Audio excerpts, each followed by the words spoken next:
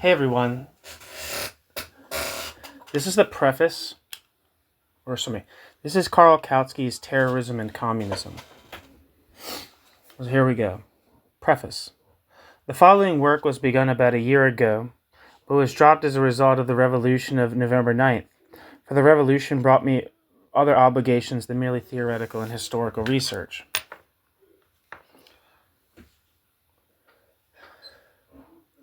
It was only after several months that I could return to the work in order, with occasional interruptions, to bring this book to a class. The course of recent events did not minister to the uniformity of this work. It was rendered more difficult by the fact that, as time went on, the examination of this subject shifted itself to some extent. My starting point represents the central problem of modern socialism, the attitude of social democracy to Bolshevik methods. But since Bolshevism had, of its own accord, referred to the Paris Commune of 1871 as being to some extent its precursor and its prototype, and as having the sanction of Marx himself, and since the Commune is little known and understood by the present generation, I undertook to draw a parallel between the Commune and the Soviet Republic. In order to make the Commune comprehensible, I had to refer to the Paris Commune, and afterwards to the French Revolution and its reign of terror. This gave me means for another parallel to the Soviet Republic. Hence, an examination of the Commune led to an examination of terrorism, its origin and its consequences. Thus, there are two lines of thought which become merged in this book, the one occasionally leading away from the other. At first, I felt this to be rather disturbing, and even considered whether it would not be better to divide the work into two separate sections, the one representing the exposition of the Commune, the other, a history of terrorism. However, in regard to my starting point, the Soviet Republic is in such very close connection with these two events in history that it seemed to me impossible to treat them separately. I hope, therefore, that, in spite of the difficulties inherent in the dual nature of this book, I shall have succeeded in preserving uniformity in the structure of the thoughts contained therein. However academic the reader may think many of my illustrations and expositions, they are all of the highest practical importance, especially at such a wildly fermented time as the present. This does not mean to say that I have adapted, as it were, the truth to the needs of the moment. Indeed, I have always sought, even in those sections where I was referring to a period long past, to treat only of that side of the subject which seemed calculated to throw light upon the chaos that surrounds us. If we regard only this chaos as it exists in Russia and Germany at the present moment, our prospects at the moment and our future must be very far from cheering. We see a world sinking under economic ruin and fratricidal murder. In both countries, we find socialists under the governments acting against other socialists, with similar cruelty to that practiced more than half a century ago by the Versailles butchers of the Commune. Cruelty which has earned the most laudable indignation of the whole international proletariat ever since. Nevertheless, the outlook becomes brighter as soon as we consider the international. The workers of West Europe have arisen. It rests with them to accomplish actual results, and with more worthy methods than those practiced up to the present in the East. Hence it is necessary that they should learn from us, and that they should learn to recognize the different methods of struggle, as well as of construction, by their results. It is not so much a blind adulation of the methods of the revolution hitherto prevailing, but the strictest criticism which is necessary, and especially necessary just at present, when the revolution and the socialist parties are passing through a most difficult crisis, in which different methods are struggling to gain the ascendancy.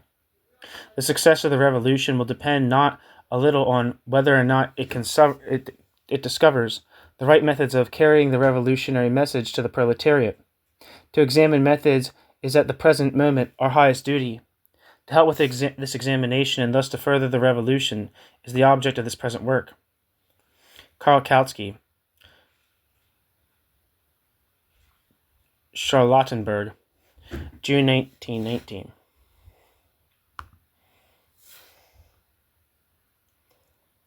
Chapter 1. Revolution and Terror. Up to the outbreak of the war, the idea was current in the widest circles of social democracy that the time for revolutions, not only for West Europe but also for Germany and Austria, was long since past. Whoever thought differently was scoffed as a revolutionary romancer. Now we have the revolution with us, and it is taking on forms of barbarity, which even the most fantastic of revolutionary romancers could scarce have expected. The abolition of the death penalty is for every social democrat a perfectly obvious claim. The revolution, however, has brought with it the most bloody terrorism practiced by socialist governments. The Bolsheviks in Russia started this, and were, in consequence, condemned in the most bitter terms by all who did not accept the Bolshevik standpoint.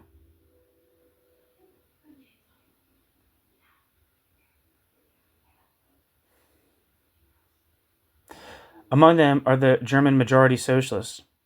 But these latter hardly find their own power threatened before they resorted to the same means practiced by the Reign of Terror, which have characterized the revolution in the East. Noska has boldly followed in Trotsky's footsteps, certainly with this difference, that he himself does not regard his dictatorship as the dictatorship of the proletariat, but both justify their slaughter on the grounds of the rights of the revolution. It is, in fact, a widely spread idea that terrorism belongs to the very essence of revolution, and that whoever wants a revolution must somehow come to some sort of terms with terrorism. A proof of this assertion, over and over again, the Great French Revolution has been cited. It is regarded as the revolution par excellence. An examination of terrorism, of its conditions and consequences, can best proceed from a description of the Reign of Terror instituted by the Sans-Culottes.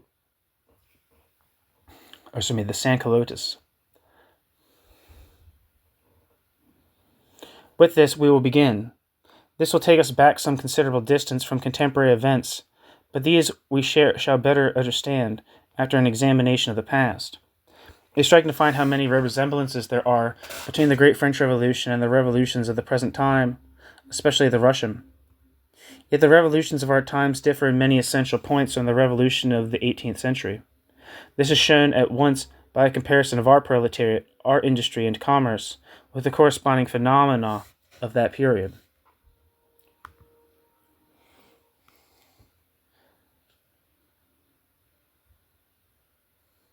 Chapter 2. Paris. The present German Revolution has no center, whereas the French Revolution was controlled from Paris. That revolution, as well as the regimen of terror that operated within it, are quite incapable of comprehension, without a consideration of the economic and political importance which Paris had acquired for France as a whole. No town in the 18th or indeed the 19th century has exercised such power as did Paris at that period.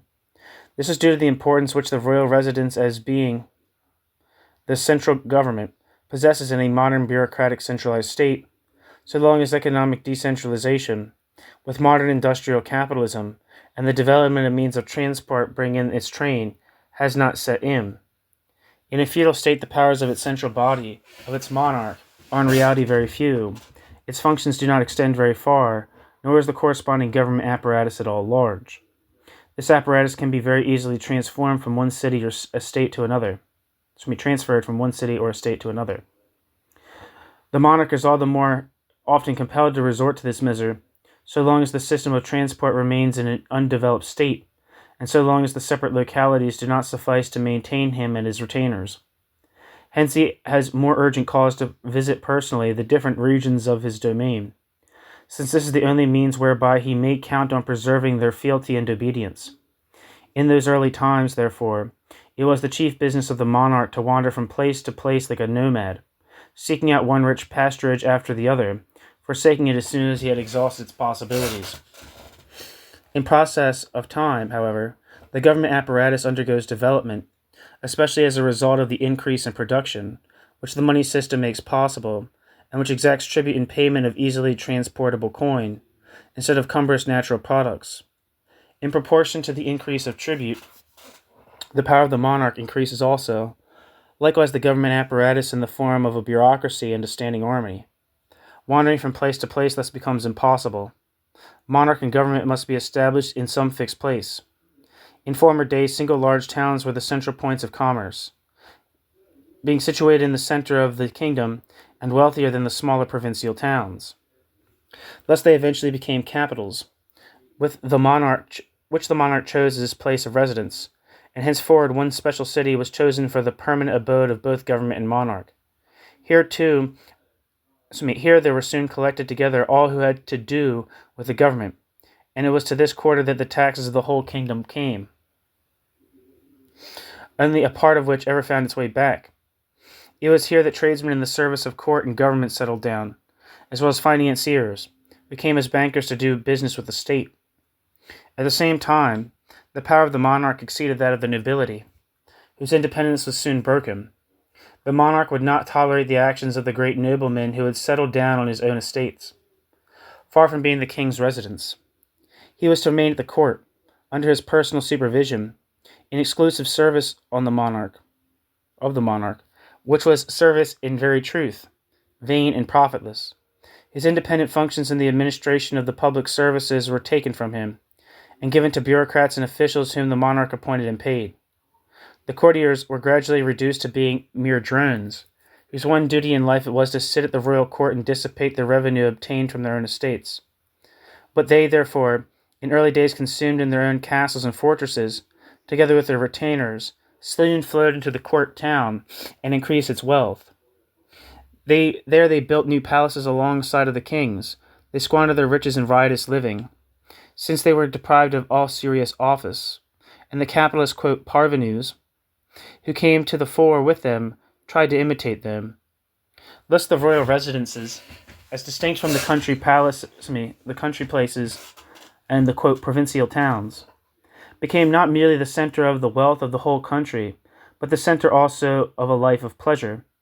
This exercised a strong hold over those in the country and, indeed, many outside, who had the means to live a life of enjoyment, or had the inclination and the capacity for acting as ministrants of joy to the pleasure-seekers, whom they succeeded in fleecing. But more serious-minded people were attracted to the residence towns, whereas the nobles who lived on their solitary estates had nothing for pastime except to eat and drink, hunt and make merry with the girls of the neighborhood. The town introduced finer manners and pleasures. The nobility began to evince an interest in the arts, and the patronizing of science soon became the, quote, fashion. Thus artists and intellectual men soon gathered to the royal residence, where they hoped more speedily to gain advancement. The more the bourgeoisie increased in number in the residential towns, the more the artists and writers flocked to the place, hoping there, alongside of the nobility, to find some foothold in a market for their wares. Thus it is clear that numbers of industrial people and dealers were drawn to the place, in order to meet the requirements and needs of all these elements. Nowhere was there such prospect of making one's fortune as in the royal residence towns. Thither flocked all who had intelligence, self-confidence, and energy. Yet it was not everyone who accomplished his object. There were numerous cases of failures, who formed another characteristic of the capital. They were the crowds of the riff-raff proletariat, who sought to better themselves in the capital, because it was there that they could best hide themselves and await the turns of fortune, which they could soon put to advantage. There were men such as Rico de la Martiniere,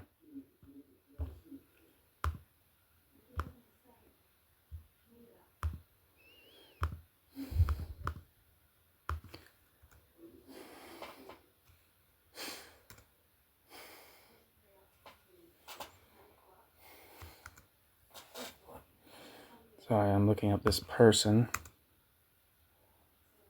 It's funny, I looked them up, and the only person that comes up is the first thing that comes up is Kautsky's Terrorism and Communism, Chapter 2, which is what I'm reading right now. So let's continue. Not only art and science, but also unbridled pleasure-seeking, along with bitterest poverty and frequent crime, became another feature of the royal capital. Corresponding to the peculiar social position was a peculiarity of mental attitude which animated the population. But it was not the same in every royal residence. Quantity often gave place to quality. In a small state, or in a community that was economically in a backward condition, the residential town was small, so that many of the characteristics mentioned above were lacking. In such a town, the most prominent feature was the dependence of the inhabitants on the court, and this dependence was not only economical and political, but spiritual as well. The mentality of the courtier became coarser, rougher, and more naive, and was reflected in the provincial population, who derived their light from the capital. This was the origin of the strongly monarchic and civil mentality of the German people and its attendant, quote, provincialism. It was a mentality which, at the time of the rise of the bourgeois democracy, brought its pioneers to the forefront. It caused the desperate Berne to declare, quote, other peoples are servants. The Germans are those who are served, end quote. A thought more cynically expressed by Heine, quote, Germany, the pious children's nursery, is not a vermin den of murderers, end quote. Heine. I guess that's Heinrich Heine. I don't know who Berne is.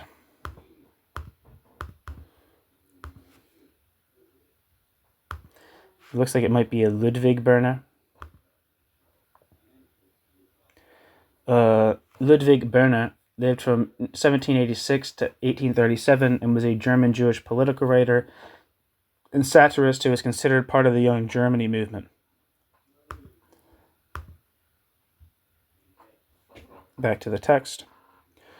But mental and spiritual conditions were different in a large royal town. The larger the town, the smaller the number and influence of the people attracted to the court. As against the rest of the population, who sought to establish their fortunes there, the greater the number of the disillusioned and dissatisfied, the greater became their solidarity and their strength. This state of affairs did not encourage those people alone. It strengthened the opposition of those who, without having personal grounds for grievance, nevertheless clearly recognized the harm from which state and society were suffering. Such opposition was everywhere rife. In the smaller towns it lay dormant, in the larger towns it dared to express itself. Among the royal residences of the continent in the 17th and 18th centuries, the largest was Paris, capital of the most important state at that time in Europe. In number, at the end of the 18th century, about 600,000 inhabitants, Weimar, the royal residence and the spiritual center of Germany, numbered about 10,000. The inhabitants of Paris early showed their rebellious spirit. Thus arose the agitation of the Fronde in 1648, which had as its origin the conflict between the government and the Paris Parliament, which was the supreme tribunal.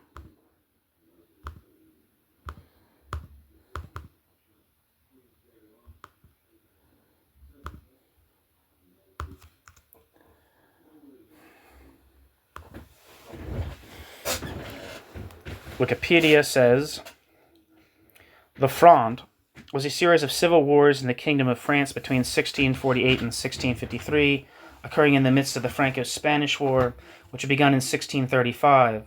The government of the young king Louis XIV confronted the combined opposition of the princes, the nobility, the noble regional court assemblies, Parlement, as well as much of the French population, and managed to subdue them all. The dispute started when the government of France issued 7 fiscal edicts, 6 of which were to increase taxation. The Parlement resisted, questioned the constitutionality of the king's actions, and sought to check his power. The Fronde was divided into 2 campaigns, the Parliamentary Fronde and the Fronde of the Princes. The timing of the outbreak of the Parliamentary Fronde, directly after the Peace of Westphalia of 1648, the end of the 30 Years' War, was significant. The nuclei of the armed bands that terrorized parts of France under aristocratic leaders during that period had been hardened in a generation of war in Germany, where troops still tended to operate autonomously. While Louis XIV, impressed as a young ruler with the experience of the Fronde, came to reorganize French fighting forces under a stricter hierarchy, whose leaders ultimately could be made or unmade by the king. Cardinal Mazarin blundered into the crisis, but came out well ahead at the time. The Fronde represented the final attempt of the French nobility to confront the king, and ended in its humiliation. In the long run, the Fronde served to strengthen royal authority, but weakened the national economy. The Fronde facilitated the emergence of absolute monarchy. The Spanish Empire promoted the Fronde to the point that without its support, the Fronde would have had a more limited character. It benefited from the internal upheaval in the Spanish Empire benefited from the internal upheaval in France, as it contributed to the Spanish military's renewed success in its war against the French between 1647 and 1653, so much so that the year 1652 could be considered a Spanish annus mirabilis. However, following the end of the Fronde and an English intervention on the side of France, the course of the war largely changed in France's favor, and it ultimately achieved some territorial gains in the Peace of the Pyrenees. Back to the text.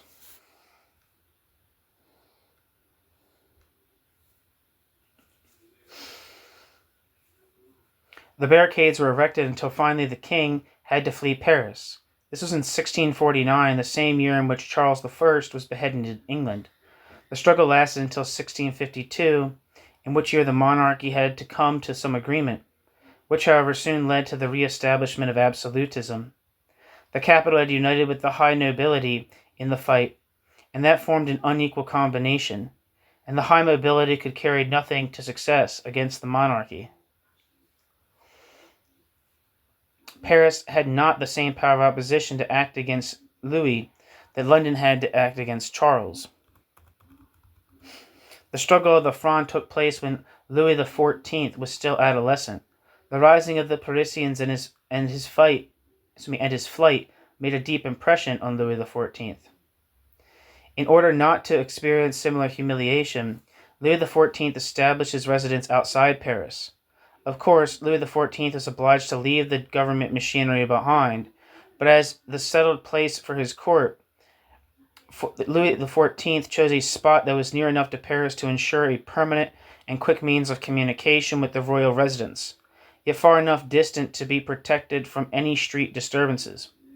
In the year 1672, the building of his new palace, which was to cost him, or rather his people, 1,000,000 francs, was begun in Versailles, 12 miles distant from Paris. In the coming centuries, it often gave proof as it had been built in defiance of the rebels in Paris.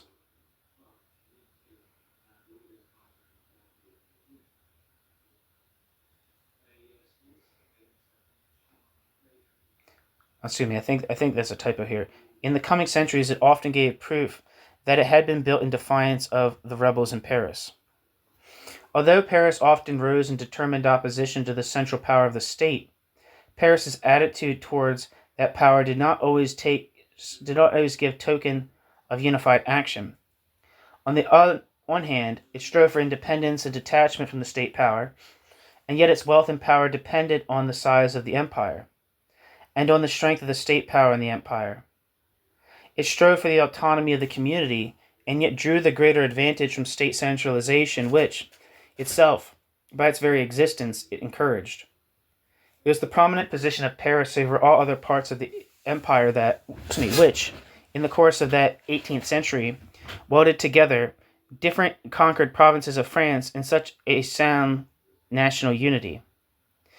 What otherwise could have united the Alsacians with the Bretons, or the Flemings and the Gasconnaires? The Gasconnaires, I have no idea. But they all had relations with Paris.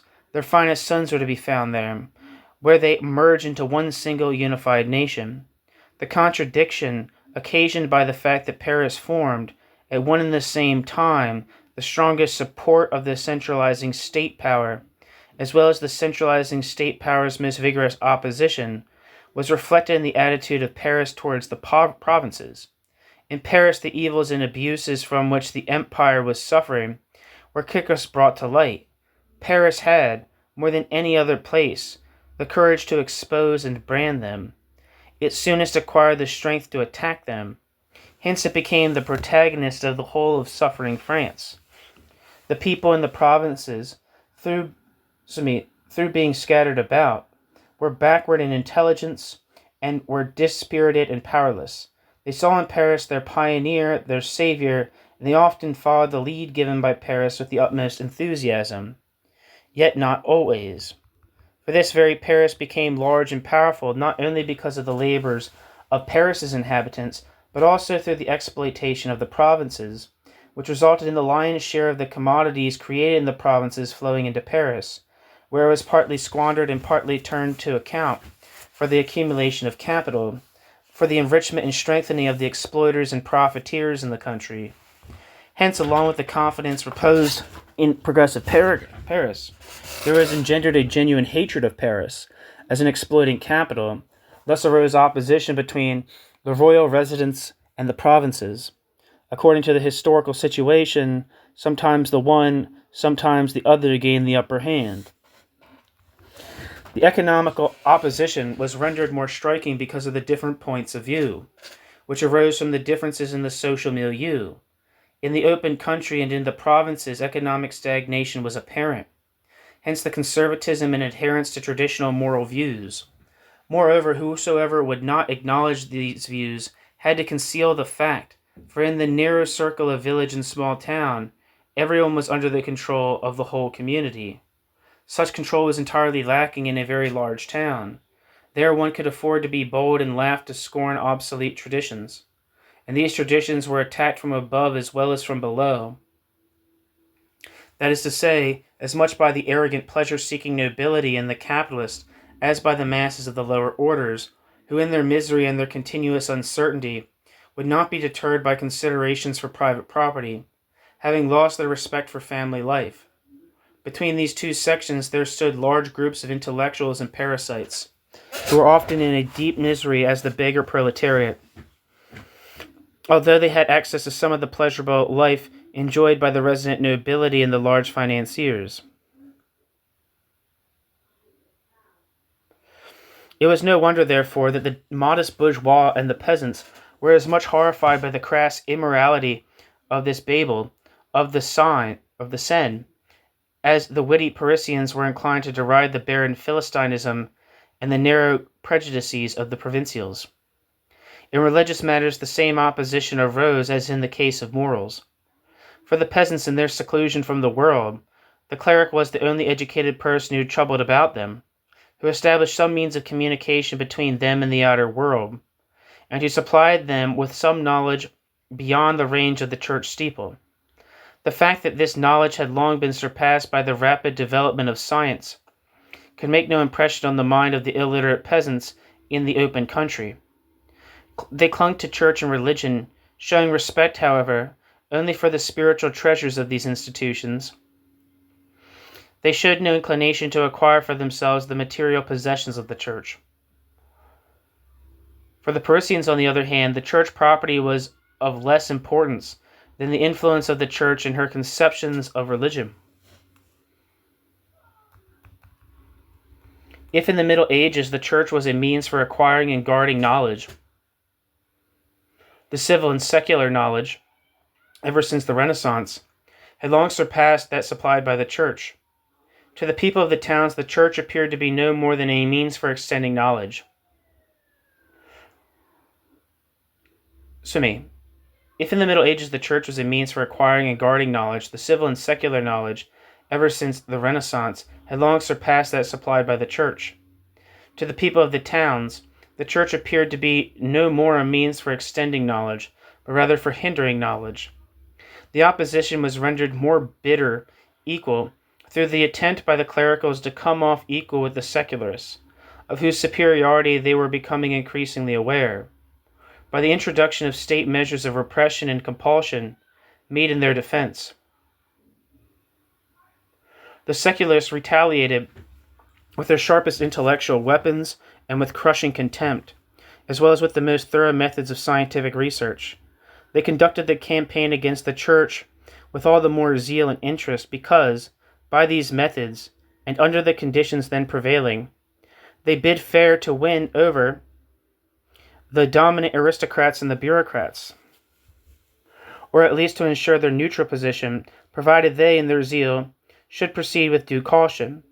For the aristocrats, as well as the bureaucrats, not only despised the teachings of traditional religion, the bureaucrats and the aristocrats found the Catholic Church a frequent handicap to them, because it would not unconditionally ally itself with raiding state apparatus. Thus the struggle... that's a weird sentence. I don't know. That's probably a typo, but I don't know how to correct it. There's not an obvious correction. Thus the struggle against the church was less dangerous than the fight with absolutism, and hence the rising opposition to the state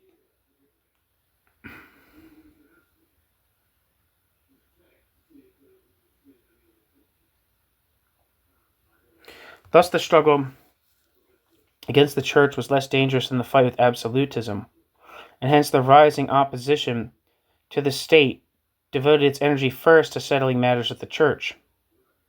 But even in this we find a certain divergence. The reigning bodies set themselves in opposition to the church whenever it showed aspirations to become an independent organization, but the church nevertheless appeared to them to be indispensable as a means for keeping the lower orders in subjection. The divergence was noticeable even in the circles of the extreme intellectuals. Voltaire coined the phrase, quote, "down with the infamous," church, end quote. But Voltaire discovered that religion must be preserved for the people. A similar cleavage made its appearance in the lower ranks of the Paris populace and their leaders. Certainly they were all in opposition to the church and wished to have nothing to do with the church, but according to the class position of the proletariat, which is always inclined to draw hard conclusions and adopt radical solutions, some of their number preached and propagated the most thoroughgoing atheism and materialism. Others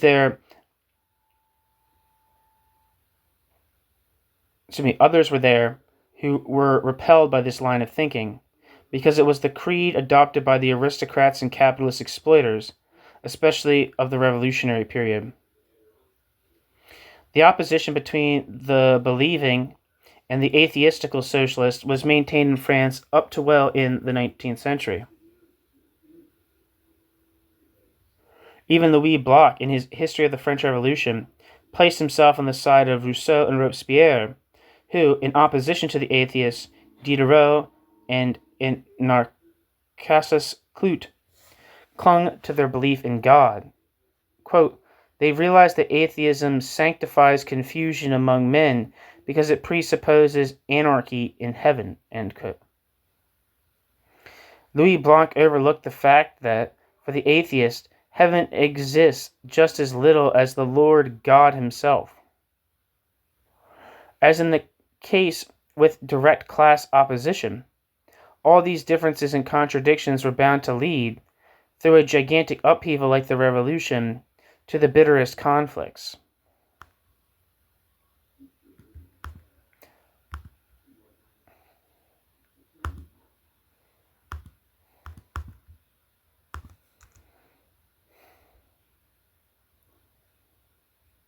Wikipedia says, in anacarsis, sorry, I said it wrong. Wait, did I read it wrong or did I say it wrong? No, I said it wrong because it's written wrong. Anacarsis Clout, spelled Cloutz, was a Russian nobleman who was a significant figure in the French Revolution, perhaps the first to advocate a world parliament, an idea later espoused by Albert Camus and Albert Einstein. Anacarsis Clout was a world federalist and an internationalist anarchist.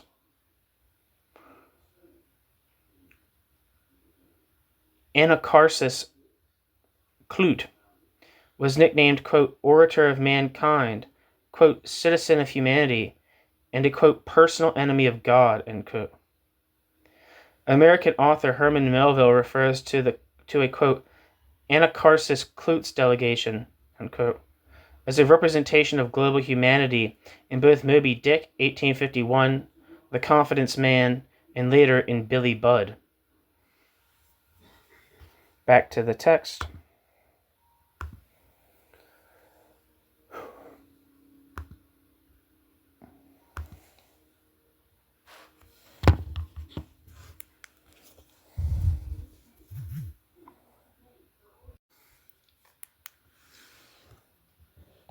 Chapter 3. The Great Revolution. Louis XIV, the same who out of fear had fled from Paris to Versailles, which he chose as his residence, succeeded in breaking down the last attempts of the nobility to acquire their independence. Louis XIV was also strong enough in the struggle with his neighbors to extend his kingdom and make it one of the greatest and most powerful states in Europe, but he attained this only after a series of bitter struggles which left France thoroughly exhausted and brought her to the brink of ruin. Louis XIV's last war, the the Spanish War of Succession, which lasted from 1701 until 1714, and ended unsuccessfully for France, would itself have been sufficient to cause a revolution if a strong revolutionary class had already been in existence.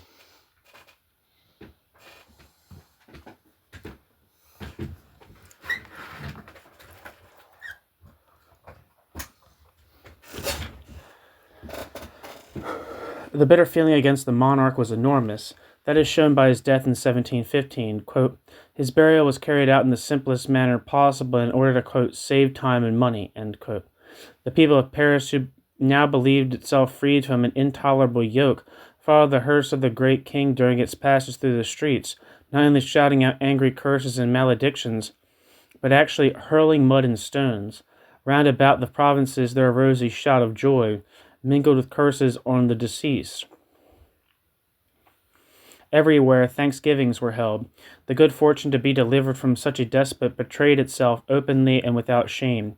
Peace, liberty of action, lowered taxes were the benefits that the people hoped to derive from the regent, end quote. The quote's from M. Philipson, The Period of Louis XIV. The people of France were doomed to bitter experiences with the followers of the, quote, Sun King before they were able, through the Great Revolution, to take their own fortunes in their own hands. Scarcely had the country begun to recover, to some extent, when it was plunged into new wars.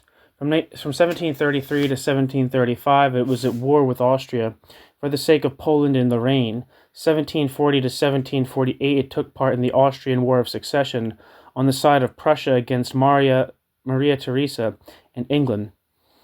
1778 to 1783, they were able, through the Great Revolution, to take their own fortunes into their own hands. Quote, these wars not only ruined the country,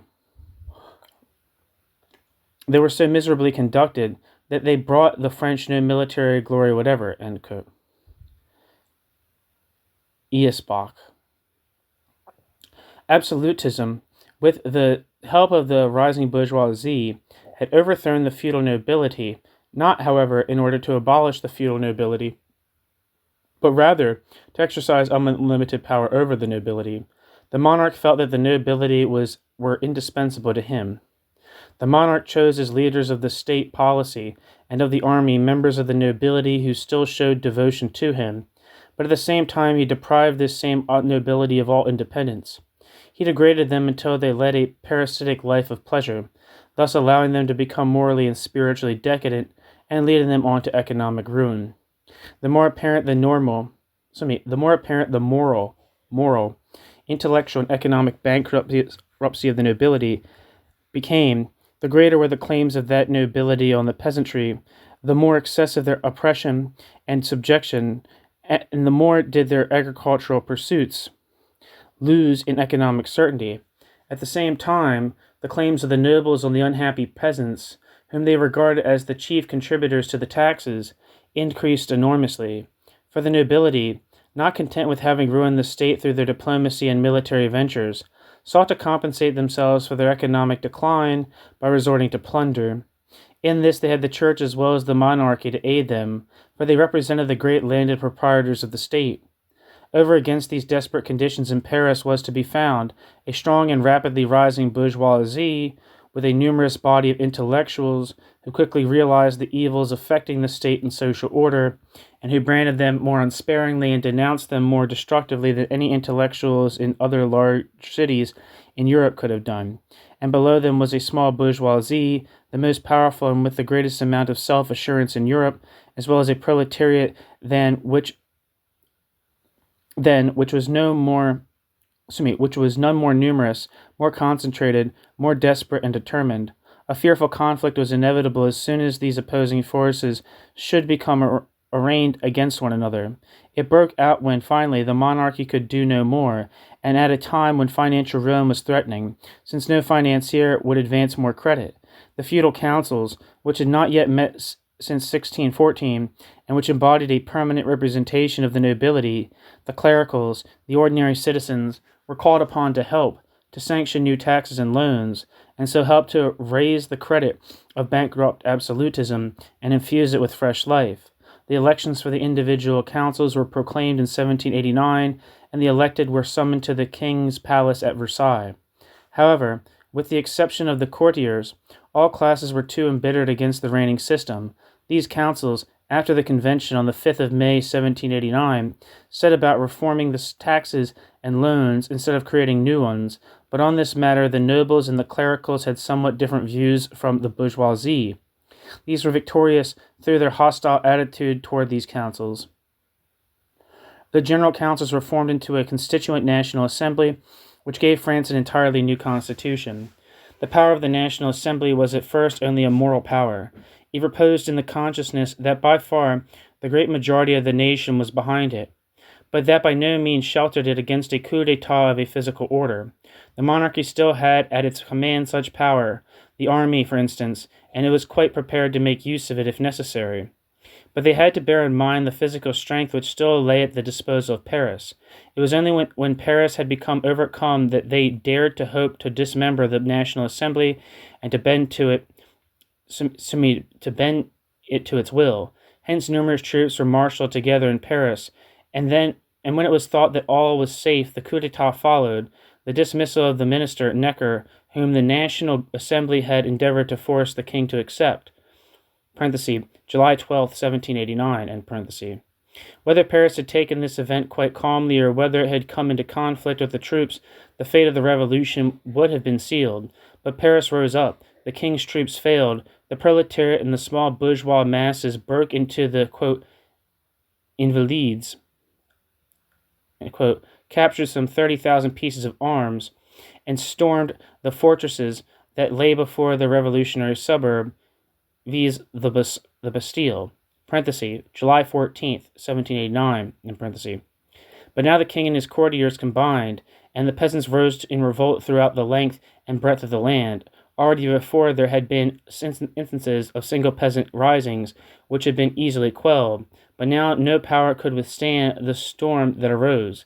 Paris at that time saved the revolution and made it general. Gradually it seemed as if the storm was abating. The king and the king's feudal courtiers regained courage. The king began to oppose certain decisions of the National Assembly and to muster new troops. So the Parisians came to the conclusion that they could never be safe as long as the head of the state, the king, and the National Assembly remained in Versailles. They wished to bring them under their supervision and direct influence. On the 5th of October, 1789, large bands of people tramped to Versailles and fetched the king back to Paris. The people now hoped to have peace and to be able to devote their energies to the building up of the Constitution and to practical work, from which they expected, as a consequence of improved conditions, to derive advantage and benefit. On the 14th of July, 1790, Louis XVI swore fidelity to the Constitution. Although much against his will, he felt himself a prisoner in the Tuileries, and all the acts of his government were repugnant to him. Not a year had passed since his taking of the oath to the Constitution, when he secretly fled, June 21st, 1791, and was misguided enough, before he had reached safety, to explain himself to the masses of people. He left behind a document in which he declared that all his orderings and decrees since October 1789 had been wrung from him against his will, and that he pronounced them null and void. This is a very premature move on his part, for while in flight he was recognized, taken prisoner, and brought back to Paris. Even at that time, a large section of the embittered masses demanded the dethronement of the king, but the monarchical instincts of the masses of the people were too deep-seated to make such a step successful. But it saved Louis, for at the moment it was only dethronement with which he was threatened. He had worse fate when France, under his monarchy, became involved in war with the allied monarchies of Europe. April 1792.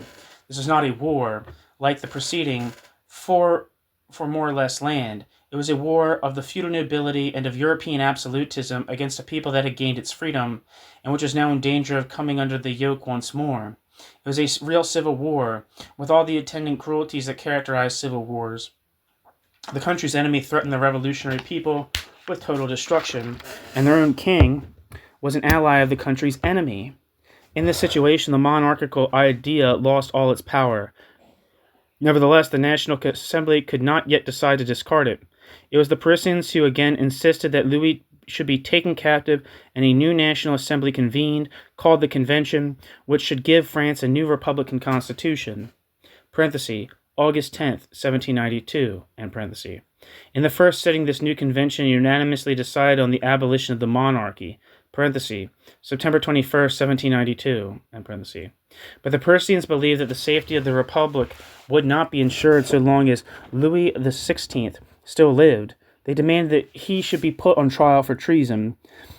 The majority of the convention recoiled before this measure, but the rage of the Parisians was irresistible when they heard that a secret cupboard in the Tuileries had been discovered containing a series of documents. These documents proved that the king had bought over a number of parliamentarians, among them Mirabeau, and that a number of his guards, who had fought in the ranks of the Austrians against France, had even during that war drawn payment from him. In spite of all, a section of the convention endeavored to save the king. They wanted to appeal to the people of France. Through a general election, Louis's fate was to be determined. The attempt to play off the provinces against Paris met with most determined opposition on the part of the Parisians. Fear of them overruled the convention. The appeal to the people was rejected by 423 votes against 276. Thus was Louis's fate settled, and he mounted the scaffold on the 21st of January, 1793. The Republican party that pleaded most for the king at the time were the so-called Girondists, who had derived their name from the fact that the candidates who first formed the nucleus of the party had been elected in the province of Gironde. They were the most furious haters of Paris, whose power they wished to break. They wanted France to become a federal state. Quote, 4 days after the opening of the convention, the Girondist Le Source, amid the applause of his confederates, reiterated the words, quote, "And I will not have Paris led by a band of intriguers, nor let her become for France what Rome at one time was for the Roman Empire. The influence of Paris must be reduced to the 83rd part, to that share which every other province has equally." End quote. Kumov, Kumow, The Parties in the Great French Revolution, page 349. The opposition between the Girondists and Paris assumed the wildest forms. In the revolts of May 31st to June 2nd, 1793, the Parisians succeeded in carrying out their demand for the expulsion and arrest of 34 Girondists. The answer to this was the murder of Marat by the Girondist Charlotte Corday of Normandy, July 31st, and soon after the attempt by the Girondists to instigate Normandy, Brittany, and the south of France against the Convention. All this during the war, whereupon the Parisians retaliated, and they carried out on October 31st the execution of all the Girondists who could be found in Paris.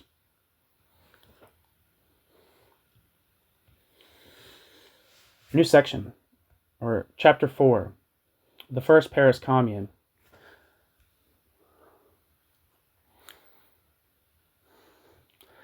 The Paris proletariat and its fighting methods. Hitherto we have always spoken of the, quote, Parisians. Naturally not the whole population of Paris is to be included under this head, for there were many classes in sharp contrast to one another. By the, quote, Parisians, the great mass of the population in the capital was to be understood. These, the small bourgeoisie and the proletariat. Under the latter, we must not think of the modern proletarian, who is the outcome of gross industry. Certainly there were some manufacturers in Paris, but the largest section of their workmen was either engaged in service of the most varied kind of laborers and porteries, or it formed a body of artisans' apprentices who hoped one day themselves to become independent artisans. Besides these, there were countless small laborers, as home workers, as well as middlemen of all kinds, who lived in bitterest poverty and the most wretched insecurity. This poverty and insecurity made the social position proletarian, whereas by their class position, i.e. according to the source of their income, they were small bourgeois, whose ideal was a comfortable bourgeois existence. Nothing is more misleading than the confusion between position according to income and position according to class. This confusion was made by Lassalle, and is being made today by those of our Russian comrades who believe that the poor peasant has other class interests than the rich peasant, and has the same class interest as the wage-earning proletariat of the towns.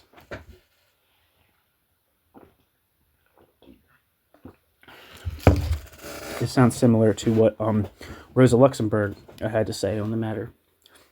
This is just as false as the conclusion of those who believe that the small capitalists have other class interests than the large capitalists, and that their opposition to the capital of finance goes together with the class opposition of the proletariat to capital. The small capitalists wish to become big capitalists. The small peasantry also wish to increase their property. This, and not a socialist society, is their object. The former, just as much as the latter, wish to increase their income at the expense of the workman. The small peasant through low wages and long working hours. The small capitalist through high prices for food. The poor elements in Paris, therefore, at the time of the Great Revolution were, according to their class position, small bourgeois, in spite of the proletarian conditions of their existence. These conditions gave them no objects which were different from those of the better placed small bourgeois, although they gave them means for the growing struggle, which were less sympathetic to the more prosperous small bourgeois. The starving man cannot wait. He is in despair, and therefore does not stop to consider his choice of means. For him, little attaches to life. He has nothing to lose save his bonds, and he, therefore, risks everything during the time of an upheaval, which shall prepare for new conditions of things, and in which he hopes to gain the world. Thus it was the proletariat, the great mass of the population of Paris, which formed the great driving power in the Revolution. Their desperate inconsiderateness made them masters of Paris, made Paris the ruler of France, and let France triumph over Europe. Their fighting means lay in armed insurrection. Their risings were not unprepared, nor did they spring themselves from out of the prevailing conditions. They were much more organized still. They did nevertheless arise from the spontaneous pressure of the masses, not of their leaders, and it was only through the masses that these risings were often irresistible in their force. An upheaval, which has to be fomented by the leaders, instead of these latter being forced from below, is a sign that the necessary driving force is wanting, and that the whole movement is doomed to failure. During the whole time of the growth of the revolution, it was the masses who were the driving force, the leaders the driven. While this lasted, things moved forward. When the contrary happened, and the leaders found it necessary to reincite the masses to fight, the revolution was already in decline. But if an upheaval can reckon on success only when it is spontaneous, and not initiated by the leaders, this is not to say that it has the best chance of winning when it is not organized. The Paris insurrections of the Great Revolution had their foundations in the organization of the masses. Even in the first signs of disturbance, in the storming of the Bastille, there were already nuclei for organization. Later they received closer and more permanent foundation. In the Revolution, each community claimed for itself the greater independence.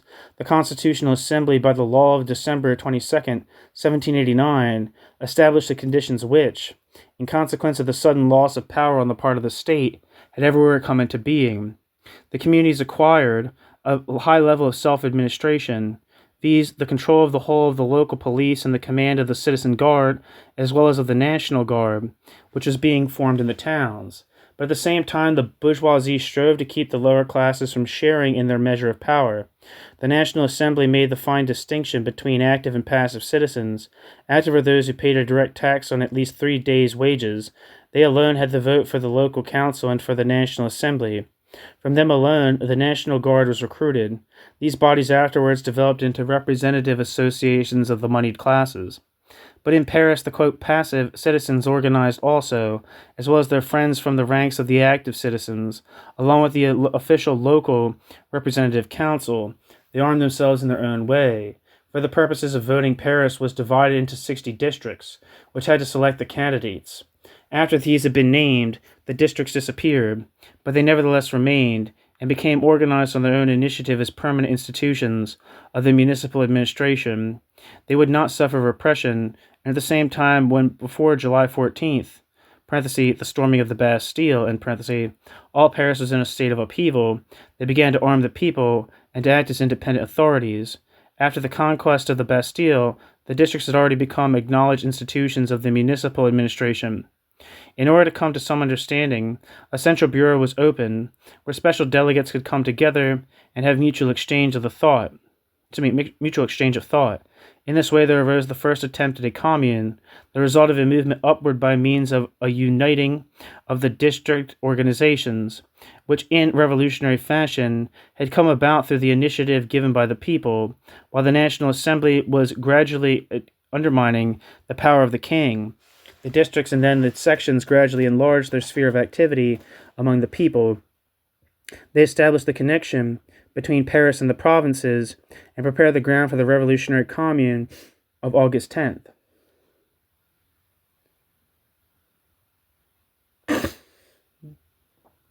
In accordance with his anarchistic standpoint, Kropotkin has given special importance to the history of the commune and the revolution. Apart from special works, Kropotkin's books afford the best study of this history.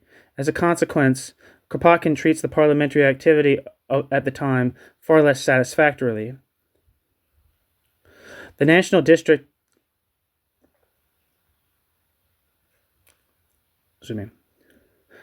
Assembly tried to put an end to the district councils. Through the law of the 27th of May, 1790, the division of the constituencies in Paris was altered, but the, quote, passive citizens ignored the veto. The sections were now the central point of revolutionary activity. Soon there was no communal or state question which was not taken over by these sections, and in the settling of which they were not actively concerned. The result of this was that the General Assembly of these sections became a permanent institution. It was only through the permanency of their nature that intensive activity could be developed. On the 10th of August, 1792, the sections entirely superseded communal representation, which had already become totally effete, and they formed something new, the revolutionary commune, to which each section sent 3 commissioners. Thenceforth, it was the Paris Commune which, supported by these sections, determined the course of the revolution. The subsequent works on history would fail to give the sections their due. The work was performed by the nameless many. The great names of the revolution shone more in the club of the Jacobins than in the sections. But what the club achieved owed its success to the sections, and often it was the club which was the part that hesitated and hung back. Only the proletariat, which had nothing to lose, was able to rush without hesitation boldly into the unknown. New section: The Origins of the Regiment of Terror.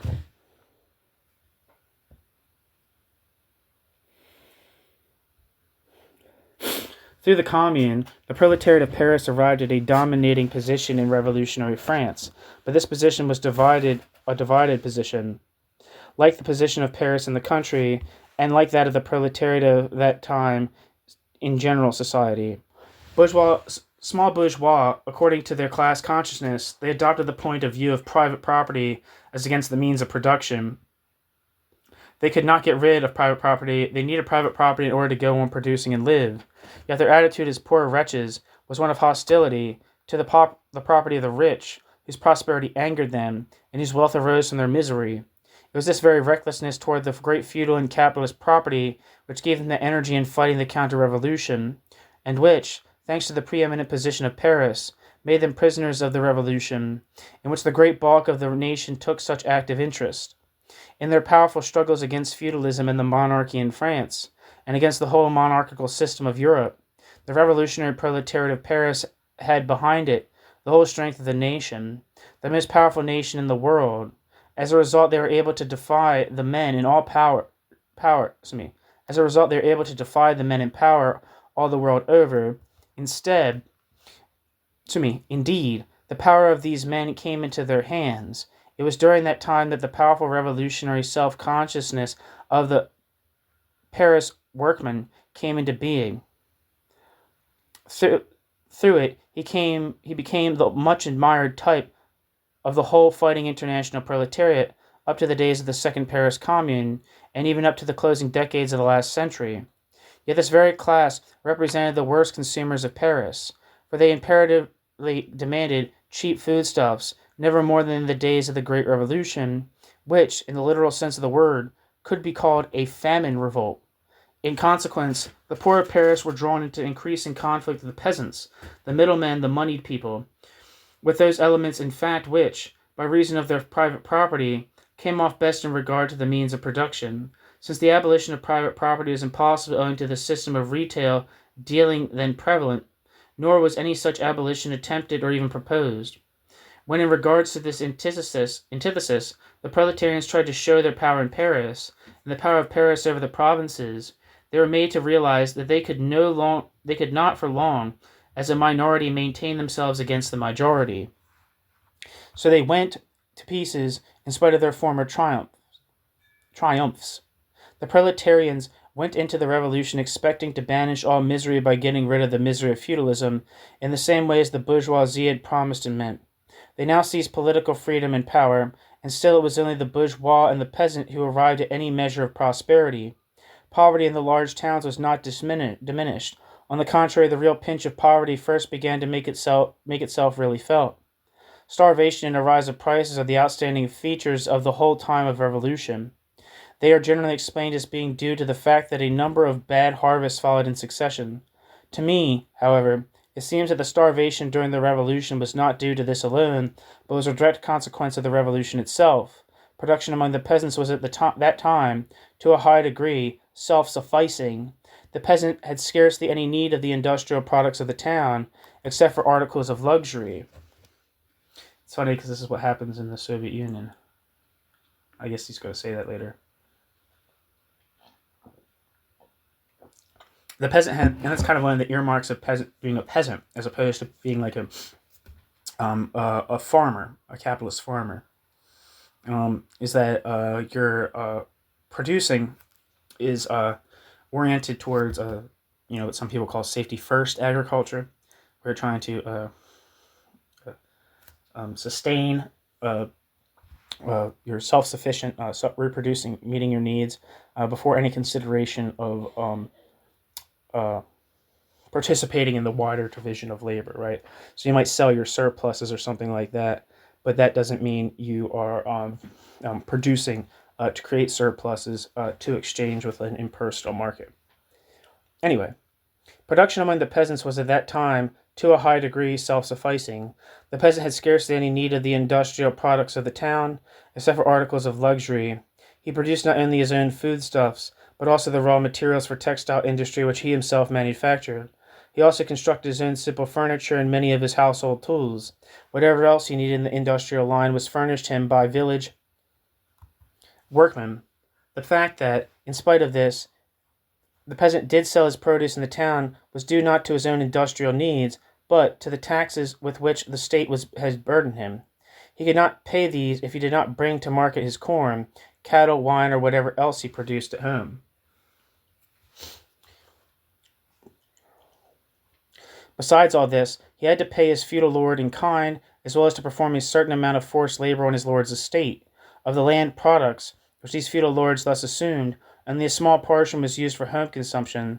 The greater part they sold, in order to get money for a life of pleasure in the town. Taxes and feudal obligations therefore provided the monies, on the one hand, which flowed into Paris and there reached circulation. They also provided, on the other hand, the produce which was sold for bare cash to provision Paris. The revolution temporarily put an end to feudal obligation, as well as to taxes, as the state had no power to collect taxes. The peasants were therefore no longer in such necessity to sell as they were before. In the first place, they made use of their newly gained freedom to eat to their fill, and to put an end to the starvation conditions to which state and feudalism had condemned them.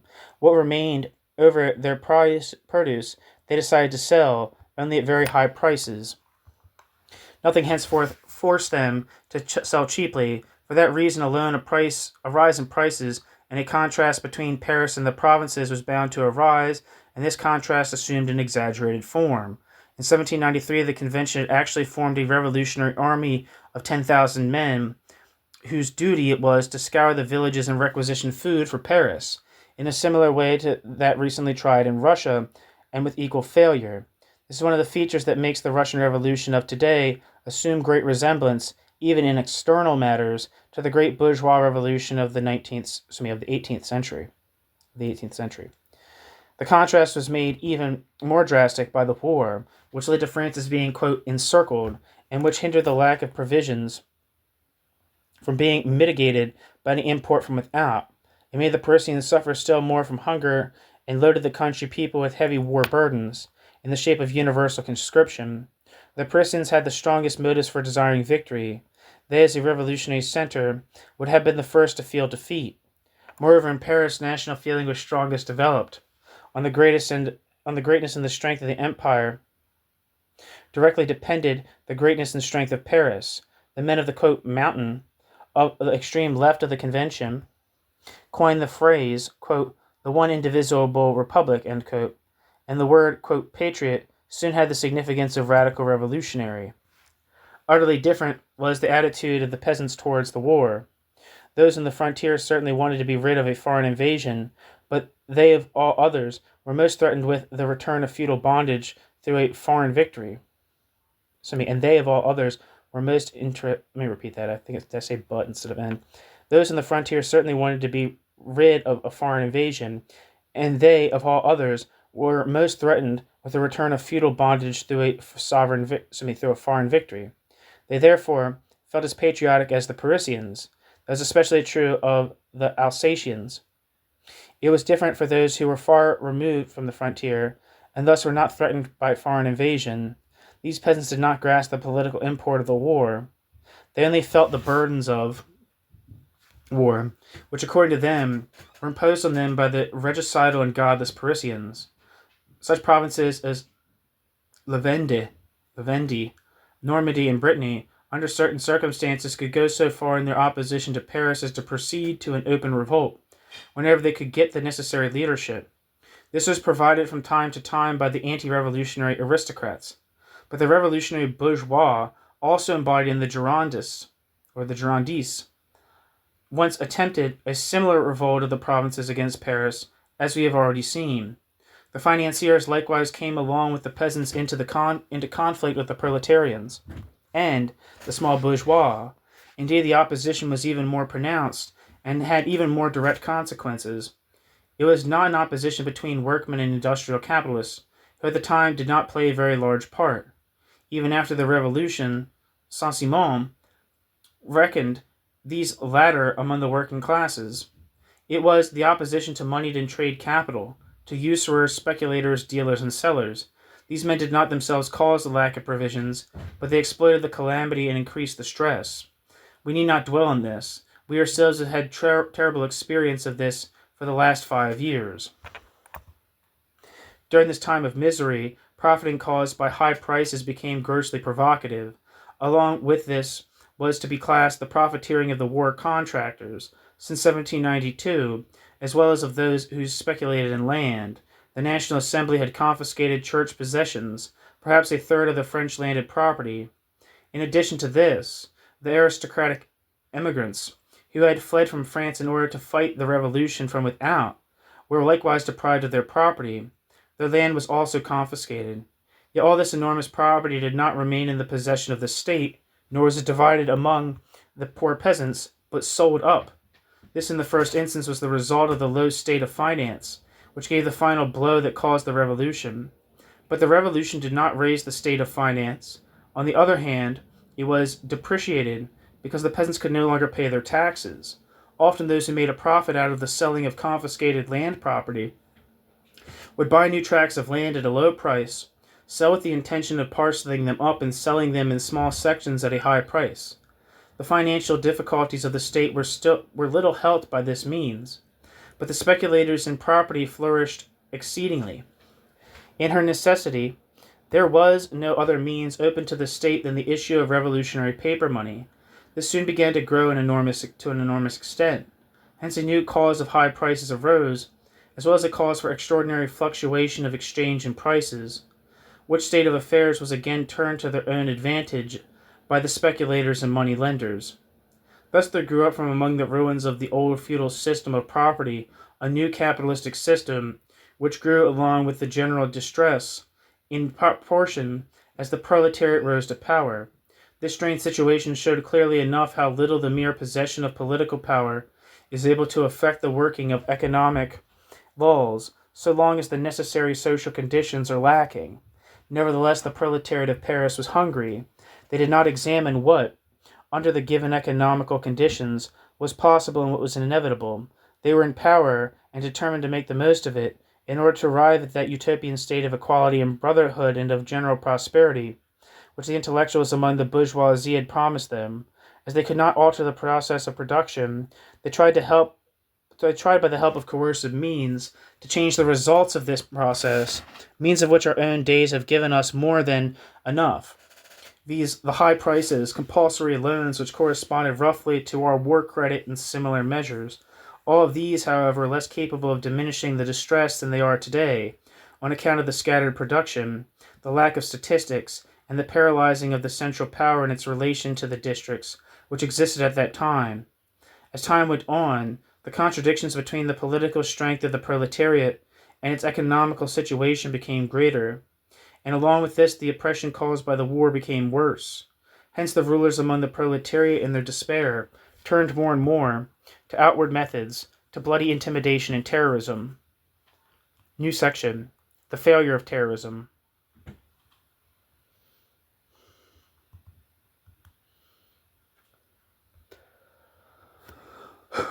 Through the Commune, the revolutionary bourgeois and proletariat of Paris ruled the whole of France, but they took care not to exercise their power directly, and to give as their watchword, quote, all power to the Commune, end quote.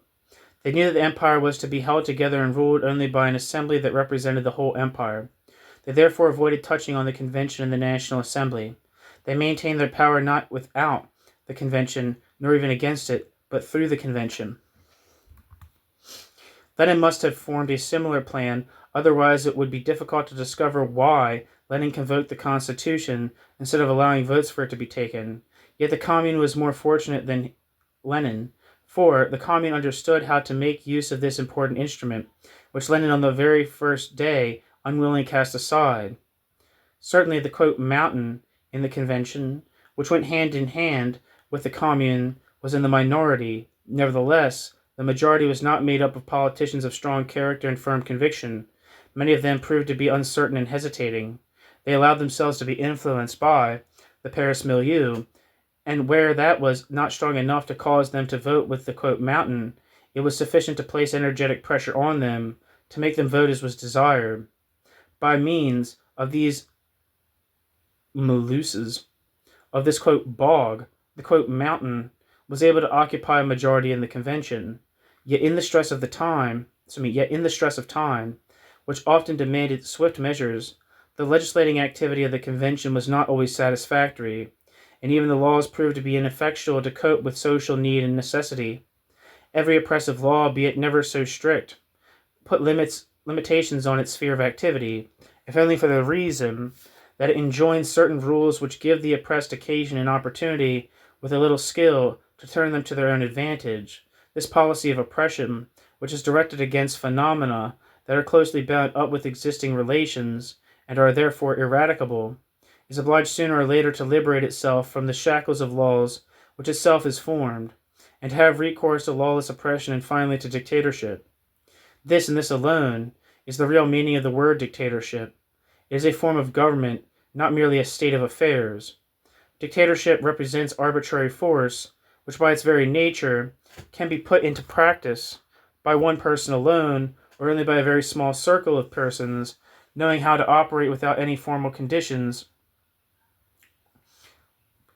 or willing to be led by one man alone.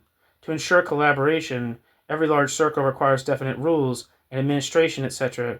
In other words, it is already bound by laws. The type of dictatorship as a form of government lies in personal dictatorship. Classic dictatorship is pure nonsense. Class rule without laws and regulations is unthinkable. Since the repressive measures against profiteers, speculators, and counter-revolutionaries hopelessly failed, the proletarian element had recourse to a dictatorship.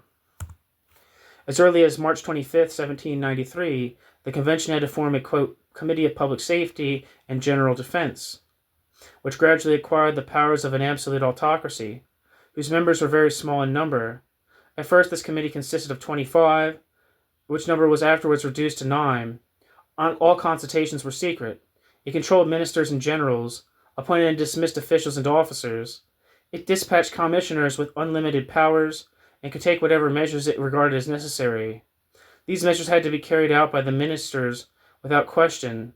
It was indeed responsible to the National Assembly, but this was a mere formality, as that body literally trembled before the committee. Restrictions were laid on the powers of this committee to some extent at least, for it was ordained that the committee should be re-elected each month, and that it should have no control over the state treasury. Soon this, quote, Committee of Public Safety became the exclusive organ of the, quote, Mountain. But the more the dictatorial orderings of this body increased, the greater became the dictatorial power of a single personality in their midst, Robespierre. As further instruments of the dictatorship, two other institutions were created. A police committee called the Committee of General Security, and B, the Extraordinary Revolutionary Tribunal, which had to adjudge in all cases of counter-revolutionary activity, and of attacks on the liberty, equality, and inviolability of the fatherland. To be suspected and denounced by a quote, patriot was sufficient for a man to be condemned to death, and indeed without any chance of appeal. Louis Blanc, in his History of the French Revolution, has given the following account of the organization of the Reign of Terror. Quote, we find a tireless club, that of the Jacobins, which animates Paris with its life. Paris, which has been divided up into groups of inhabitants called, quote, sections, gives expression to the ideas and thoughts prevailing in the club. The committee, the center of the sections, formulates these ideas and thoughts into laws.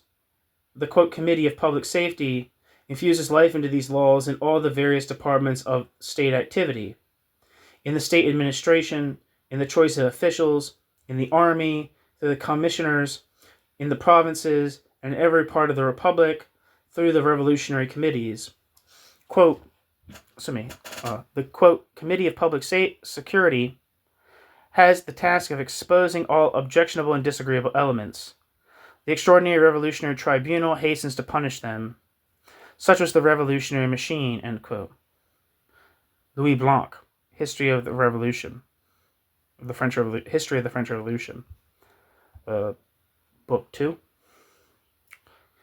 In the most unsparing manner, this fearful apparatus was set to work.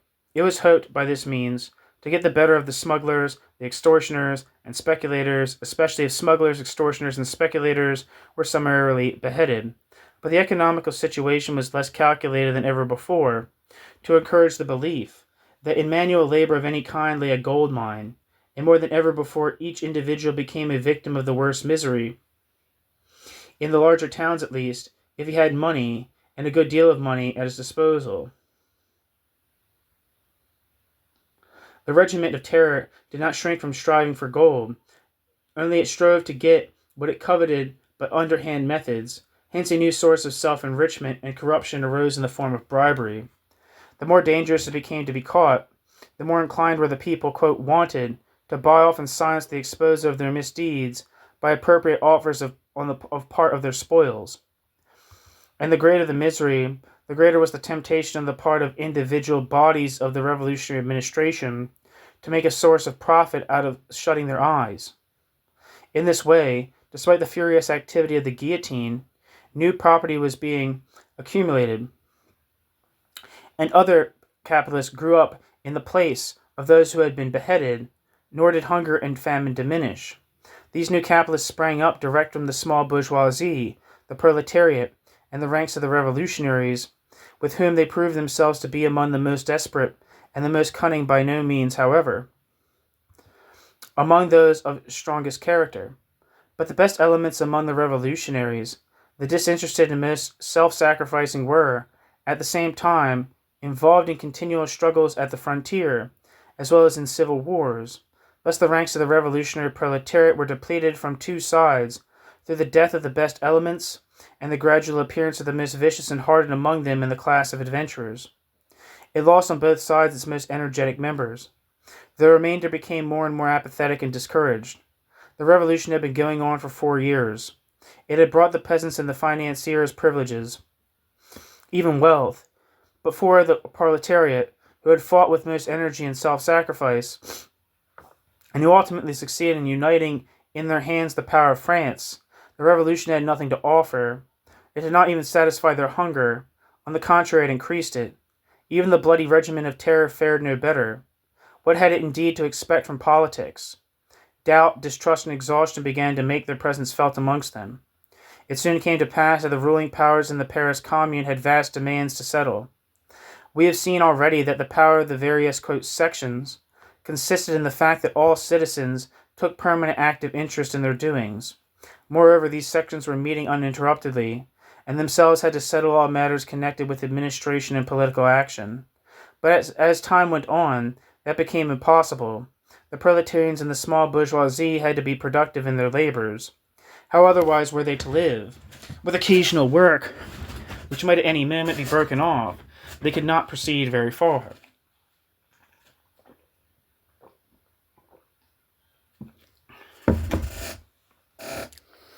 So long as a revolutionary fire glowed within them, and so long as they hoped to derive economic benefit from a revolutionary policy, they endeavored to make the best of their conditions. The more they began to doubt, the more they sought salvation in productive labor instead of in politics. They became more and more willing to allow one department after another to pass into the hands of the various sections. They allowed these sections to appoint state-paid officials, whereby the bureaucratic centralization of the empire, which was to come later, was gradually introduced. At the same time, the prosperous people and their followers in the sections, to whom they made payments in some form or other, soon outnumbered the others, for the simple reason that they were men of leisure and could find time to meet, whereas the proletarians and the small bourgeois, who were bound to work for a living, appeared less and less at the meetings. Hence there was a danger that the former should gain the majority over the latter. A sign of the decline of revolutionary activity in the sections is furnished by the decision of the convention, given on September 9th, 1793, which limited the number of sittings to 2 in the week, and granted to each member, who had to work for his living, the sum of 2 francs for each sitting, but this did not check the growing slackness in attendance. Along with this, there was also a marked change in the relations between the masses and their leaders. During the period when the revolution was on the increase, it was the masses who urged on the leaders, inspiring the leaders with energy and confidence in victory. Such is the proper relation between the masses and the leaders, whenever and wherever any popular movement is to meet with success. The leaders always display more hesitancy than the masses whenever a revolution is in progress, because they, more than the masses, can take better account of possible eventualities and see better than they the difficulties that are bound to arise. By this time the leaders were in a position in which they needed renewed energy on the part of the masses if they were to maintain themselves and not be completely submerged. For the masses were becoming exhausted and began more and more to doubt and despair, so it fell to the leaders to spur on the people, to rouse and inspire them. Such a condition of things always betokens in any popular movement that the inward strength is lacking, that it has not yet acquired that strength, or has lost it already. In order to encourage the people, the regime in power had to give the appearance of possessing strength. It was obliged to intoxicate them and thus make them oblivious of the want of social and economic success. This effect was best obtained by inciting the lust for blood, but this was a further reason for continuing the system. This was a further reason for continuing the system of terrorism, indeed for increasing it and making it more effective. Finally, the growing nervousness of the men in power, occasioned by the feeling they had that the ground was slipping away from under their feet, helped materially to the same result. With the desperation that followed, the bitterness increased, not only against those who were enjoying class privilege, but also against members of their own faction who held the same general principles as they, though differing in minor details. Thus those in power felt with increasing misapprehension that every mistake and every false step would eventually lead to ruin. It is significant of the rise of a revolution that it proceeds on its way unhindered by any piece of folly that may have been enacted. In a state of decline, on the contrary, a revolution may feel the dire effects of the slightest error. The more precarious the position of the leaders of the revolution became, the more bitterly did the different groups quarrel among themselves. Hence, the more imperative did it seem to each one of them to suppress the other in order to save the revolution. Among the men of the, quote, mountain, the Montagnard, there had been, at the very outset, marked differences between the, quote, believers, if not actually practicing, quote, church believers and atheists, between the Philistine Puritans and the cynical Epicureans, between the inconsiderate and the considerate. But this did not prevent their harmoniously working together. When these different groups began to attack one another with such rage as to employ the, quote, regiment of terror as a means of suppression one against the other, that was already a sign of the decline of the revolution. The fate of the revolution was already sealed when Robespierre's faction dragged before the revolutionary tribunals the Hébertists as being, quote, ultra-revolutionary, and the Dantonists for being, quote, corrupt and, quote, too moderate, and succeeded in making them share the same fate on the guillotine, March 1794, which they had prepared for the Girondists some months before. These terrorist measures were already a sign of the downfall of the revolution. They further aided it by causing the masses in the Paris Commune to split, thus turning the disciples of the guillotine into enemies of the revolutionary government. At the same time, and as a result of the growing apathy of the masses, the government was obliged to withdraw the various functions hitherto assumed by the sections from those bodies and to transfer them to the state officials. The police, and in particular the political police, fell into the hands of the two central bodies who really had the state power in their own hands, and they were the Committee of Public Safety and the Committee of Security of the Convention. The police became an all-powerful instrument of an almighty government, and at the same time it changed from being one of the institutions of the various sections, which functioned in full publicity, into one wholly secret in character. The secret police thus became an invisible power, which is supreme over everything else in the state. But all the efforts of the leaders to save themselves by terrorist means were frustrated. The ground on which they stood began to shrink from under their feet. They could only, as a last resort, increase the system of terrorism and the police power, but the sole result was that, as they felt their position to be more and more threatened, they banded themselves together in a desperate attempt to withstand opposition, since in the decisive moments these rulers had nobody to support them. Kropotkin, an enthusiastic admirer of the Paris Commune in the Revolution, and therefore one who would be anything but an opponent of that institution, has well described the fatal path that terrorism was bound to take.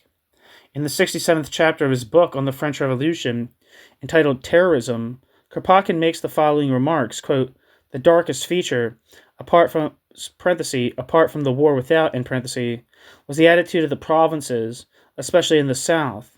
The wholesale massacres practiced without any distinction against the counter-revolutionary leaders, as well as against those whom they led and organized, by the local Jacobins and delegates of the convention, had engendered such profound hatred that it now became a question of war to the knife, and the position became increasingly difficult, since nobody, whether in the locality or in Paris, could proffer any more salutary advice than a resort to the extremest means of revenge, end quote. Peter Kropotkin. Kropotkin quotes incidents in proof of his statement and then shows how Robespierre felt himself compelled to push terrorism to the extreme.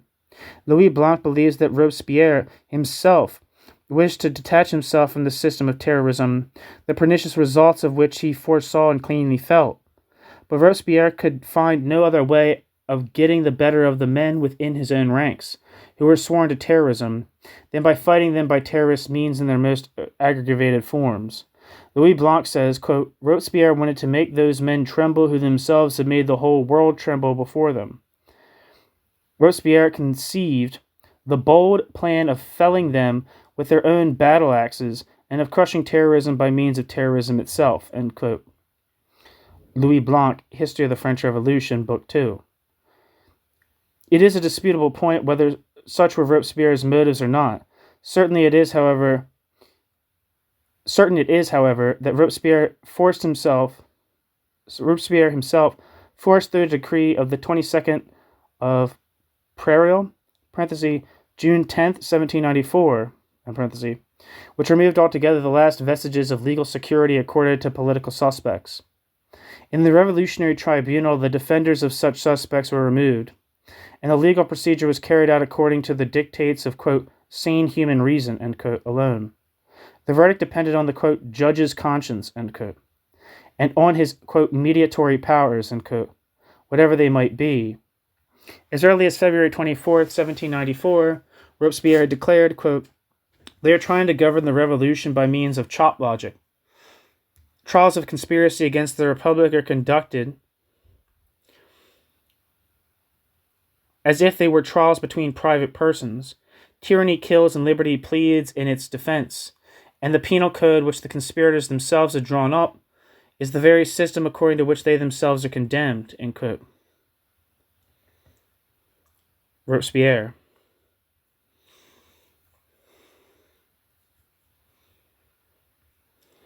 The only punishment that was to be recognized was the death penalty.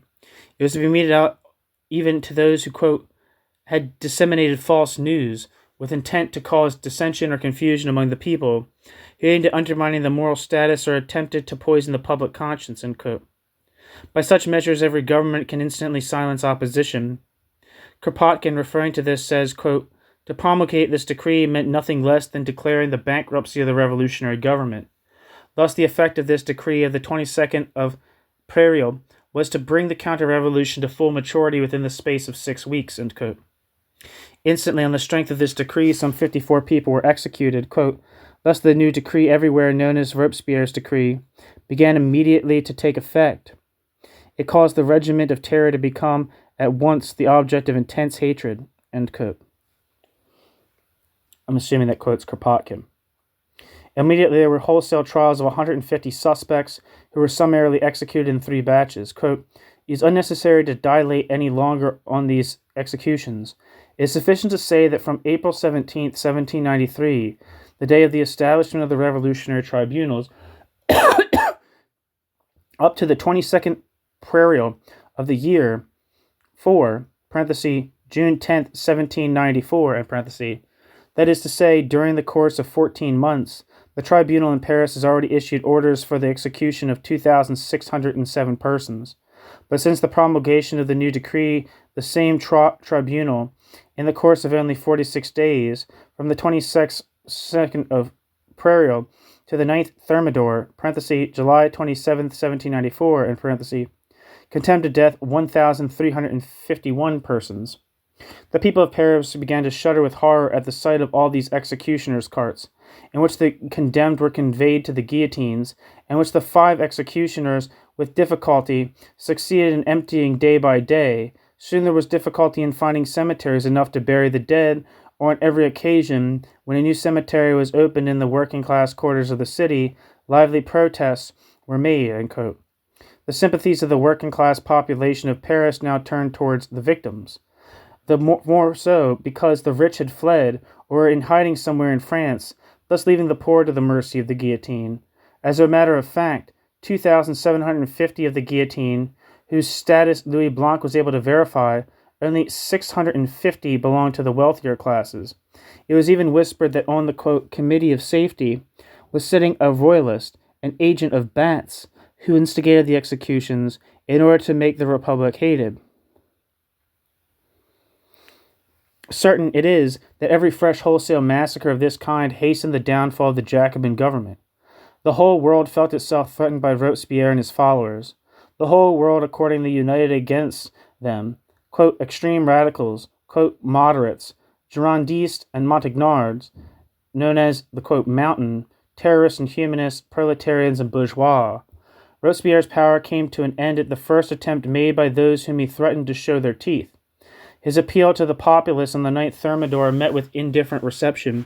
He succumbed. At the same time, the Commune of Paris lost the last apparent claim to power that it had exercised so long. The revolution thereupon reverted to the basis favored by the economic conditions then prevailing, namely, to the supremacy of the bourgeoisie.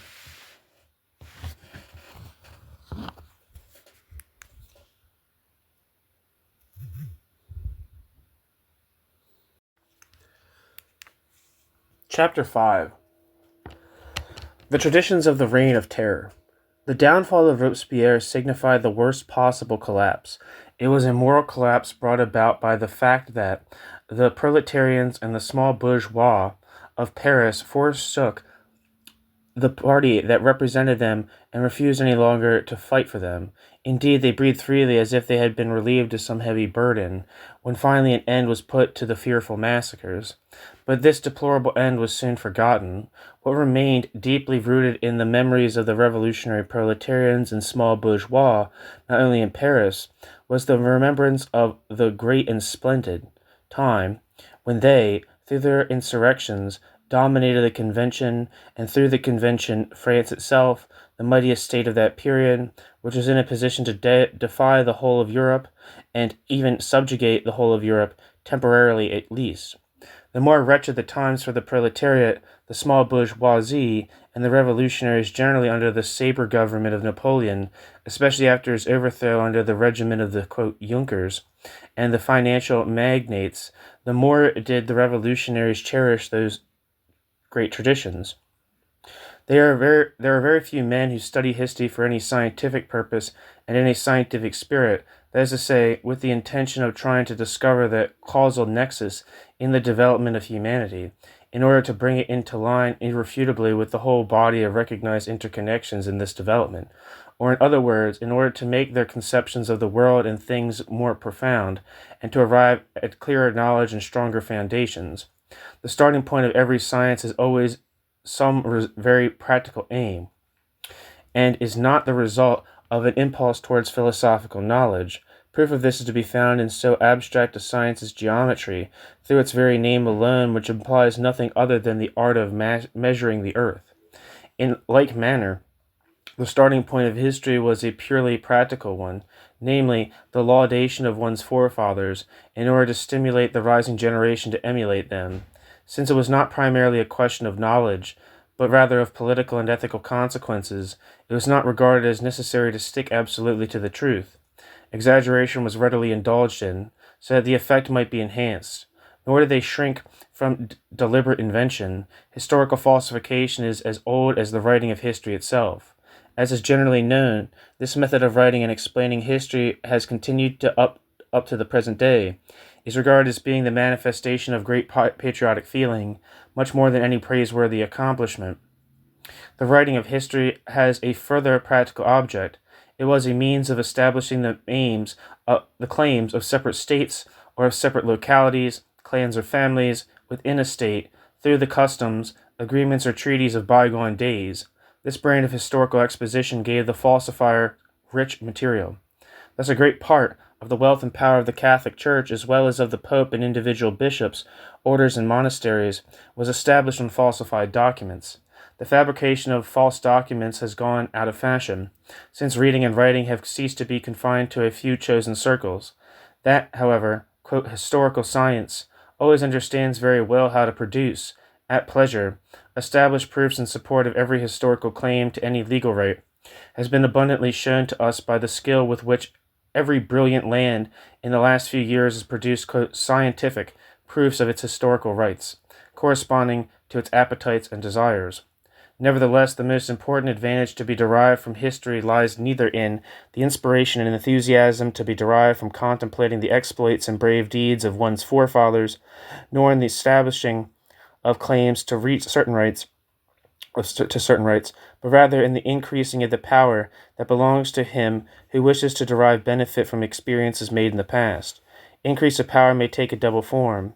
On the one hand, the individual can augment his intellectual power by learning something from history. That is to say, that he examines the successes and failures of his predecessors and attempt to discover what he might himself have done or left undone in given circumstances. Especially in military matters, the knowledge derived from history has had enormous practical results. There has hardly ever been an army leader who has not wandered through the history of war and learnt from his predecessors. More difficult is the knowledge of political matters to be derived from a study of history.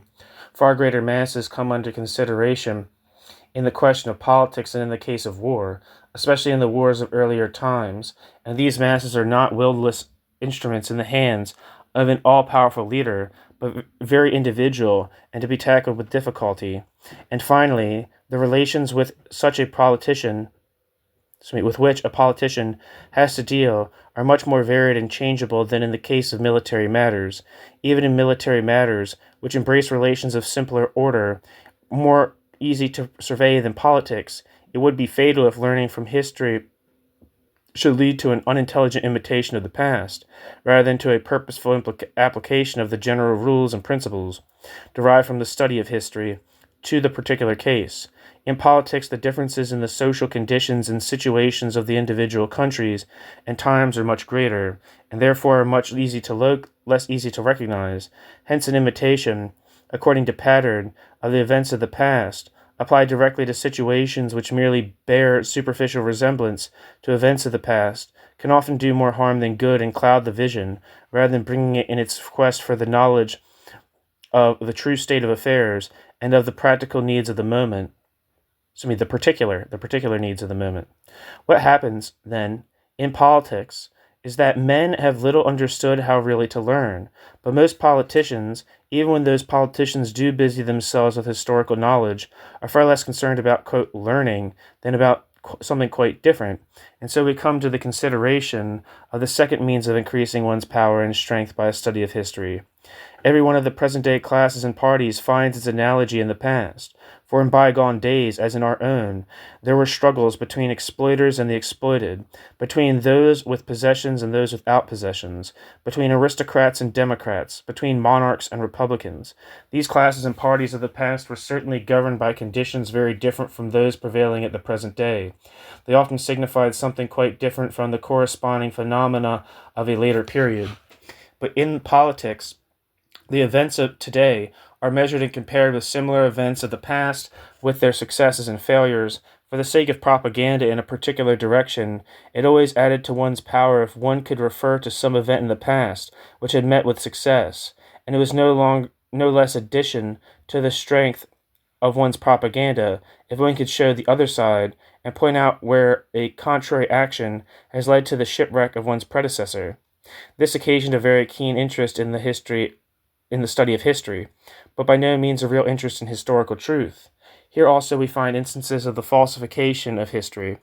The writers of each party naturally seek to put their protagonists in a bright light, and their opponents in a dark as light as possible. Amid the practical needs which arise to the falsification of history, those only are free from tendency to falsification who are animated by a desire really to learn. This desire leads to the attempt at discovering the failures as well as the successes of one's predecessors and subjecting them in their actions to rigorous criticism. At this point, we find the transition to the purely scientific impulse towards exact truth, towards the examination of history out of the pure desire to satisfy the demands of causality. All other practical needs that lead to the writing of history develop the tendency to degrade the scientific until it merely becomes a fabrication of legends. Fortunately, nowadays, the critic of the other side can always expose such trickery. This sort of business can no longer proceed in such a simple way as at the time when the Gospels were collated, except under the regime of a state of siege, or under the censor, but even at the highest grade of popular education and unrestricted liberty of the press, there is no lack of one-sided expositions of history. Naturally, it must not be supposed that there is always a conscious attempt to lead the reader astray. In most cases, it is the historical writer who is led astray through his own party fanaticism and party narrowness, which generally prevents him from seeing things as they really are. This is all the more possible since the sources which we draw upon to supply historical information are often themselves the results of party struggle, and since social relations are always so extraordinarily complex that the most detached inquirer often experiences difficulty in finding his way about, and must often ask himself the question, quote, what is truth? The Sakure rightly says, in the preface to his History of the Commune, quote, the man who gives the people false stories of the revolution and deceives them, whether intentionally or not, by, quote, historical fantasies, lays himself open to punishment as much as a geographer who should sketch false charts for seafarers, end quote. And yet I know comrades in my party, thoroughly honest and honorable comrades, who regard it as a sacred duty towards the revolution to mislead the people, by giving them the false, quote, historical fantasies about Bolshevism. On the other hand, how difficult it is even for the most conscientious historian, while the storm is at its height, to indicate on a map all the dangerous rocks which have been passed on the voyage. Revolutions which let loose men's passions, and in which men fight for life or death, naturally suffer more than all other party historical events from party expositions and ideas. And so true is this, that in the Great French Revolution, it was the Paris Commune, with its reign of terror, representing the most powerful driving force and the most passionate manifestation of that revolution, which was most violently combated. It was to this institution that the counter-revolutionaries pointed whenever they wanted to characterize and denounce the revolution, but to defend it was regarded by the revolutionaries as a duty. They were not content with regarding the regimen of terror as a particular form assumed by the revolution at that time, a form which belonged to the past, not to be revived in the future. They were not content with explaining the special conditions that were responsible for the formation of that regiment. On the contrary, they felt themselves constrained to glorify instead of condemning that institution, regarding the, quote, terror as a horrible but necessary feature for the liberation of the enslaved classes. Even Marx himself in 1848 still reckoned on the victorious power of revolutionary terrorism, in spite of the fact that Marx had at that time already criticized the traditions of 1793. In the Neue Rheinische Zeitung, Marx repeatedly spoke in favor of terrorism. In one number, January 13, 1849, Marx wrote as follows concerning the rising of the Hungarians whose revolutionary importance Marx overestimated. Quote, for the first time in the revolutionary movement of 1848, for the first time since 1793, a nation surrounded by counter-revolutionary powers has dared to oppose revolutionary passion to cowardly anti-revolutionary rage, and to meet white terror with red terror. For the first time for many years we find a truly revolutionary character, a man who dares to take up the gauntlet in the shape of a desperate struggle in the name of his own people, and who for that nation is Danton, or Danton, I don't know how to say that in French, but the French Revolutionary, Danton and Carnot in one. That man is Ludwig Kossuth, end quote. Before that, in a number of the same journal, November 7th, 1848, Marx wrote in connection with the affair in Vienna, quote, in Paris, the destructive counterstroke of the June Revolution will be overcome. With the victory of the, quote, the Red Republic, sorry, that's a typo, of the, quote, Red Republic in Paris, the armies from the interior will spread up to and beyond the frontiers, and the actual power of the contesting parties will become evident. Then we shall think of June and of October, the overthrow of Vienna by Windischgratz, and we shall shout, quote, Vi Victus, end quote. The futile massacres since the days of June and October, the exhaustive sacrifices since February and March, the cannibalism of the counter-revolution, will convince the people that there exists only one means of shortening, simplifying, and centralizing the death agony of the old order of society and the blood-birth throes of the new. Only one means, and that is revolutionary terrorism, end quote. It looks like this is a footnote. In the original edition, this was printed in large, thick letters. This was not put... Okay, so that's the end of the footnote, I think. This was not put to a practical test, but we find among the revolutionaries themselves a growing contradiction within. If a study of the past drives them to uphold terrorism, their attitude is in contradiction to their growing humanitarian instinct, arising, as we shall see later, from present-day conditions, and to their repugnance to commit acts of human torture, and even to take human life. And this humanitarianism in practice carries more weight than the obsolete terrorist creed of the history books. Concerning the revolutionaries of July 1830, Berner wrote in the text of his Paris letters, quote, quickly they conquered, still quicker they have forgiven. How gentle has been the retaliation of the people, who have suffered so much injury. How soon they have forgotten all. Only in open fight on the battlefield have they ever wounded the opponent. Defenseless prisoners were never murdered, fugitives never chased, those in hiding never searched for, the suspects never molested. Such is the behavior of a people, end quote. In February 1848, the Paris revolutionaries behaved as magnanimously as they had done in 1830.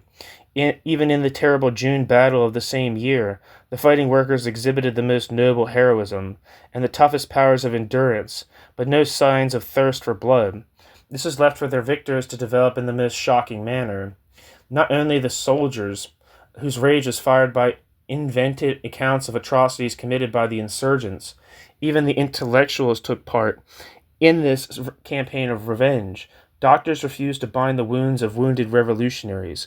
Marx said in this connection, in his famous article on the June battle in the Neue Zeitung, quote, "Science no longer exists for the plebeian, who is guilty of shameless and nameless crimes when fighting for his existence in the trenches, instead of for Louis Philippe or Marrast," end quote. Marx. It was indignation over such barbarities that urged Marx to write the above-cited confessions to terrorism. The extreme bitterness engendered by the June battle of 1848 had further consequences among the workers of Paris, when they in 1871 overcame the political power in the Second Commune. Not a few of them had themselves taken part in the struggle of June 1848. It might have been expected that the days of vengeance would now come, the day of terror prophesied by Marx. But he himself declares in his work on the Commune, titled The Civil War in France, published in 1871, quote, "From March 18th until the entry of the Versailles troops into Paris, the proletarian revolution remained innocent of all acts of violence, in which revolutionaries and especially counter-revolutionaries of the, quote, higher classes are wont to revel," end quote, end quote. Here we find a definite repudiation of terrorism, which is regarded as a feature of the revolution of the, quote, higher classes, as compared with the proletarian revolution. Not long ago, my attitude towards Bolshevism was described as infidelity towards Marx, whose revolutionary fire would certainly have led him to Bolshevism. As proof of this, one of Marx's declarations on the terrorism of 1848 was quoted. We now see that the infidelity toward Marx, of which I was guilty, had been accomplished by himself as early as 1871. Between his first and second declaration, 2 decades of the most strenuous and profound mental activity had intervened, the result of which was Marx's capital. Whoever takes refuge in Marx on the question of terrorism has no right to adhere to his views of 1848 and ignore those of 1871. Like Marx, Engels also showed little enthusiasm in 1870 for terrorism. On September 4th, 1870, Engels wrote to Marx, quote, "We understand by the, quote, reign of terror," end quote, the reign of those who breathe and inspire frightfulness. On the contrary, it is the reign of people who themselves are frightened.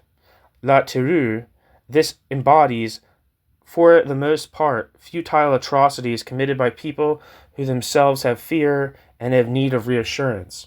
I am convinced that the blame for the reign of terror of 1793 is almost entirely to be laid at the doors of the over-anxious small bourgeois who massacred his patriots, and of the mob who made of terrorism a regular business," end quote. Engels, Correspondence between Marx and Engels, Volume 4. Marx was perfectly right when he, with obvious satisfaction, pointed out that the Second Paris Commune remained free from all acts of violence, which are so strong a feature of the first. What did happen of a violent nature during the time of its existence in Paris was not to be laid to its account. Even so, it must not be supposed that the idea of terrorism played no part at all in the Second Commune, or that it was repudiated by all the members of that institution. That was by no means the case. Let us now discuss this more closely, and at the same time draw a parallel between the Paris Commune of 1871 and the Soviet Republic. For this latter often points to the Commune of 1871 as the Soviet Republic's prototype, and is embodying the Soviet Republic's justification. And Friedrich Engels, in his preface to the third edition of Marx's Civil War in France, has declared that the Paris Commune represented the dictatorship of the proletariat. Therefore, it will repay us to examine this dictatorship more closely and see what it looked like.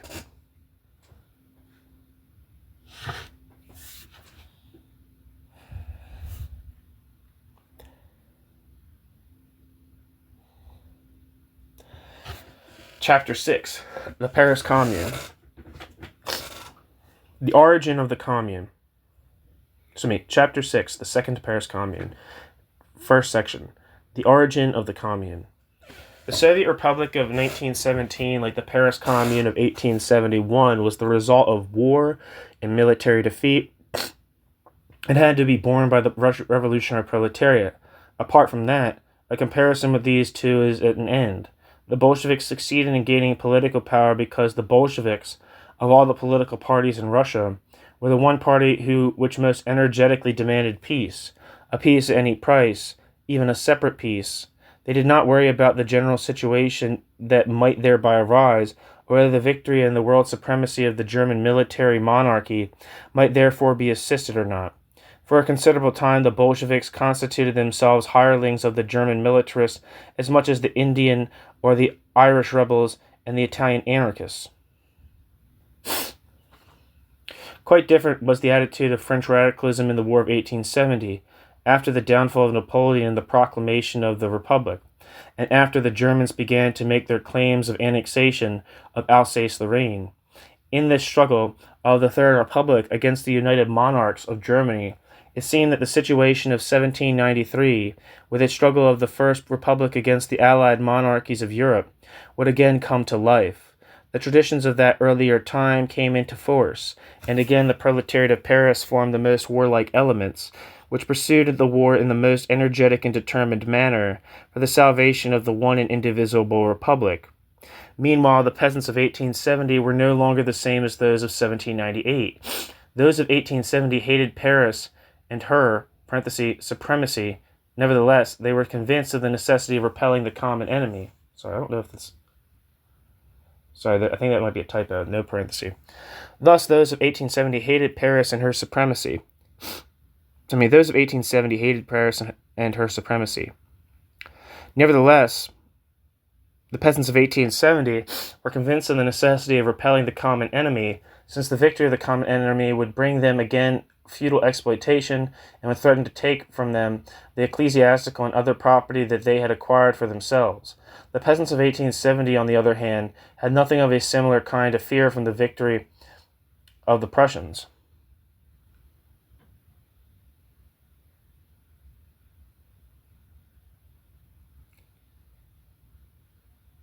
God, I think there's a typo here. God damn it. Meanwhile, the peasants of 1870 were no longer the same as those of 1798.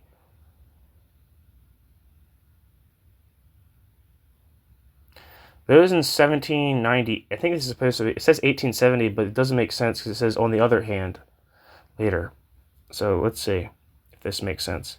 Those of 1798 hated Paris and her supremacy. Nevertheless, they were convinced of the necessity of repelling the common enemy, since the victory of the latter would bring them again feudal exploitation and would threaten to take from them the ecclesiastical and other property that they had acquired for themselves. The peasants of 1870, on the other hand, had nothing of a similar kind of fear from the victory of the Prussians. For them, the ecclesiastical question was paramount, so that the loss of Alsace-Lorraine seemed to be the lesser evil compared with the devastation and burden of war. Apart from the people of Alsace-Lorraine, who in desperation fought to the last moment against separation, and thought of peace gained rapid ground among the peasants and the people of the provinces as war continued. This clamor for peace arose in opposition to the radical and warlike elements of Paris, which represented the war cry of the reactionaries and monarchists.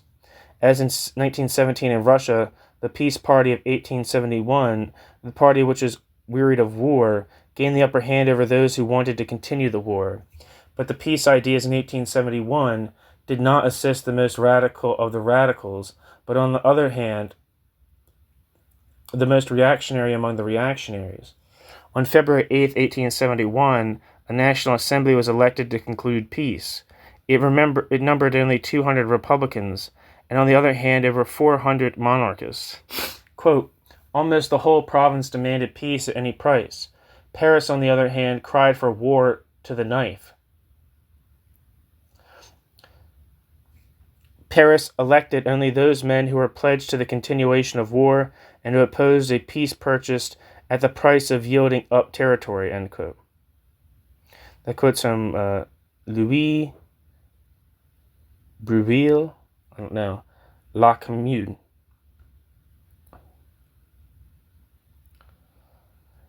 On February 12th, the National Assembly met in Bordeaux, and on March 1st, it voted for the peace treaty by 516 against 117.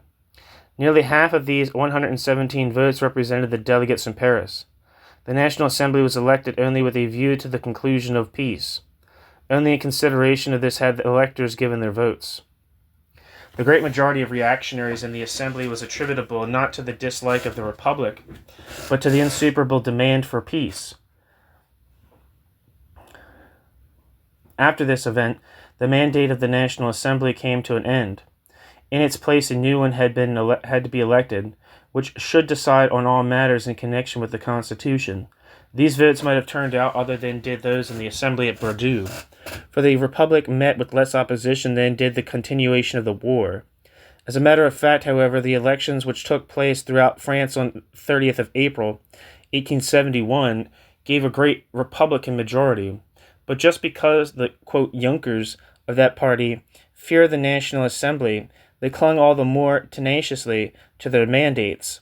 They formed themselves into a constitutional assembly, and without any doubt would have reinstated the monarchy, if they had not been split into two halves, the one half among them consisting of the legitimate supporters of the dynasty, which up to 1830 in France had been regarded as the legitimate dynasty, and the other half being the Orleanists, the opposers of the dynasty, who as a result of the revolution of 1830 were placed in the position of the hereditary rulers. The split saved the Republic, yet it did not prevent Paris from being the object of the combined hatred of both factions. The French Republic had no other strong support outside Paris, but the strength of this support had proved itself on numberless occasions since 1789. There was no possibility of restoring the monarchy so long as Paris was not overcome. Provincials fought with more and more fury against Paris, against the immoral, godless, warlike Republican Paris, quite apart from its socialism. From the very beginning of its sittings, the National Assembly gave loudest expression to its horror. Heroic Paris, which had sustained a fearful siege of over 5 months in the service of land defense, was now the object of the most scandalous vituperation on the part of its sublime patricians. To humiliate Paris, to deny Paris all self-government, to rob Paris of its position as the capital, and finally to disarm Paris in order with great security to carry out a monarchic coup d'etat, this was the chief concern of the National Assembly and of Thiers, the general, or whatever the hell his name, Adolphe Thiers. It's chosen, I don't know if he's a general leader. I don't know, his name's associated with the repression of the Paris Commune. Where am I? To humiliate Paris, to deny it all self-government, to rob Paris of its position as the capital, and finally to disarm it in order with great security to carry out a monarchic coup d'etat. This is the chief concern of the National Assembly and of Thiers, its chosen chief executive. We see now how utterly different this was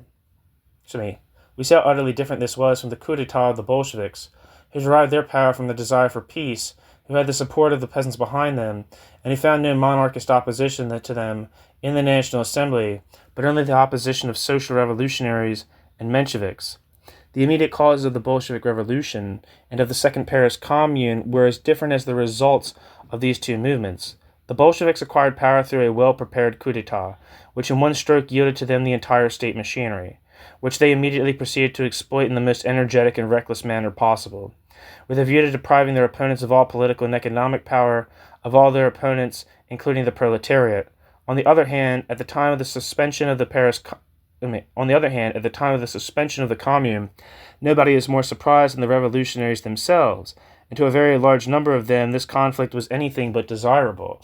Certainly, as a result of revolutionary tradition, the tactics of the armed insurrection, which received due preparation, were strongly supported by the Parisians. The Blanquists were their chief representatives among the socialists. At different times during the siege, they and other elements of a Jacobin character tried to promote riots, but they could not find sufficient support, so that these attempts invariably came to nothing. As a consequence of the impression made by the capitulation of Metz on the 31st of October, they rose and demanded the election of a Paris representative council, namely the Commune, on socialist but not on patriotic grounds, in order to carry on the war more energetically than the First Paris Commune had done from 1792 to 1794.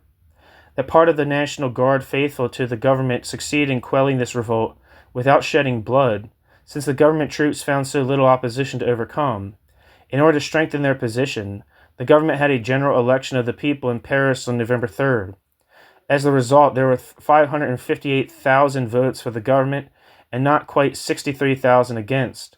The, quote, men of action at any price, end quote, fared no better on January 22nd, although they opposed, at the time, the highly popular and patriotic voting for the continuation of the war.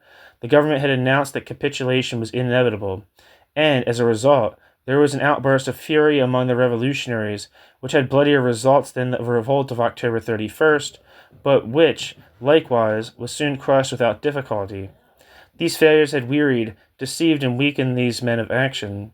They were not yet prepared on March 18th to call for a new revolt. On the other hand, the men of the Socialist International were, from the outset, opposed to any attempt at revolt. Immediately after the downfall of Napoleon, during the September Revolution, Marx wrote to Engels, quote, Marx wrote to Engels on the 6th of September, 1870, quote, I just sat down to write to you when Serralier, I don't know if I'm saying that right, Serraillier, came in and informed me that he would leave London for Paris on the morrow, where in any case he will stay only a day or two.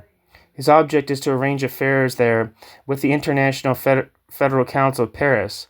This is all the more necessary, since at the present moment the whole, quote, French section is streaming into Paris in order to perpetrate some folly in the name of the International.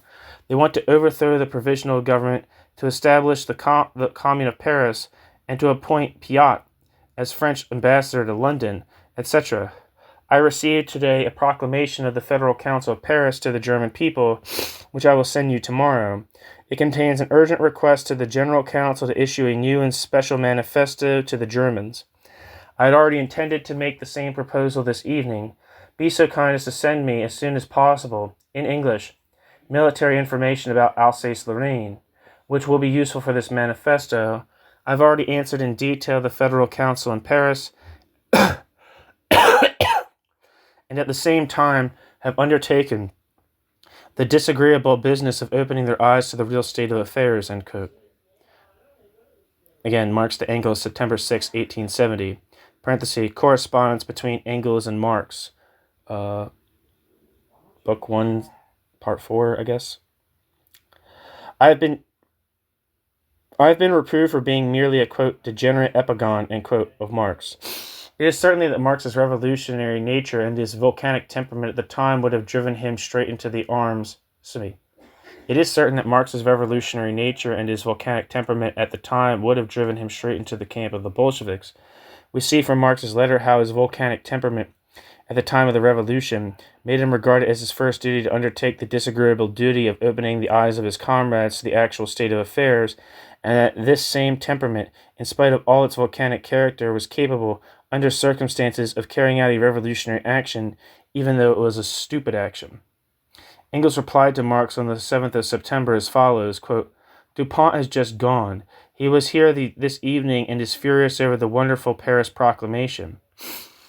The fact that Serralier is going to Paris and that he has already spoken to you has pacified him. His views of the whole affair are perfectly clear and right, namely to turn to account the freedom which the Republic has granted for the organization of the party in France, to take action when opportunity shall present itself after the organization has been formed, and to restrain the International in France until peace has been made, end quote. Engels. To this Marx replied on September 10th, quote, Tell Dupont that I am in entire agreement with his view, end quote. In other words, it was organization, and not action, which appeared to be the more important to Marx's volcanic temperament. In the very fact of maintaining reserve, the International in France was pursuing nothing less than a plan for precipitate action. Let us give an example. On the 22nd of February, at the sitting of the Paris Federal Council of the International, a member proposed that a peaceful demonstration on February 24th should be made on the anniversary of the Revolution of 1848. Even this peaceful demonstration appeared to the majority of the Federal Council, in view of the tense situation, highly inopportune.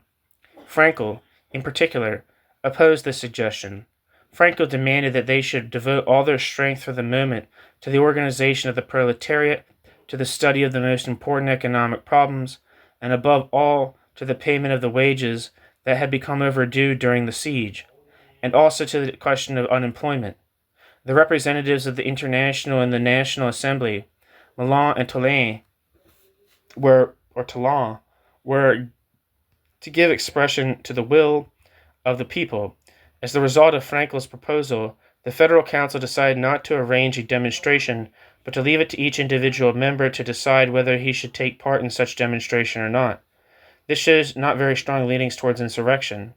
Indeed, this insurrection was engineered not by the revolutionists, but by their opponents. As a result of the exigencies of the war, the proletariat of Paris was being formed into the National Guard and had become armed. This state of affairs appeared to those elements that had formed around Thiers, Junkers, financiers, and the heads of bureaucracy and of the army as a very grave danger. After the signature of peace, it seemed to them that nothing was so imperative as the disarmament of the proletarian section of the Paris National Guard. This was begun by their being deprived of cannon. The German rulers had caused the Paris National Guard to come into possession of these cannons, since they, the Germans, hoped that this National Guard, quote, would be the spark to set fire to the powder magazine, end quote. As Bourguin as rightly said. See Georges Bourguin's Histoire de la Commune, published in Paris, 1917. The thorough exploitation of victory is of the very essence of military action in science. It is part of a general's duty not only to conquer, but also to bring about the complete demobilization and breaking up of the conquered enemy. Of a different order, however, are the aims of a statesman. He must look beyond the victory in order to discover what conditions are possible for future relations with the momentary enemy. These two conceptions are found in opposition to one another in every crusade. The results are fatal when the military idea gains influence on politics, outside the actual prosecution of war. In the year 1866, Bismarck had already mastered and acquired the military way of thinking, if, however, with great difficulty. Yet it was the very successes of 1866 that had given the Prussian General Staff such enormous prestige, which, through the victory of 1870, increased still more. Bismarck could not oppose the Prussian General Staff. Bismarck had to yield to the military way of thinking, and as a result, Bismarck's own political understanding of war disturbed and blinded.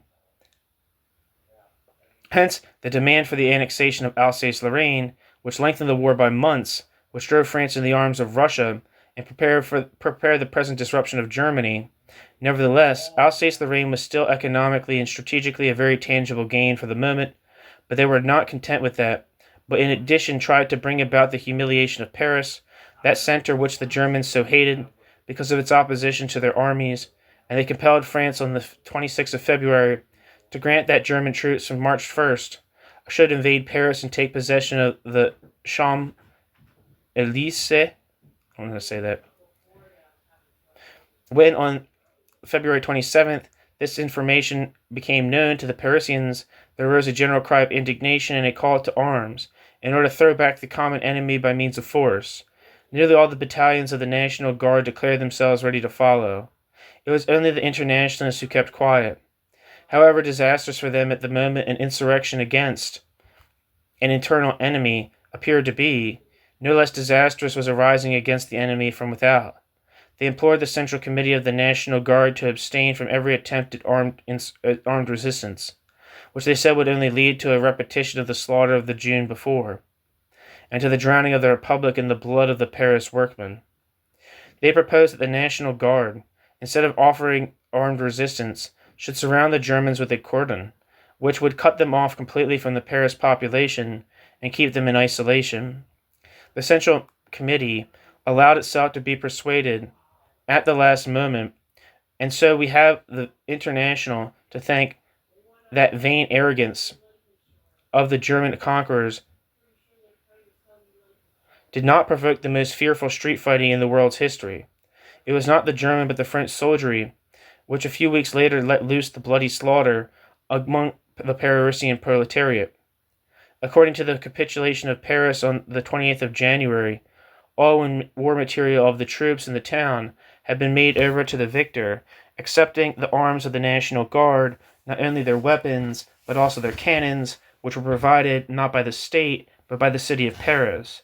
When, therefore, the Germans entered Paris, the government took no steps whatever to remove to safety those cannons which, by contract, the victors had left in their care. The government probably wished that the enemy had taken them, and thus weakened the strength of the enemy within. But the National Guard were well prepared, and brought these cannons, 400 in number, in good time to those parts of the town to which the Germans had no access. To get back their cannons into their possession was the great anxiety of the government after the conclusion of peace. In this way they hoped to disarm the proletarian section of the Paris National Guard. The National Guard had threatened to decapitate and decapitalize Paris. With this end in view, they decided not to sit in Paris. With great difficulty, Thiers persuaded them to make the seat of their conference in Versailles, in the neighborhood of Paris, instead of in Bordeaux, as had been the case up until then. On March 20th, they proposed to meet there. Beforehand, they had to be reassured that they had nothing to fear from Paris.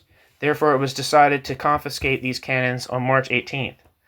Thiers thought it was the wisest course to steal these cannons secretly instead of openly by force. At 3 o'clock in the morning, while all Paris was asleep, several regiments took possession of Montmartre, where the cannon were standing unguarded, and endeavored to remove them, but strangely enough they had forgotten to bring with them the necessary horses. These therefore had first of all to be fetched. In the meantime the Parisians, smelt a rat, and quickly gathering together formed a continually increasing group which finally compelled the soldiers to leave the cannon alone. They were successful. The soldiers who had lived among the Paris populace, who had fought with it against the common enemy, and had joined with it in despising the incapable generals, now fraternized with the people and the National Guard.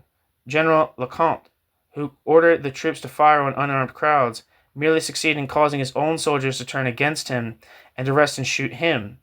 This shooting affray belongs to those terrorist atrocities which one is inclined to lay to the blame of the Commune. This is also true of the shooting of General Thomas, who was seized on the morning of March 18th in civilian dress as he was taking notes among the crowd. He was executed for being a spy. Already on the 28th of February, a police agent who was caught in the act of espionage was thrown into the Seine and cruelly drowned. Those people who attribute these deeds to the Commune forget that at the time when such things happened, the Commune was not yet in existence. On the other hand, one should not lay the blame to the civil population of Paris. Each one of these executions was carried out by the soldiers and not by the civilians. They were the outcome of the ideas not of the proletariat, but of the militarists who do not attach much importance to human life, and those friends of humanity who waxed indignant over the soldiers because they shot their bloodthirsty generals would not have a word to say if those same soldiers had shot down women and children. Quote, instead of his shooting women and children, his own people shot him. End quote. Lecomte. Quote, despite deep-rooted habits which soldiers acquire as the result of training given them by the enemies of the working class do not suddenly lose their power at the moment when these same soldiers go over to the working people. 1 second.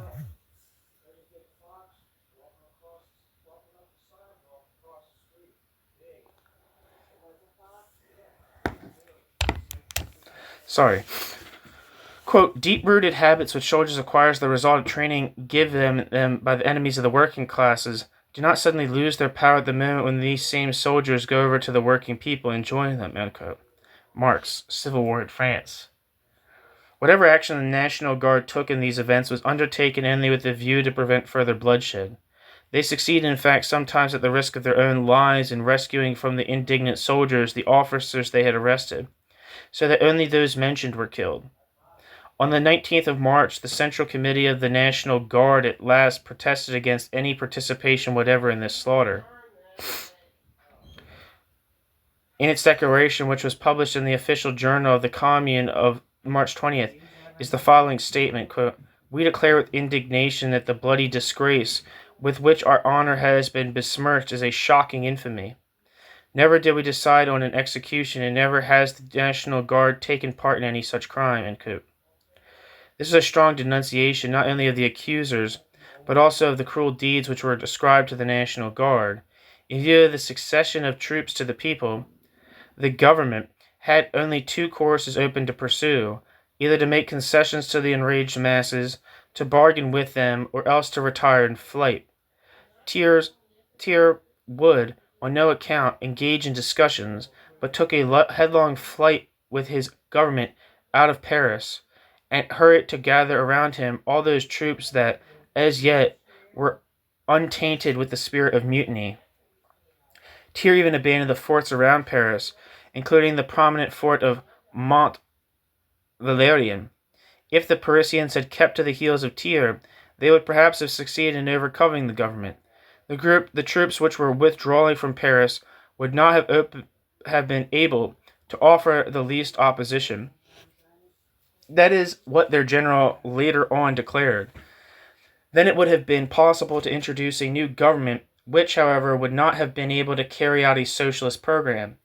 For that, the conditions were not ripe enough, but they could have dissolved the National Guard and have elected a new one with the following program, namely the strengthening of the Republic, self-determination for the various districts, Paris included, and the substitution of militia in place of the standing army. More than this, at that time, the Commune did not demand, and this program was possible at the time on account of the conditions in France. But Thiers continued to retire. They allowed him to take his troops and to reorganize them in Versailles, to fill them with fresh spirit and to strengthen them. Nobody was more surprised at the retreat of the ministers than the Parisians themselves. There was no organization at hand that could have taken over the guidance of affairs in place of the rulers, who had taken flight. Even on the morning of March 19th, Paris was entirely without government. Force of circumstances made it necessary for the Central Committee of the National Guard to take their place, and thus formed a body without a fixed program and without any clear purpose. They discharged their responsibility, in the first place, by delegating their power to a single individual, Lullier, to whom they confided the supreme command over Paris. He was the most unsuitable man conceivable, a drunkard, and one who did not know whether he was, quote, more of a fool than traitor, or vice versa. This man succeeded within the space of 48 hours in making the most terrible blunders possible, blunders that could not be remedied. But this unfortunate choice of Lullier was at bottom merely a sign and indication of the situation at the time. End quote. De Breuil, the Commune. It was not until April 3rd that it was decided to make an attack on Versailles, but that might have brought success on March 19th. But what might have brought success on March 19th was on April 3rd a cause of failure. The expectation that the soldiers would again go over to the Parisians, as on March 18th, ended in bitter disappointment. The Parisian National Guard stumbled upon most obstinate and determined opposition, which they could not overcome. From that moment they were put on the defensive against the whole of France, and in consequences, from that time onwards, their downfall was certain. And from that time onwards, the Parisian rising was exclusively proletarian. Up to that moment, many of the supporters of the bourgeois hesitated as to whether or not they should go over to the proletariat, but henceforth they let the proletariat go alone, let the proletariat alone go with the fight. How very differently things proceed in the insurrection of March 7th, 1917 in Petersburg, as compared with that of March 18th, 1871.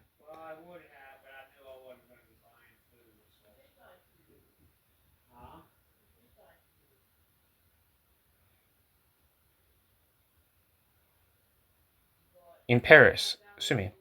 There's a fucking typo here. Let me repeat that last sentence. How very differently things proceed in the insurrection of March 17th, 1917 in Petersburg, as compared with that of March 18th, 1871 in Paris. This Russian insurrection was prepared by the Revolutionary Committee, which organized the working class and the soldiers and urged them to attack the government, which at that time was in Petersburg and had as little strength behind it as Thiers in 1871 in Paris. But it is certain that the immediate occupation of all posts of power in the capital would not have determined the victory of the Bolsheviks had not the condition of things in the whole empire been far more favorable to the Bolsheviks than they were for Paris in 1871. At the time when Kerensky fled Gáchina, as formerly Thiers fled to Versailles, he could not reckon on a peasantry which would uphold him. The peasantry, and along with it the armed rising in Russia, all went to the side of the revolutionaries, who were in power in the capital. This gave the regime a force and permanent character, and which was denied the Paris regime. On the other hand, it brought about an economic reactionary element from which the Paris Commune was saved.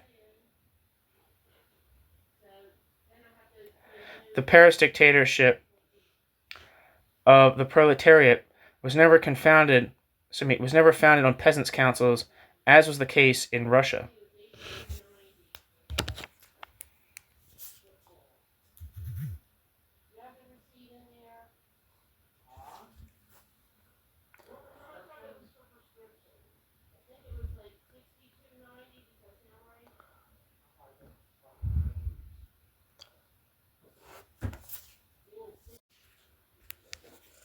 New section. Workmen's councils and the Central Committee. The Paris Commune and the Soviet Republic were fundamentally different in their starting point, no less different also in their organization and the methods then employed. It is true that the Paris Commune had an organization which might easily be compared to the Workmen's and Soldiers' Council.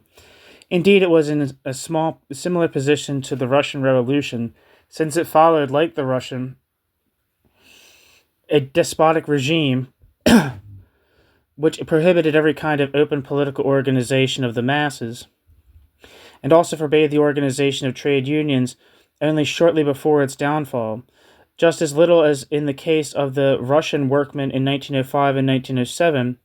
The French workmen, after September 4th, 1870, found no strong political and trade union organization ready to hand, which would have enabled them to make a united fight. This was one of the reasons, as we have seen, which led Marx to desire so sincerely that the workers should, in the first place, utilize the new republic for their own organization and instruction, and by this means make it ready and well equipped to act as a ruling power, and not waste its strength in little skirmishes which even in the most favorable circumstances could never give them any lasting supremacy. But since they came into power by means of a contest that was forced upon them, and not by a mere skirmish, they had to be careful to provide, in the absence of any political and trade union organization, some substitute which they found ready to hand. For the Russian workmen, there was such a substitute to be found in the organization of gross industry. Quote, "Modern industry has changed the small workshop of the patriarchal master of former days into the large factory of the industrial capitalist. Groups of workmen herded together in a factory, become organized like soldiers. Like all ordinary industrial soldiers, they are placed under the supervision of a thoroughgoing hierarchy of officers and under-officers." End quote. Engels to Marx. Quote, "The industrial soldiers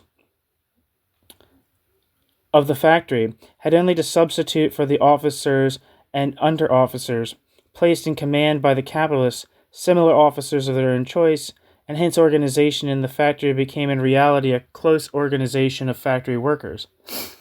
Thus arose the institution of the workmen's councils among the proletariat of Russia, as against the organization of party and trade unions of countries more advanced than Russia. These workmen's councils do not represent any higher form of proletarian organization, but merely an emergency measure to supply what was lacking. But Paris workmen had no such measure. Parisian industry was, for the most part, industry for the leisured, and not industry for the masses. Even up to the time of the Second Commune, the, quote, small workshop of the patriarchal master, end quote, was paramount, since the great factory of the industrial capitalist was almost entirely lacking, the contrary being the case with the industry of Russia, especially in St. Petersburg. Two things. I think this is what Kautsky's saying here is definitely like historically the case. I think it's a pretty large segment of like, I guess, like petty bourgeois, like he was talking about earlier, like petty bourgeois, like poor people with like whose livelihood in some sense depended on some access to means of production, like sort of like self-employed or like dependent upon like a small master or something like that. And I also think that it's interesting in some of the recent literature, if you follow like political Marxism at all and the people that are influenced by that, say like Charles Post or not influenced but involved in that, like Charles Post or Ellen Mason's Wood or Robert Brenner, who kind of like started the whole thing. Like the people that focus within that like intellectual context to focus on France argue that capitalism didn't really come to France proper until like the 1880s, like the late 19th century. So that's interesting that something similar is being said here. Even up to the time of the Second Commune, the, quote, small workshop of the patriarchal master, end quote, was paramount, since the great factory of the industrial capitalist is almost entirely lacking. The contrary being the case with the industry of Russia, especially in St. Petersburg. The Russian Empire shows its economic backwardness in its lack of industry, and in the small number of industrial workers as against the peasantry. Whatever there is, however, of capitalist industry bears the stamp of modern manufacture on a large scale. The Parisian workmen had to furnish some other substitute for the political and economic organization of the masses, which at that time was lacking, and this substitute was found in the National Guard. The Revolution of 1789 had as a result the arming of the people everywhere in France, but especially in Paris. This arming served a double purpose. The lower classes, the proletariat, and the small middle class took to arms and organized themselves for insurrection. The revolution had not brought them what they wanted and could not bring it them, as the result of the conditions then prevailing. Hence their persistent impulse, by means of an armed uprising, to push the revolution still further forward. The situation was quite different for the bourgeoisie, the capitalists and the well-to-do middle classes, and the intellectuals who were in quite comfortable circumstances. The revolution of 1789 brought them exactly what they wanted.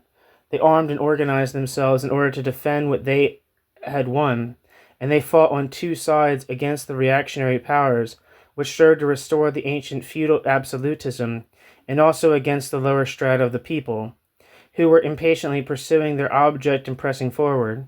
The armed organization was that of the National Guard.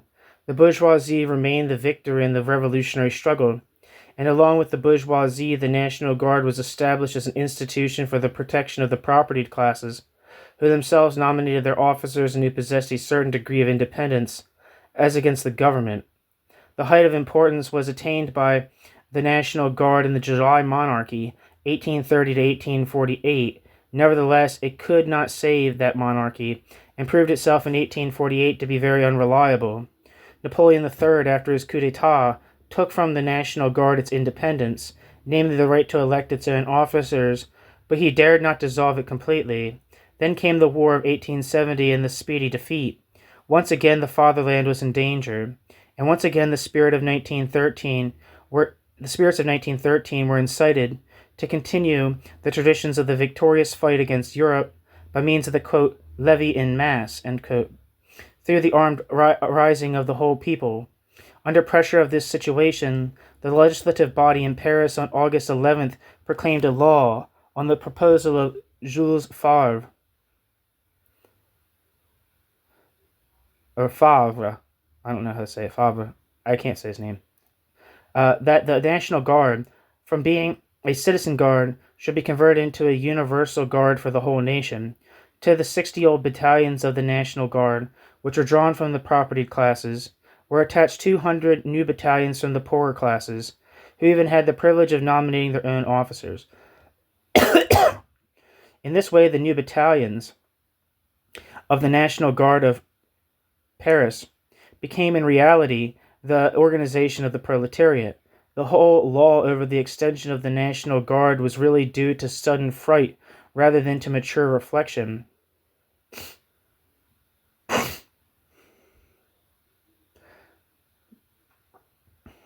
The fathers feared for their children, so they decided to do all in their power to prevent these children from gaining strength. But they could not hinder the Paris proletariat from arming itself. The military authorities of Paris, however, under the command of Trocas, omitted everything which could have helped towards the National Guard's developing into troops of any use. In this way, they betrayed their fatherland, but they feared the Paris workmen more than the soldiers of Wilhelm. In Paris, at the beginning of the siege, 100,000 troops were to be found, and in addition, 100,000 guards. If one assumes that, of the more than 300,000 National Guards, 200,000 were fit for active service, that makes altogether an army of 400,000 men, to which the Germans, when they were outside Paris, could not have opposed more than half the number, which moreover were scattered over a very wide area. But from August onward, the National Guard was given ample time to get into shape. As a consequence, the authorities in Paris had a large majority at their disposal to oppose the Germans. If they should succeed in bringing through at any point, the iron ring that enclosed Paris, the outlook of the German army of ever winning the war was extremely small. But that would have been possible only if the National Guard could become militarily organized at once. Before this eventuality, they shrank. They preferred to lose the war and to hand over Alsace-Lorraine to the enemy. That is what the Parisians felt, and hence their fury against those rulers who had betrayed France. When Paris had capitulated, and the whole assembly had been elected, and when the hatred of this latter body against the Republic and the capital had come to light in the most provocative way, the Parisians realized that they were involved in a serious conflict. The only power on which they could rely was the National Guard. The revolutionary battalions had already, during the siege, kept in close contact with one another. They now joined into a federation. Hence they were called the Federalists. It was on February 15th that the delegates of the revolutionary battalions first met together in order to discuss the federation. They appointed a commission to draw up the statutes, which were then laid before the new assembly on February 24th, but the assembly was at that time too excited to deliberate, because a German invasion was feared. They broke up the meeting in order to take part in a revolutionary demonstration on the Place de la Bastille. During the following days, a provisional central committee of the National Guard came into being, which was in the highest degree necessary, in view of the imminent incursion of the Germans, and in order to guard against panic. It was not until March 3rd that the delegates' assembly came to anything like a definite organization. It was decided that a central committee of the National Guard should be appointed, consisting of 3 delegates for each of the 20 districts, arrondissements of Paris. Arrondissement. I don't know if I'm saying that right. Two of the 3 were elected by the Council of the Legion, and the third by the chief of the battalion of the Legion. On March 15th, the men chosen as the definite central committee met together, and so dissolved the provisional committee, which had functioned hitherto. One might regard this central committee, since it was elected from among the National Guard, as a soldiers' council, but it was chosen from among the proletariat and from the National Guard, who stood in close relation with the proletariat, since the battalion of the leisured classes took no part in these deliberations. According to the information received by the Central Committee, this latter had supported it. On March 18th, 215 of the 260 battalions of the Paris National Guard So far, therefore, it was a kind of workmen's council. One can therefore quite well compare it with the Central Committee of Workmen's and Soldiers' Councils. Nevertheless, the Paris Commune was by no means a Soviet republic. When on the 18th of March the government took to fight, there was none to occupy public office. This very naturally fell to the Central Committee, for it was the only organization in Paris that was held in universal esteem, although all its members were wholly unknown people. On the 10th of March they met together, in order to deliberate what was to be done. As is so often the case, they formulated the problem on this occasion as a, quote, either or, whereas a, quote, both and would have been more to the point. Thus the socialists repeatedly discussed the question whether they should be reform or revolution, whether there should be reform or revolution, instead of saying that the striving for reform and the struggle for revolution should be conducted, that neither one of these movements should exclude the other but rather support it. On March 19th, some members of the Central Committee demanded that a march should be made against Versailles. Others wanted to appeal to the electors then and there, and again others wanted first of all to take revolutionary measures, as if each one of these steps was not equally necessary, and as if any of them could exclude the other! The Central Committee decided, in the first place, to take only one of these steps, and one that seemed to be the most imperative. It wished to show that, behind the Paris Rising, the majority of the electors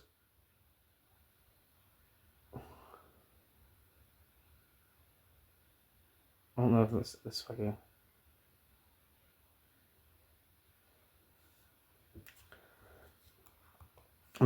It wished to show that behind the Paris Rising, the majority of the electors were to be found, and it wished in this way to give the insurrection the greatest moral support.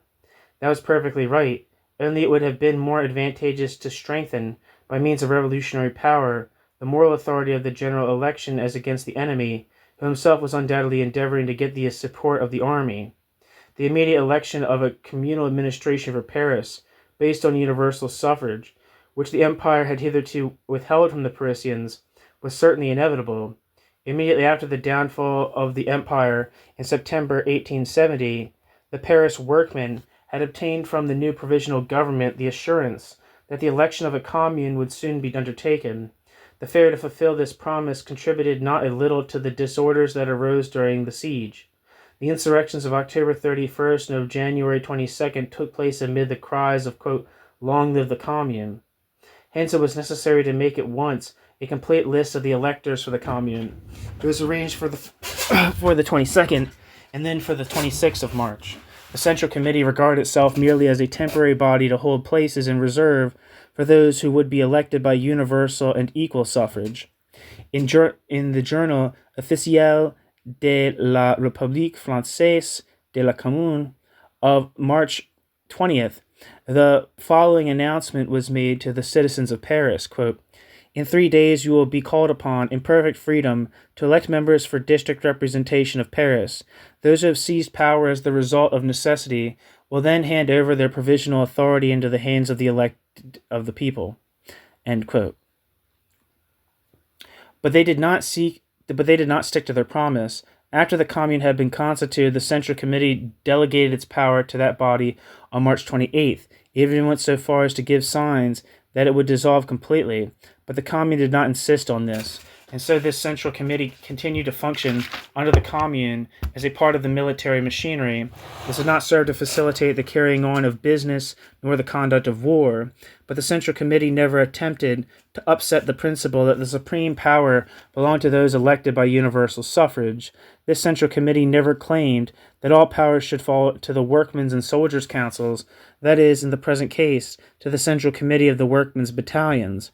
In this point also, therefore, the Paris Commune was the exact contrary to the Russian Republic, and yet Friedrich Engels wrote on March 18th, 1891, that the 20th anniversary of the Paris on the 20th anniversary of the Paris Commune, quote, "Gentlemen, do you want to know what the dictatorship of the proletariat looks like?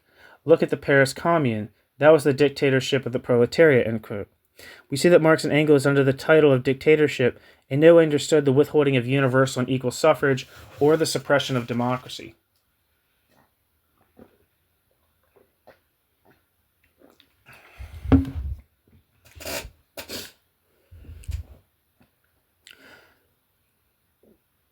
New section, the Jacobins and the Commune. At the election on 26th of March, 90 members of the Commune were elected. These included 15 government supporters and 6 citizen radicals who were in opposition to the government, but who nevertheless condemned the insurrection. A Soviet republic would never have allowed such elements of the counter-revolutionaries to appear as candidates, let alone to be elected as members. The Commune, out of the Commune's respect for democracy, never hindered its civil opponents from election. If their activity in the Commune came to a sudden end, this was their own fault. The company in which they found themselves was not to their liking, and they very soon took their departure. Some indeed retired before the election candidates met together, and others a few days after the Commune was established. These resignations, as well as certain mandates, made a re-election imperative, and this took place on the 16th of April. The great majority of the members of the Commune were on the side of the insurrection. Moreover, among the revolutionary members of the Commune, not all were socialists. The majority consisted simply of revolutionaries. Most of them were guided by the principles laid down in 1793 and by the traditions of the Jacobins. Some had already shown their allegiance in 1848 to the, quote, mountain. For instance, Delescluze and Piat, and not a few were forced out of their private professional life as the result of their political struggle and became conspirators and revolutionaries by profession. The older members among them lived according to the traditions of the past and had no real interest for new developments and conceptions. Quote, the others, that is, the younger ones, were to a large extent men who resorted to force without any sound foundation. They were often merely heroes in word, and were now playing with the insurrection just as, a few months before, they had played with wars. Men who talked a great deal and contented themselves with mere talking. Their revolutionary ideas were confined to mere externalities. They were superficial. Even the very best of them were actuated by feeling rather than by reason, end quote. This is the criticism of these men given by the great revolutionary Dubreuil, I don't know how to say that, Dubreuilh. Most of them understood nothing about socialism. Not a few of them were directly against it, especially Delescluze. One could not call them bourgeois politicians in the sense that they at all represented the interests of the propertied classes. On the contrary, they stood side by side with the lower classes and fought for them as much as the people of the, quote, mountain of 1793 had done. But just like these latter, they could not escape from the questions of property and privilege belonging to the bourgeois classes, and for this reason, they may be said to have formed a bourgeois element. This applies to the majority of the revolutionaries in the Commune. Only a few of them belonged to the working classes. Among them were to be found ordinary officials, apothecaries, investors, lawyers, and above all, journalists. Different from the Jacobins were the Blanquistes, 7 in number, among them Blanqui himself, who, however, could not take his seat. It shows how little the Blanquistes expected the insurrection of March 18th, for Blanqui, shortly before the outbreak, in order to recuperate his health, had left Paris. On March 17th, he was arrested in Figeac, department lot, Blanqui agreed with the Jacobins on one point, namely in their endeavor, by means of an insurrection on the part of the lower classes in Paris, to govern Paris and through Paris by means of a regime of force, the whole of France. But they went further than the Jacobins, since they recognized that this method of government would not suffice to liberate the exploited, unless that government could be used to create a new social order. In other words, they were socialists, yet in their case it was always the political rather than the economic interest that weighed most with them. They did not study economic life, nor did they endeavor to gain any systematic economic knowledge. They betrayed this characteristic by frequently excusing ignorance, saying that they wished to be entirely untrammeled by dogma. They did not want to be, quote, bewildered by prejudices and, quote, academic discussion. When the proletariat came into power, they said it would very soon know what it had to do. Their chief concern was to give the proletariat this power, and they regarded the insurrection, which was being prepared, as a means towards this end. They were unfortunate, however, since the insurrections which they carefully prepared always came to grief, and the one that was successful found them unprepared. Moreover, the Blanquist teaching made no great claims on the intelligence, but contented itself with immediate action. Indeed, this teaching had enormous attraction for men of action. In spite of this fact, however, it found more acceptance among the intellectuals, especially students, than among the workmen. The following is a tabulation of the elements which constituted the Blanquist party at that time. On November 17, 1866, a secret meeting of the Blanquist group was surprised by the police in a Paris cafe, and the members were arrested. There were 41, and each one's occupation was given. These included 14 artisans, 4 shop assistants, 13 students, 6 journalists, 1 lawyer, 1 foreman, 1 landowner, and 1 independent merchant. The number of students would have been far greater only on the 7th of November. The holidays were not yet at an end, and so many students were absent from Paris. This meeting throws a light upon Blanquism, not only on the manner of Blanquism's constitution, but also on Blanquism's aims. In September 1866, the International Congress met in Geneva, and the Blanquists were invited to attend. Blanqui refused, but 2 of the chosen delegates, namely the lawyer Protot and the employee Humbert, nevertheless went. In consequence, there was great excitement in the Blanquist camp, for according to its traditions, the dictatorship belonged not only to the proletariat, but also to the leader of their party. Both kinds of dictatorship were closely connected. For the first time since the existence of the Blanquist organization, an order from the head of the party had been disobeyed. Up to that time they had followed in blind obedience, and even later they adhered to this principle. A meeting was held on the 7th of November in order to bring Protot to judgment. But this meeting was dissolved before any conclusion was reached. A few were able to take to flight, among them Protot himself. The others, as we have said, were arrested. Among the Blanquists of the Commune were found the lawyer Protot again, and also 2 of the members who were arrested on November 7th. They were the lawyer Tridon and the student Raoul Rigaud. Among the others elected were Blanqui, a lawyer and a doctor who had studied both faculties, Eudes, an apothecary, and Ferret, an accountant. In the whole Blanquist faction was found only one single working man, the coppersmith Chardon. Of the elected members of the International who were found in the Commune, 2 had relations with the Blanquists, namely a smith, Duval, and the student Vaillant. We now see how much the intellectuals preponderated amongst them. Even within the Commune itself, the Jacobins, like the Blanquists, troubled little about economic questions. The war against Versailles, the policing of Paris, the struggle against the church, these were the questions to which the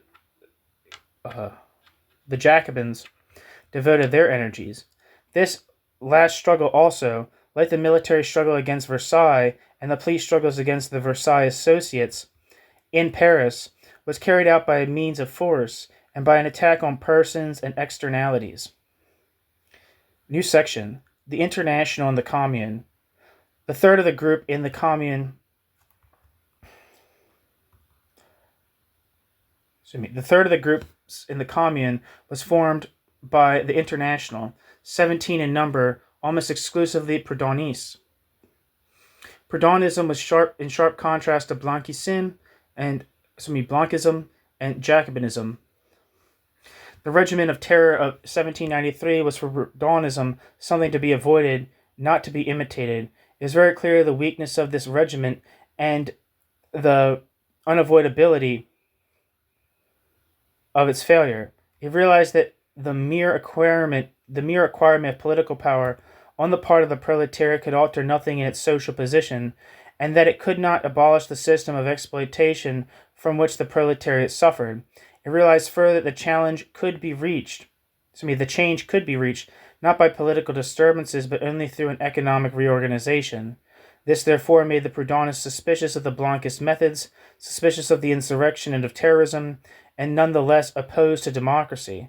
In the February Revolution of 1848, the Parisian proletariat had conquered the democracy, but what had it gained by its action? a growing mistrust of the proletarian struggle for political freedom, and of the participation of the proletariat in matters of policy animated the Proudhonists. Today, similar ideas have arisen and are offered as the latest product of socialistic thought, as the product of experience which Marx neither knew nor could know of. These are merely variations of ideas that are over half a century old, but they have not for that reason become more correct. Proudhonism showed how a policy for the liberation of the proletariat, undertaken by means of economic transformation alone, is doomed to failure. Today we preach about the powerlessness of democracy to free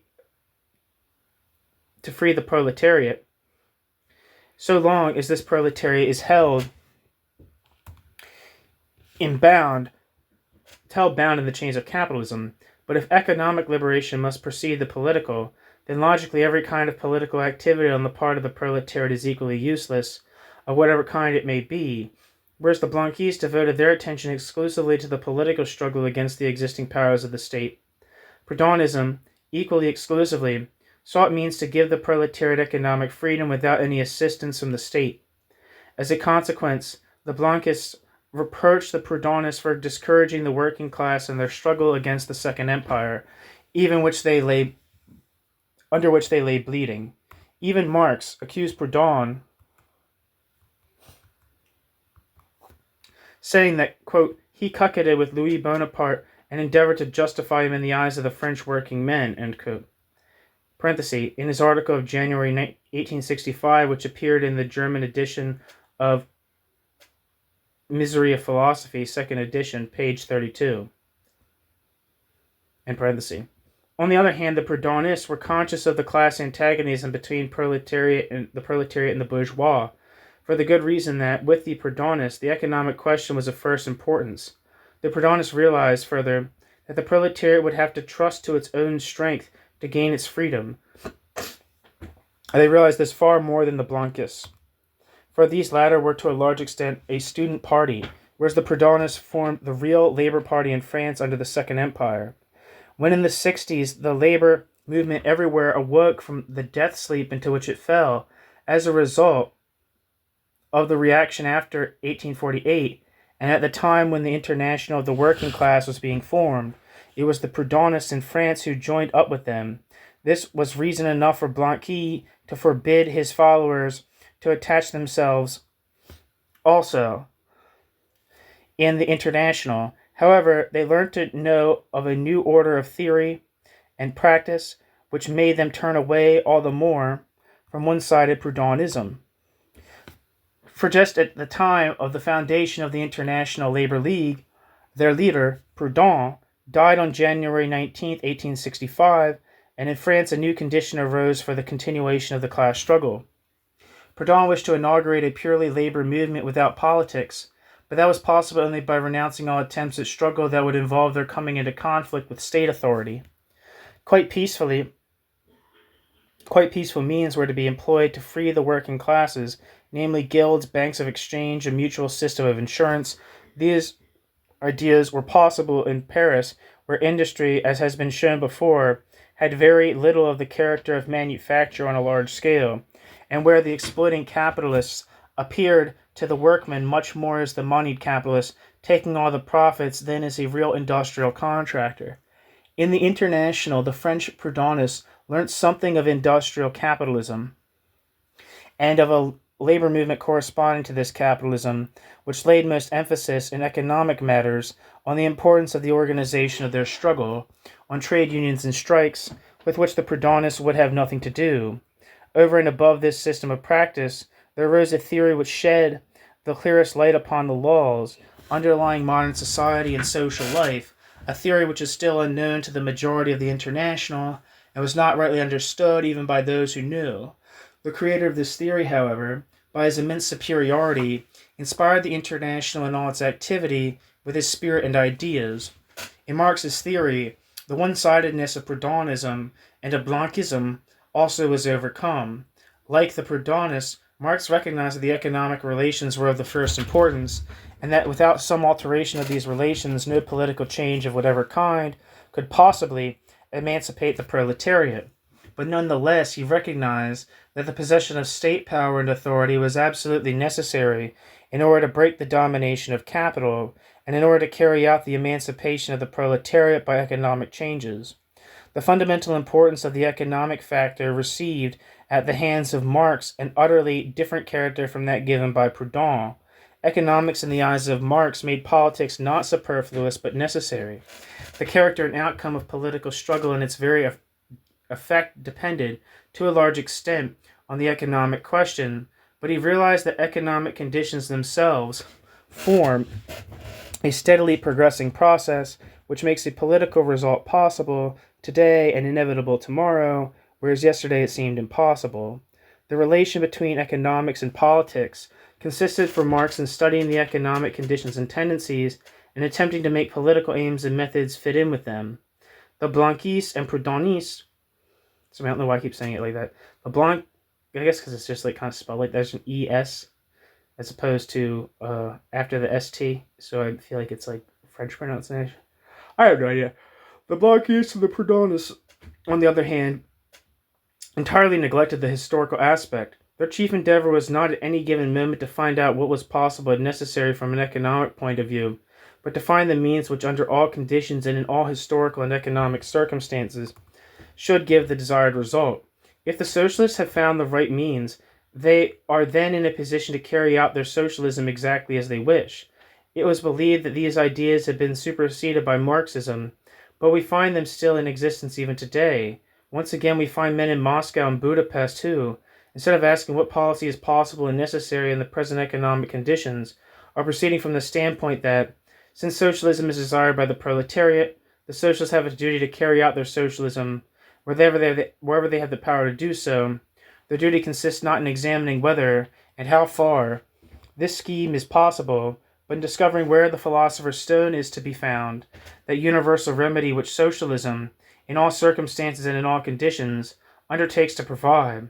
And people of the present day believe that this problem has been solved by the proclamation of the dictatorship on the basis of the council system. In the Second French Empire, the Blanquists thought to discover the philosopher's stone in a revolt, the Proudhonists in the banks of exchange. Even at the present day, Marx has been little understood.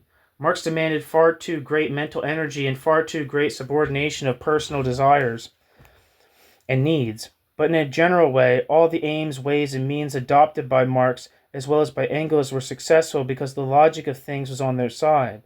In consequence, the Marxist ideas gradually ousted the Proudhonist ideas from the French internationalists. As soon as the labor movement again came to life in France, trade unions and strikes were inevitable. The empire endeavored to lead the movement on legal and non-political lines and sanctioned the formation in 1864 of trade unions as well as the carrying out of strikes in the very year in which the International was founded. The members of this International, including the Proudhonists, not only were forced to take part in this spontaneous labor movement, but circumstances forced them as the best representatives of the economic interests of the laboring classes to come to the head of the organization and the movement. It was inevitable that they should thus come into conflict with the state authority, and in this way they were drawn into the political struggle, into the struggle against the empire. Under these circumstances, the ideas of the French internationalists, which at the start had been Proudhonist in character, became more and more Marxist in color. Yet, at the outbreak of the revolt of the Commune, not one of them could be described as a Marxist. They had lost their old Proudhonist foundation, but had not yet gained new ground. Their ideas were still lacking in clearness. Nevertheless, they were the members of the Commune who took the most trouble to examine economic life, and who best understood the vital needs of the time. They formed the real labor representatives in the Commune. Lasagre says about them, quote, "People have said that the Commune was a government of the working class.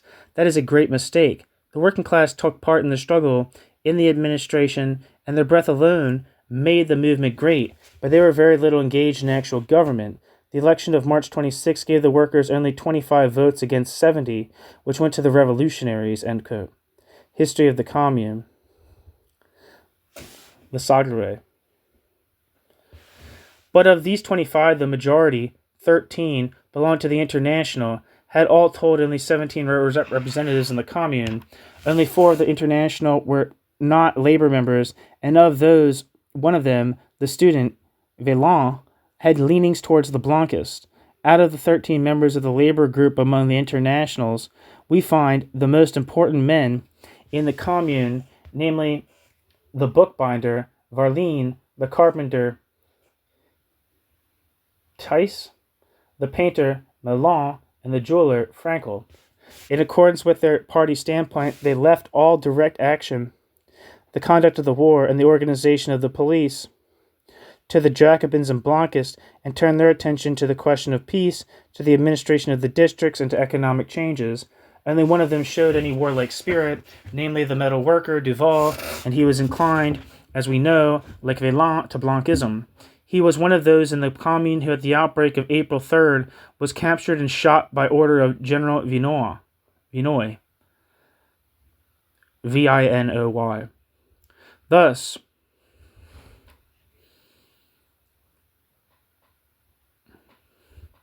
Duval was one of the first martyrs of the Commune. His comrades in the International confined their attention almost entirely to the economic problems, and they did remarkably good work, namely in administration. For instance, Theiss, or Theiss, in postal arrangements, Varlin and Avrial in other important positions of the command, in spite of the enormous difficulties which arose from the fact that the higher officials, having fled from Paris or at least from their positions, the working classes suddenly to take over and carry on work to which they were wholly strangers. Along with internationalists of the Commune, there were other members of the Paris International who were successful in their labors. For instance, the bronze worker Cameliana, who, in the month of April, took over the coinage, and in a very few weeks had made vast improvements, which after the fall of the Commune were still maintained. Then there was Bastilica, who undertook the direction of customs, and Kumbal, director of indirect taxation. Both were workmen. One of the first actions on the part of the Commune consisted in handing over the separate districts of the Commune of the executive, not to individual ministers, but to special commissions: the Commission for Labor, Industry, and Exchange. Also, the commission representing the socialist side of the Commune consisted of the internationalist Malin, Theiss, Dupont, basket maker, and Avrial, mechanic, Girardin, and one single Bolshevik, whose occupation I could not find. Of the 5 members of the Commission for Finance, 3 belonged to the International: the painter Victor Clement Varlin, and the rather wealthy philanthropist Beslay, one of the few bourgeois in the International.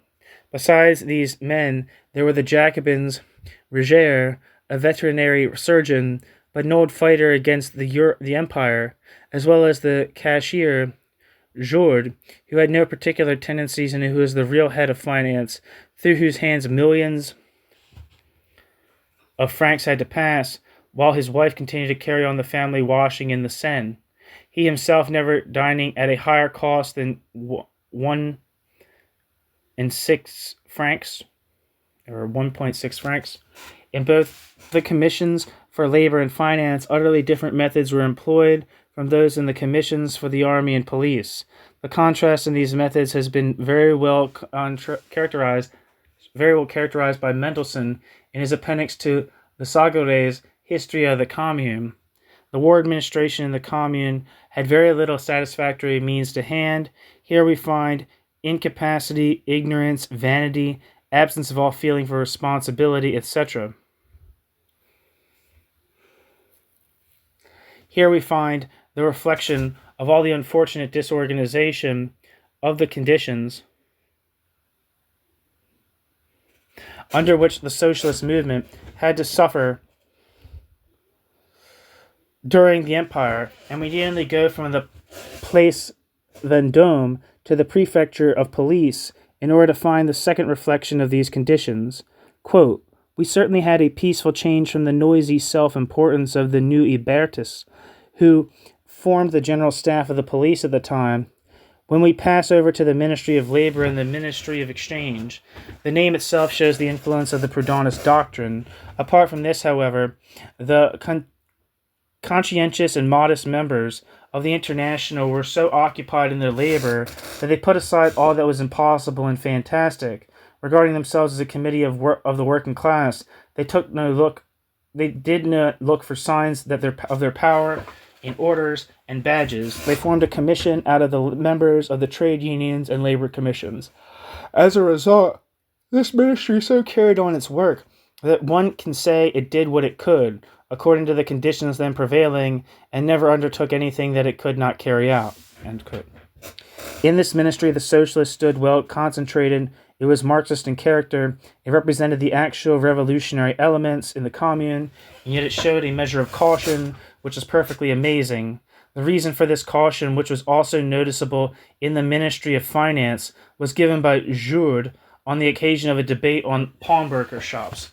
It was ordered that pledged clothes, household furniture, and utensils up to 20 francs in value should be returned to their original owners without payment from May 12th onwards.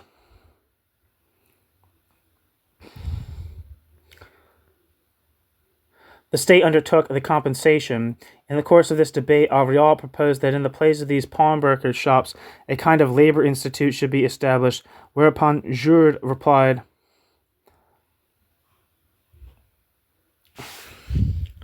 quote, they say from an institute, but that is all very well. We must first have time in order to study the question before we do anything. If Avril was told to manufacture cannons, he would demand more time. I demand that also, end quote. Sitting on the May 6th, Officiel Journal of May 7th, page 493, end quote. I don't know if I already said end quote, but it's the end of the quote. The commune found no time to do anything on a large scale on the social question, and the people among them would not undertake anything without thoroughly studying the question first. Most of their social measures would today seem trivial. For instance, the suspension of night labor among the bakers and the prohibition of fines in business houses.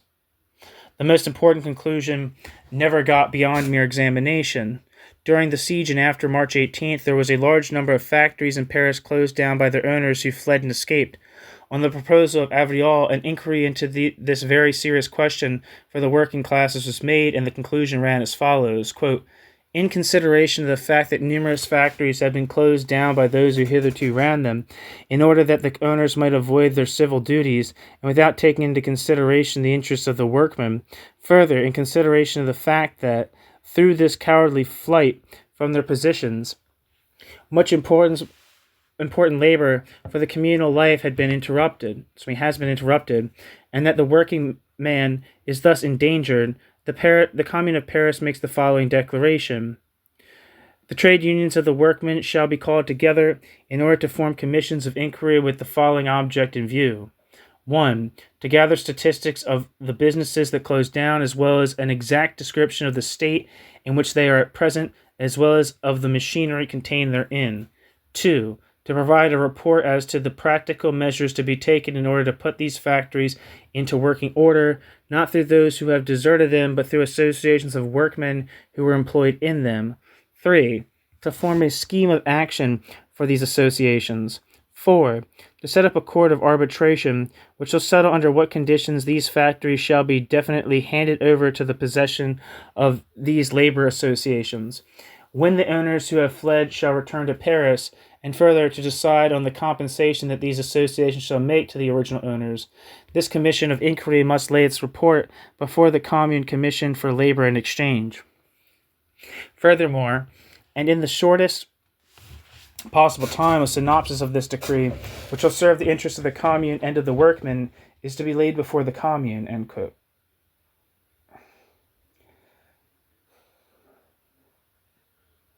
This order is dated April 16th in the Journal Officiel, April 17th. This commission of inquiry met together on May 10th and 19th. Soon after that came the defeat of the commune. The socializing commission therefore came to no practical result. Nevertheless, its formation was of importance, for it pointed the way in which the socialists of the commune would have been forced to go if the proletariat regime had been of longer duration. There could be no question of a complete socializing or of an immediate elimination of the whole system of capitalistic enterprise. On the contrary, these very men were reproached for abandoning their factories in such a cowardly manner and for leaving the working men without employment. At the same time, however, the contrary reproof was hurled at them. The Central Committee of the 20 arrondissement districts, not to be confused with that of the National Guard, which had been formed during the siege, complained that the employers had kept the workmen in the factories and in this way prevented them from fulfilling their duty as members of the National Guard. Only those concerns which had been abandoned by their owners were to be socialized. In the first place, according to the plan of the Commune, and only these after very careful and exact consideration, another step in the direction of socialization was planned in connection with supplies for army uniforms and ammunition. These supplies were, as far as possible, to be made through the workmen's associations on the basis of treaties of supplies, which are to be drawn up by the director in common with the guards and the minister of labor. There is to hand a scheme of labor order, which was submitted by the workers to the Commune, and which was concerned with the factories employed in repairing arms, and demanded a fixed 10-hour day. This order, which contains some 22 paragraphs, was printed in the Journal Officiel de la Commune on the 21st of May. It shows very well the socializing tendencies of the socialist workers of the Commune. In accordance with this order, the workers elected their own representatives of workshops in the Commune, their own superintendent, as well as their foreman. A management council was formed consisting of the above officials, to which a workman from each workers' bench was allowed to come. On the part of the Commune, a supervisory council was to be formed, which should be duly informed of all that was done and which had free access to inspect the books and ledgers. The workmen showed themselves to be very anxious to uphold the interests of the Commune. In Article 15, the scheduled time was fixed at 10 hours per day and not at 8, which the International Congress of Geneva in 1865 had demanded. In special cases of urgency, overtime was permitted, if the Management Council agreed. For any overtime, no increased pay was granted. Apart from this, the wages at that time were very low. The director received 250 francs a month.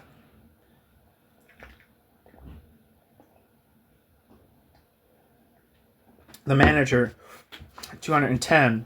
The foreman, 70 cents an hour. For the ordinary worker, there was no minimum wage fixed, but a maximum wage. He cannot receive more than 60 cents an hour. Interesting also is the declaration contained in Article 16, which ordains that there should always be a night watchman in the workshops in case of weapons being needed.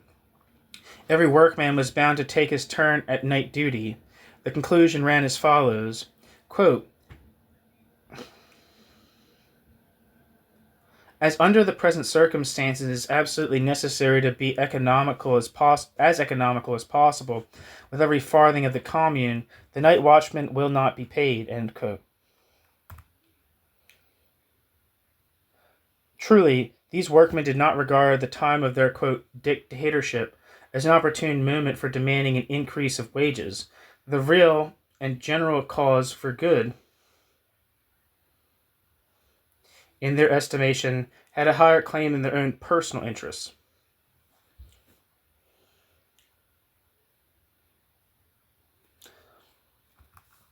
One moment.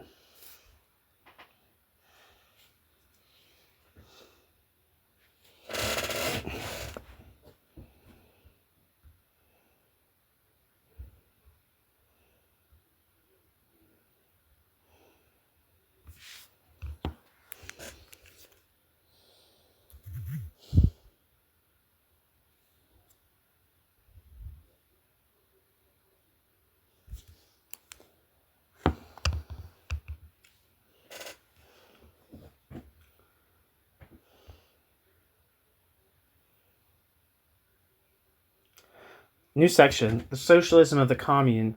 In spite of his volcanic temperament, Marx did not find anything in these precautionary measures to which he could not agree. He said in his Civil War in France, page 53, quote, the great social measure adopted by the Commune was one for the existence of the working element. This special measure could only point the way in which a government of the people, through the people, could function, end quote. Marx. After Marx had so described the dictatorship of the proletariat as the government of the people through the people, in other words, as democracy, Marx continues and praises the financial measures adopted by the Commune as, quote, excellent both in their wisdom and moderation, end quote.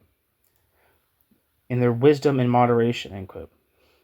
Shortly before, Marx shows in the same work the principles on which a period of transition from capitalism to socialism must proceed. Quote, the working class did not demand any miracle from the Commune. It had no ready-made utopias to introduce as a result of popular decision.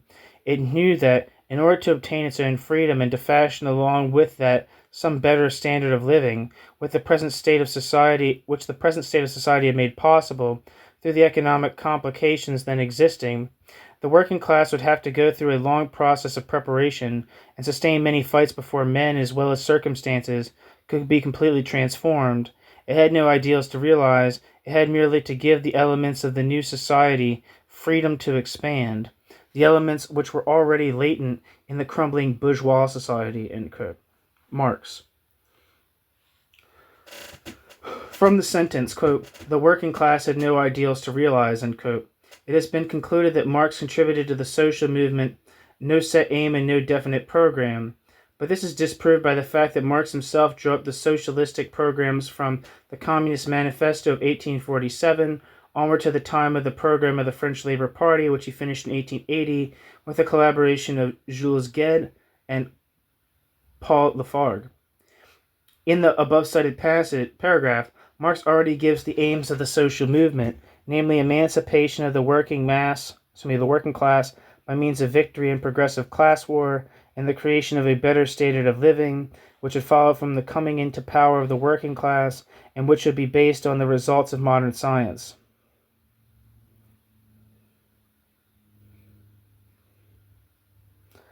It might be urged against Marx that these claims were nothing else but ideals, and therefore that the working class had still ideals to realize, but among the ideals which were not realizable, Marx clearly understood all transcendental ideas, such as lie beyond the spheres of time and place, such, for instance, as the ideas of eternal justice and freedom.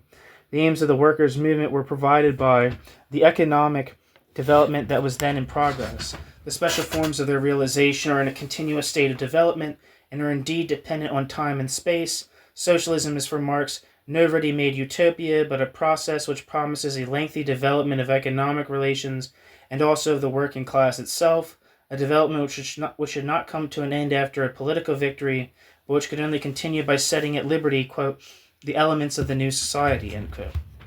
Already 2 decades after Marx had prescribed a lengthy preparation on the part of the working class and the knowledge of the actual state of affairs as conditions necessary for the social revolution, after the breaking up of the Revolution of 1848, Marx recognized as a result of his study of the economic conditions that the revolution for the time being had come to an end. This brought him into conflict with many of his comrades who saw in this mere treachery towards the revolution. The masses had need of a revolution, and they had the will for it, and therefore it was inevitable, so they said. But Marx replied in September 1850 in the following words, quote, in place of a critical examination of the minority, the League of the Communists sets up the dogmatic. Instead of the materialistic conception of things, the idealistic. Instead of the actual condition of things being the driving force of the revolution, they seek for that driving force in mere will. Whereas we say to the workmen, quote, you have to go through 20 or 50 years of civil wars and struggles, not only to change conditions, but also to change yourselves and to make yourselves capable of political government, end quote. Marx. You can say to the workmen, on the contrary, quote, we must at once seize power or we might as well lie down and sleep, end quote. Whereas we point out, especially to the German workers, the undeveloped state of the German proletariat, you flatter in the crudest manner possible their natural feelings and the class prejudice of the German artisan, which is naturally much more popular. Quote, just as the Democrats have converted the word, quote, people into something almost sacred, You have done the same with the proletariat. Actually, I don't know if that's actually a quote. I think that might just be a typo there. Just as the Democrats have converted the word, quote, people into something almost sacred, you have done the same with the word, quote, proletariat. Like the Democrats, you substitute the word, quote, revolution for, quote, revolutionary development, end quote. Marx. Disclosures in connection with the Communist Congress in Cologne. This looks like it was published in 1885, so it would have been 2 years after Marx croaked. When Marx protested against the idea that mere will should be made the driving force of the revolution, Marx did not mean to say, of course, that the will had nothing to do with the matter. Without willpower, no conscious action is possible. Without the will, no revolution is possible, indeed no history. The first condition of every social movement lies in the strong will, which social endeavor engenders, and which arises from a deeply felt need. But with the will alone, nothing can be achieved. If the movement is to have any success, there must be something more than the mere will and mere need. I may have the will to live forever, and this will may be unusually strong in me, nevertheless it cannot preserve me from death. If, then, the movement is to have success, the will must confine itself to what is possible, and the need must find the means to secure its own satisfaction. Moreover, those who will to do anything must possess the power to overcome any opposition that may arise. It is the purpose of discussion to distinguish, as a result of the examination of actual conditions, the possible from the impossible, and to show the mutual relation of strength. In this way, the latent powers in humanity can be concentrated on what is practicable at the time. In this way, all waste of energy may be avoided, and the existing power may be turned to better use, and operate more intensively. This discernment in social matters is, however, by no means easy to obtain, for the economic foundations of society are in a state of continuous development and change, and in addition, social needs change also, as well as the means by which these needs shall be satisfied, and the forces which shall accomplish what is practically possible. Moreover, society becomes more complicated, wider in society's embrace, and ever more difficult to penetrate. Certainly human intelligence, it is true, increases, and the methods of knowledge improve, but the human mind is not always fashioned to recognize actual relations as they are. It always tries to satisfy the needs of the time, but wherever the actual condition of things renders the satisfaction of these needs impossible, the human mind is only too inclined, from sheer imagination, to read into these conditions a very friendly aspect in accordance with what it desires. Man does not wish to die, but knowledge of actual conditions tells him that he must die. Yet human penetration has managed to discover in these very conditions some sign that we continue in existence after death. The proletariat of the Roman Empire lived in wretched poverty. Nevertheless, they felt most strongly the need for a joyous life of pleasure without work, but actual conditions excluded such a life from the bounds of possibility. Despite all, their human instincts promised them such a life in the direction in which they thought they were going. The idea of the deity was the means to make the weak strong and the impossible possible. It was to raise the small, ill-treated Jewish people to be lords of the earth. It would give the indignant band of defenseless peasants at the time of the Reformation the victory over the well-equipped and well-disciplined armies of the potentates of that time. In the 19th century, the proletariat discontinued to believe in a deity that would thus come to the rescue, but the picture of the Great French Revolution, in which at certain times the proletariat of Paris was able to challenge the whole of Europe, caused a new belief in miracles to arise, which made them believe in the wondrous powers of the revolution and the revolutionary proletariat. They needed merely to will in order to achieve what they willed. If nothing came of it, that was due merely to the fact that they had not willed. As against this idealistic conception, Marx championed the materialistic view, which insisted that the actual conditions of things should always be taken into account. Certainly these conditions made the emancipation of the working classes and a higher standard of living one of its aims, which the, quote, present state of society, as the result of its development, absolutely possesses, end quote. These aims were not, however, to be immediately achieved like some, quote, ready-made utopia, end quote. They did not form a complete scheme applicable to all times, but engendered merely a new form of social movement and development. The working class, therefore, is not always, as in all circumstances, mature enough to take over control. It must everywhere go through a period of development in order to become capable. Furthermore, it cannot choose the moment when it shall come into power. If the working class does take over control, then it must not simply destroy the means of production which it finds in existence.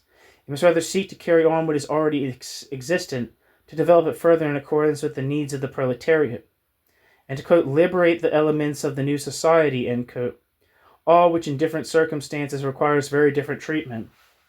It will thus at any given moment more easily find what is attainable, the more clearly it understands the actual conditions and takes them into account.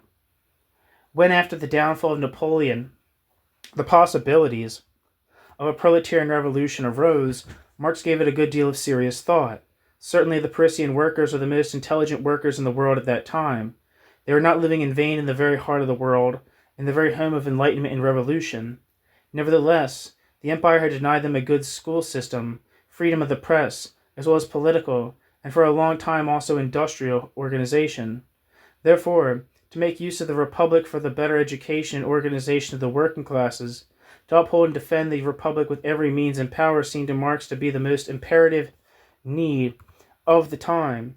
There was one circumstance which rendered acquisition of political power by the workers at the time impossible, namely, the fact that the greater part of the country was still agrarian, and the population of Paris itself still largely small bourgeois. Moreover, the world's history does not depend upon our mere willpower. It can just as little postpone the coming of revolution as it can hasten it. The rising of the Paris workers and their victory on March 18th were inevitable. From henceforth it was for the people to become clear as to what the actual state of affairs permitted the victorious proletariat to carry out, and to concentrate all their strength upon this design. Marx did not regard it as the chief duty of the Paris Commune at that time to do away with all capitalistic means of production. He wrote to Kugelmann about this on April 12, 1871, quote, "If you will turn up the last chapter of my 18th Brumaire, you will find that I propose, as the next attempt for the French Revolution, to undertake that they should not endeavor to wrest the bureaucratic military machines out of the hands of one man and give it to another, but to smash it up completely. This is the necessary condition of every real popular revolution on the continent. This is also what our heroic comrades in Paris are attempting." End quote. Marx. Die Neue Zeit. I guess that's Die Neue Zeit, I'm not sure. It says The New Times, number 20, volume 1, I guess, page 7 and 9, I'm not sure.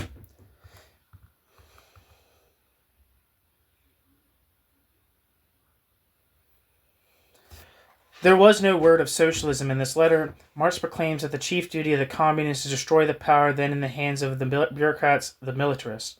Obviously, the proletariat can never come to the head of affairs without striving, along with the changes in the organization of the state, to realize also the changes in the organization of the means of production, which should ameliorate its position. If we characterize all such attempts at political power with this end in view as socialism, then certainly there was socialism in the Commune, but state socialism was far removed from what we today understand as socialism.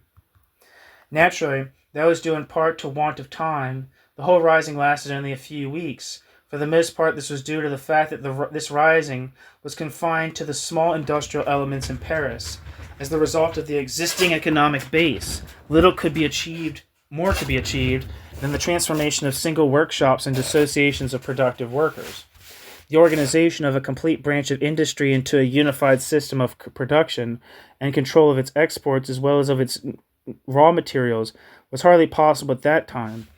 If the Commune had been successful, the Commune might have acquired for itself the whole of the state and government machinery.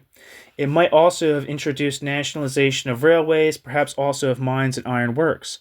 But all this would not have done away with capitalism, for it was already in operation to a large extent, or at least in preparation. In neighboring Germany, but under a proletariat and democratic regime, it would nevertheless have greatly raised the social position of the working class. In addition to lack of time and to the economic backwardness of the country, there came a further serious hindrance to quote socialization, namely the ignorance of the men who were in the Commune. The Jacobins and the Blanquists cared not one farthing for economic matters. The internationalists, as we have seen, attributed to them the greatest importance. Yet, at the time of the Commune, they were theoretically untenable. These internationalists had the intention of abandoning the Proudhonist basis, but they were not prepared to go so far and deliberately put themselves on the side of the Marxists. In the meanwhile, in spite of their fears, Marx agreed with the method of the Commune, namely, first of all, to examine the economic question before making any changes, not to introduce any hasty decrees which could fail of their object, cause confusion, and finally discouragement. Even if this caution arose from more theoretic uncertainty than from theoretic discernment, it agreed with all that Marx, in consequence of his materialist conception of things, regarded as necessary, namely, that in the revolution we must be guided not by mere will alone, but by a knowledge of the actual state of affairs.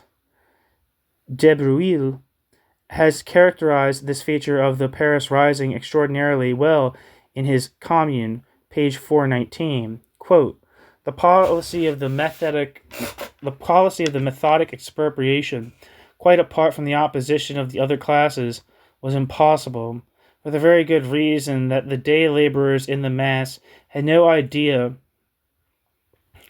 of the constitution of society other than the traditional one, and because they had not developed any institutions or trade guilds which are absolutely necessary to ensure the normal working of production and exchange after all capitalistic organization has been removed, it's impossible to improvise a new regime, especially a socialistic regime, by means of decrees.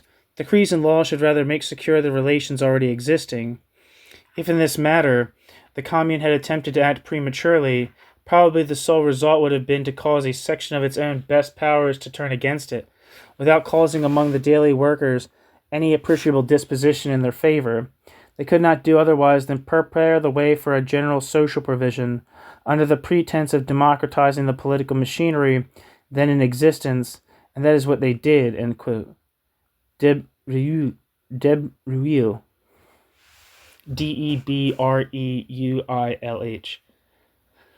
In this way, the Marxian idea of the dictatorship of the proletariat was realized on the social plane.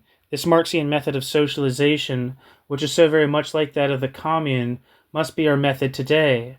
That does not mean to say that this same method and this same reserve must be employed in present-day Germany, as was the case in the Commune of 1871 in Paris. Since then, half a century of the most powerful capitalistic development has elapsed.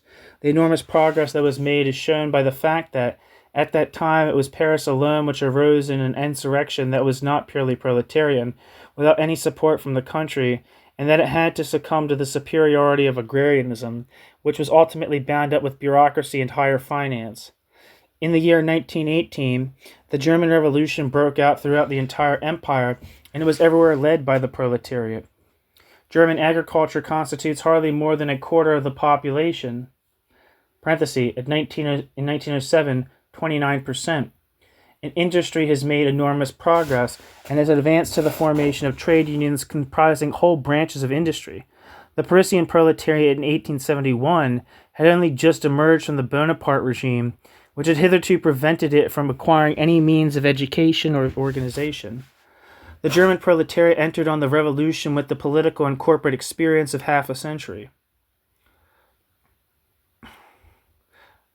With a political and economic organization which embraced millions of people, and finally the socialists of Paris in 1871 were on the point of giving up on an economic theory that had proved to be unsatisfactory, but they had not gone so far as to evolve another and superior theory.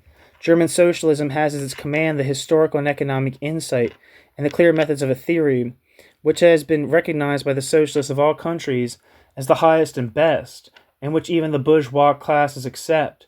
Thanks to it, its enormous superiority over any other conception of economics now prevailing. In these circumstances, socialism can proceed much more rapidly, more energetically, and with quicker results than was ever possible in 1871.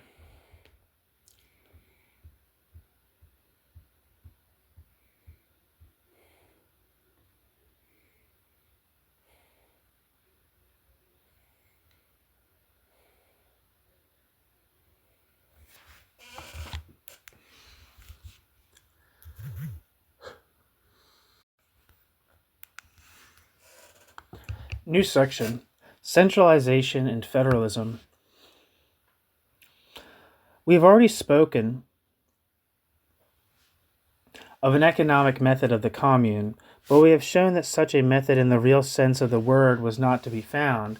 It is impossible to speak of a well-considered and well-planned method in the Commune, but for this reason alone, that in the Commune so many opposing forces were endeavoring to work together.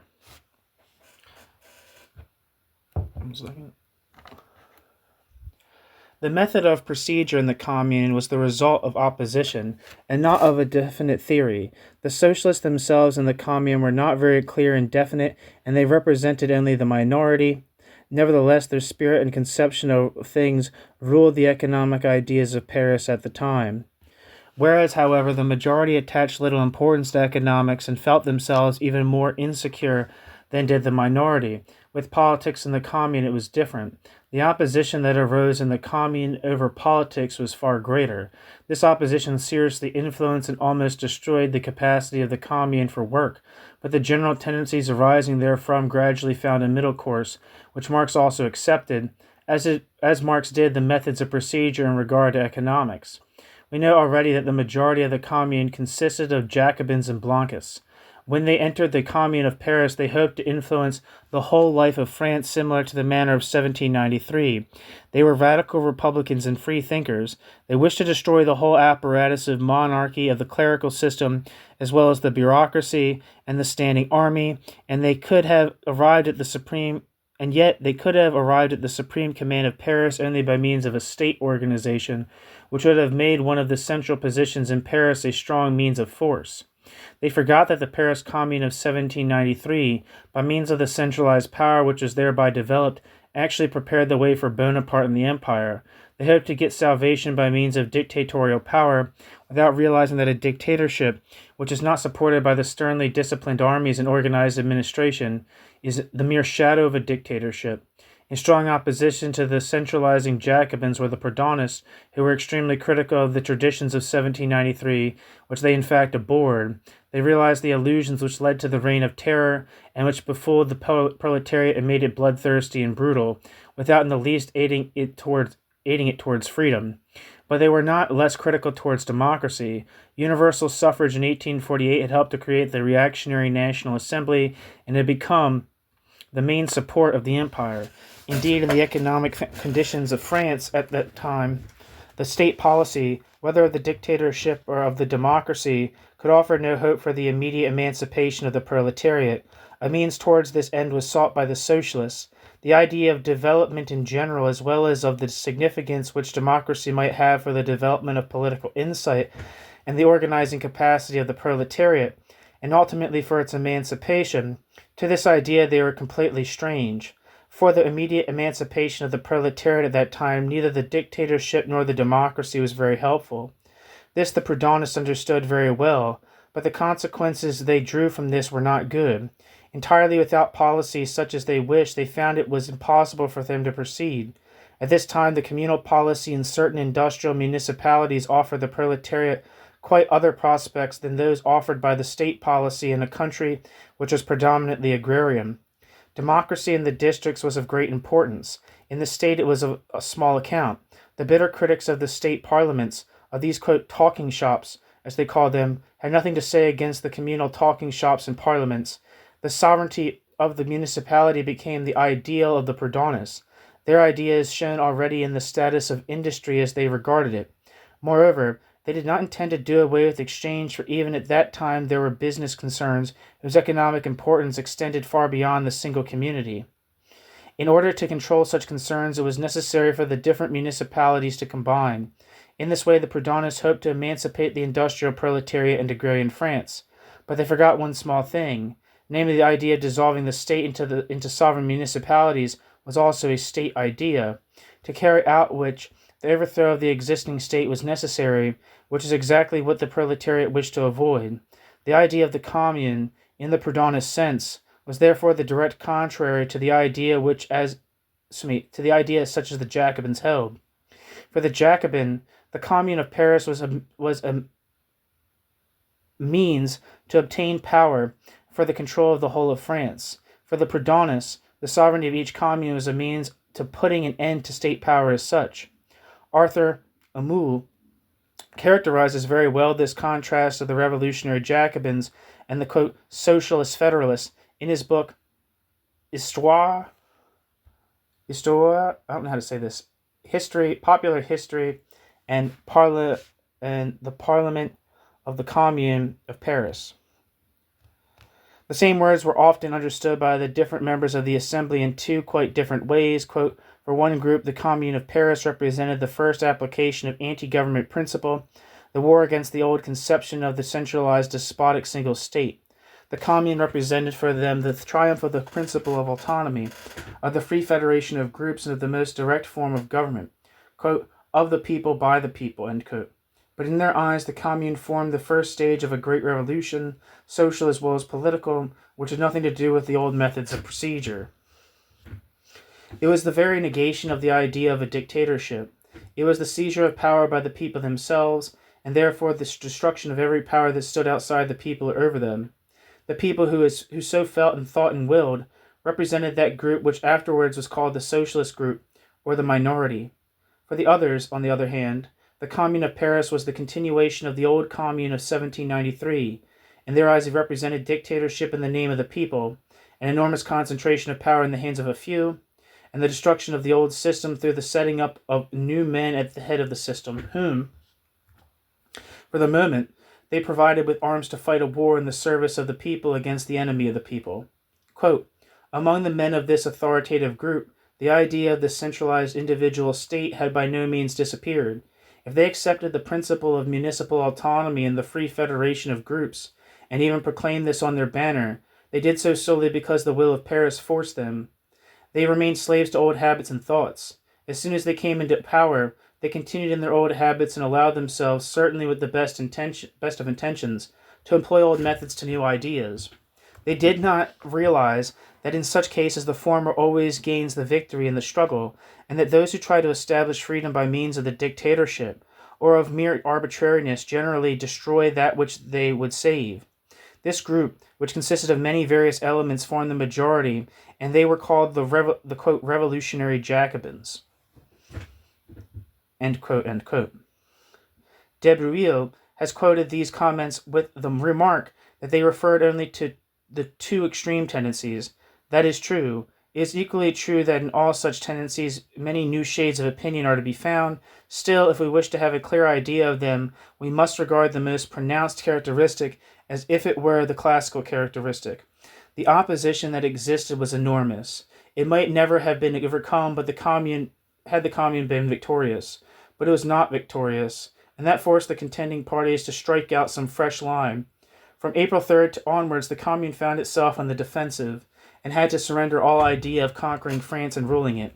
In this way, all the Jacobin hopes fell to the ground. Far from hoping to rule through the commune, they had to be content if they succeeded merely in preventing the newfound liberties of Paris from being crushed by reactionary France. But in those circumstances, there was just as little hope that the Proudhonist dreams would be fulfilled, that the French state would crumble to pieces, and that complete sovereignty would be bestowed on the separate municipalities. The centralizing Jacobins, like the Federalist Proudhonists, were obliged by the force of circumstances to work for the same object, which would be realizable under favorable circumstances, which became of paramount importance for the whole of France, and was even demanded by many of its citizens and politicians.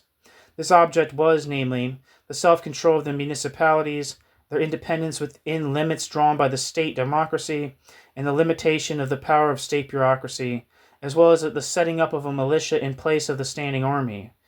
The internationalists recognized this democratic state all the more readily because, as we have seen, They were drawn into a fight against the empire in those later years, those latter years, and therefore were involved in a state policy and had begun to carry out strict Proudhonism mingled with Marxist ideas. The final result was a policy which Marx himself would have recognized and sanctioned if he had been in Paris, but he would not have been able to join either the one or the other party. He would have been quite isolated. Nevertheless, force of circumstances and the wisdom of the best heads of the Commune, who really took into consideration the actual, quote, circumstances, and were not driven by, quote, mere will, resulted in the striking out of a line of policy which showed much resemblance to that of Marx himself. To this policy, still more than to its economic measures, Mendelssohn's remark well applies. In his appendix to Le Sagre, page 525, quote, "The creators of the Commune seem not to know what they have created," end quote. The political order of things, newly created by the Commune, amidst the bitterest internal struggles, proceeded on lines between the two extremes. The great misfortune from which the Commune suffered was its lack of organization. It was the natural outcome of the lack of organization, routine inability in the Parisian proletariat at the time, which had really only just broken away from the empire. The Commune, from the very beginning, stood in a state of war with Versailles. Nowhere are organization and discipline more necessary than in war. They were completely failing in the Commune. The battalions of the Commune were commanded by officers whom those battalions themselves had elected. In this way, the officers were independent of the supreme command, but were dependent on those who had chosen them. On these lines, it is impossible to organize a real fighting army, for such an army is only possible where internal disorganization is forbidden. This is what the Bolsheviks in Russia have seen, for they very soon put an end to the powers of the soldiers' councils and of the election of officers through the men, when they found themselves involved in a really serious war. Whether or not the different battalions of the National Guard obeyed the orders of the Supreme Command depended entirely upon their mood. Small wonder, therefore, that the number of actual fighters in the Commune was very small. Pay was made to 162,000 men and 6,500 officers, but the number of those who went into the fire and fought varied after those fatal days of April 3rd, from 20,000 to 30,000. These brave fellows had to sustain the whole fearful burden of battle against a well-disciplined and well-equipped superior force, which in the second half of the month of May numbered at least 120,000 men. Disorganization from below was still more increased by disorganization from above. Alongside of the Commune, the Central Committee of the National Guard continued to exist. It had formerly handed over all its powers to the Commune. Nevertheless, it continued to intervene in all orders given to the National Guard. Marx, in a letter to Kugelmann on the Commune of April 12, 1871, regards it as a mistake that the Central Committee so early abandoned its power in order to make room for the Commune. He does not give the ground for this statement, and therefore cannot tell why this seemed to him to be a mistake, apparently on account of the reaction of the conduct of the war. He regards this mistake as the second one made by the Parisians. The first mistake, according to him, consisted in their not having marched against Versailles immediately after March 18th. These two mistakes may have been the cause of defeat. In the meantime, unfortunately, all these fundamental mistakes which made the military situation of the Commune far from the very start so hopeless were made already before the Commune ever assembled. Nothing can show that the conduct of the war under the command of the Central Committee would have met with any more success than it had under the command of the Commune.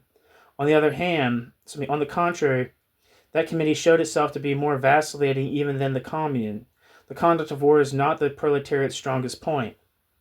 The worst that happened, however, was the existence of two simultaneous independent supreme powers, to which was added yet a third, which interfered with the carrying on of the war, namely the, quote, Committee of Artillery. The Committee of Artillery, which was formed on March 18th, made trouble with the Ministry of War over the cannons. The Ministry of War was in possession of the cannons of Marsfeld, whereas the Artillery Committee had those of Montmartre. Everywhere, an attempt was made to minimize the general organization by strengthening the power of the government. in place of the executive commissions, of which we have already spoken, there was formed on the 20th of April an executive council consisting of 9 men, each of whom was a delegate from each of the 9 commissions, but the evil was too deep-rooted in to be removed by such a measure. 1 second.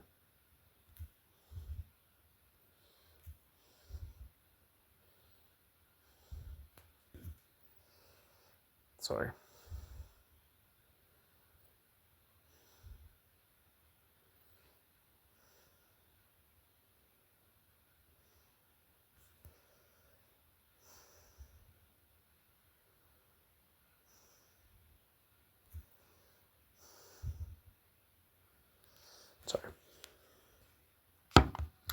Where the hell am I?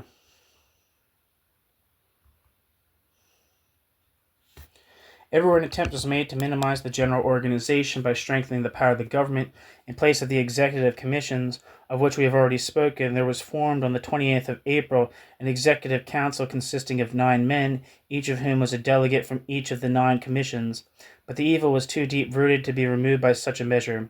The Jacobins, mindful of the traditions of 1793, demanded a committee of public safety with dictator's powers, which would reduce the commune to nothing. The continuous adventures of the Versailles troops caused the member of the commune, Millot, quote, who had one of the finest beards of 1848, end quote, the Sagoué, to demand on April 28th the formation of a committee of public safety. In other words, of a new commission which should be over all other commissions. As to the necessity for a powerful executive, everybody was in agreement, although the question of a name for that executive caused heated debate. The revolutionary Jacobins thought if this commission was called the Committee of Public Safety, it would bestow on that committee the victorious power of the French Republic of 1793, with its Committee of Public Safety. But this very tradition, which brought into remembrance the regiment of terror, repelled the Proudhonists. With 34 votes against 20, it was decided on May 1st to form this committee. In the election, which led to its formation, the greater part of the minority, 23, abstained, giving the following explanation, quote, "We have not set up any candidate." Quote, we have not set up any candidate. We did not want anybody who appeared to us to be as injurious as he would be useless. For we see in this Committee of Public Safety the denial of the principles of social reform out of which the communal revolution of March 18th arose, end quote. This Committee of Public Safety, which was to lead to increased energy on the part of the commune, at the same time prepared the way for its disorganization. In fact, it split the commune. For this reason alone, the committee lost all moral power. And further, those who alone performed any serious work in the commune, namely the nationalists, held aloof from it.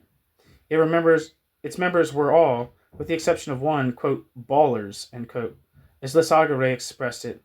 On May 9th, this futile committee was disposed of in order that a new one might be elected. This time the minority took part in the election after it had seen that behind the much feared name there was lurking nothing less than an actual dictatorship. But meanwhile the opposition between the majority and the minority had become so acute that the majority made the extraordinary mistake of not electing one member of the minority to the committee. The second Committee of Public Safety proved to be as incapable as the first. It even went further than the first by actively rising against the minority and removing a certain number of the minority from office, thus robbing the commune of some of its best men. This led to an open breach. On the 16th of May, the minority published in the papers a declaration in which they protested against the abdication of the commune in favor of an irresponsible dictatorship, and announced that, from that time onwards, they would no longer take part in the work of the commune and would confine their activities solely to the districts and to the National Guard. In this way, they said, in conclusion, they hoped to save the commune from internal strife, which they wished to avoid, because the majority and the minority were both working toward the same purpose. In spite of this conciliatory conclusion, it seemed that this declaration implied a complete rupture. Nevertheless, although the minority, for administrative work as well as for the solution of economic problems, was a good deal more capable than the majority. In its politics, it was not very decisive or logical. Against the dictatorship of the First Committee of Public Safety, it had protested by abstaining from voting on May 1st. But on May 9th, it had already recognized the dictatorship by proposing candidates for the Second Committee. On the 15th, again, they decided to make public protest against this same dictatorship by stopping all collaboration in the committee. On the 16th, the day of the publication of their protests, they yielded to the pressure of their friends, namely of the Federal Council of the International, who urged them not to destroy the unity of the Commune in face of the insistent enemy. And so on the 17th, 15 of the 22 subscribers to the manifesto were again in their places in the committee, but the majority was not by this means appeased. In spite of the attempt at reconciliation made by some of the more reasonable of their members, including Vaillant, a resolution conciliatory in character was refused, and the proposal of Milhaud's was accepted, which ran as follows, quote, "The Commune will forget the attitude of every member of the minority, who withdraws his signature from the declaration. It blames this declaration," end quote. De Breuil remarks in connection with this, quote, "Thus Jacobins and Federalists stood together as enemy brothers at the last battle before their death," end quote. De Breuil, or De Breuil, I don't know how to say his name. On May 21st, the Versailles troops entered Paris. On this 22nd, the last sitting of the Commune took place. The policy of the Commune offers us a remarkable spectacle. Of the two tendencies which are represented in the Commune, each was guided by a program which, had it been applied, could never have been carried out, and which only led its disciples to actions that were purposeless. But, in spite of all this, the action and reaction of these two programs on one another, as the result of the force of circumstances, produced a political program which is not only capable of being carried out, but which corresponded to the needs of France at the time, and which even today has latent within it the most fruitful possibilities. This program consisted of a demand for self-administration of the municipalities, as well as the dissolution of the standing army. These two fundamental demands of the Commune are today no less important for the welfare of France than they were at the time of the Second Paris Commune. New section. Terrorist ideas of the Commune.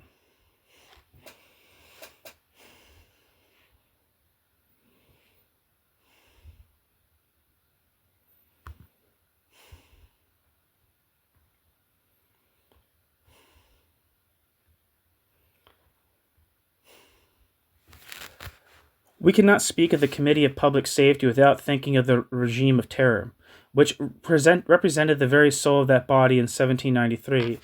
It was only natural that the opposition arising over the dictatorship of the Committee of Public Safety should find its continuation in the question of terrorism. The Jacobins were, from the very start, as much in favor of recognizing terrorism as a fighting means as the internationalists were of repudiating it. Even in the very first meetings of the Commune, its opposition was noticeable. A member proposed the abolition of the death penalty. Quote, "He wants to say the head of Vinoy, parenthesis, the general of Versailles, was the retort." I think it's probably he wants to save the head of Vinoy. And quote, "The general of Versailles was the retort they leveled at him."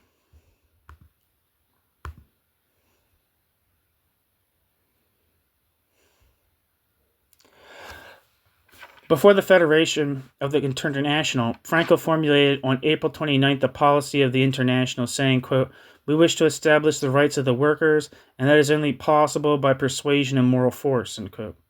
On the other side were people like the dramatic critic Piat, the accountant Ferret, and the student Raoul Rigaud, who, in their bloodthirsty demands, were insatiable. In principle, all Jacobins had to support terrorist measures, but in actual practice, there was little of these measures to be seen. Few could escape the humanitarian spirit which inspired the whole of democracy, bourgeois as proletarian. Moreover, the conditions which obtained at the time of the Second Paris Commune were not those that produced terrorism at the time of the First Commune. The Second Commune did not set about the impossible task of erecting a communal system on bourgeois lines which should serve the interests of the proletariat, and further, it confined the application of its power to Paris, of which city the majority were certainly on its side. Thus, it was not necessary for them to intimidate their opponents by resorting to forceful measures. The enemy, who was really dangerous to the commune, stood outside the confines of their communal life and was not to be affected by recourse to terrorism. Thus, the motive for putting terrorist tradition into practice was lacking. What were all Raoul, Rigaud, and Ferré in the Committee of Public Safety accomplished by the suppression of the press and by their arrests was much more a mere bad imitation of the empire than of a reign of terror, which proceeded on entirely different lines. The Blancist student, Rigaud, gained his laurels under the empire in a continuous fight with the police, whose tricks he knew perfectly well. Even before the 9th of March, that is, before the insurrection, Lausser said of him, quote, "Those who know him have told me the most astonishing things about his mad ways, and the cunning with which he spied out the police to frustrate all their persecutions, and indeed himself to play the part of the prefect of police of Pans." I don't know if that's a typo or what, if Pans means something. It might mean Paris. It might be Paris, I have no idea. Let's see. I have two copies of this here.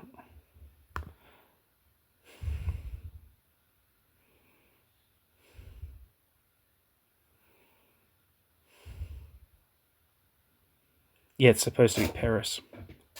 Police of Paris.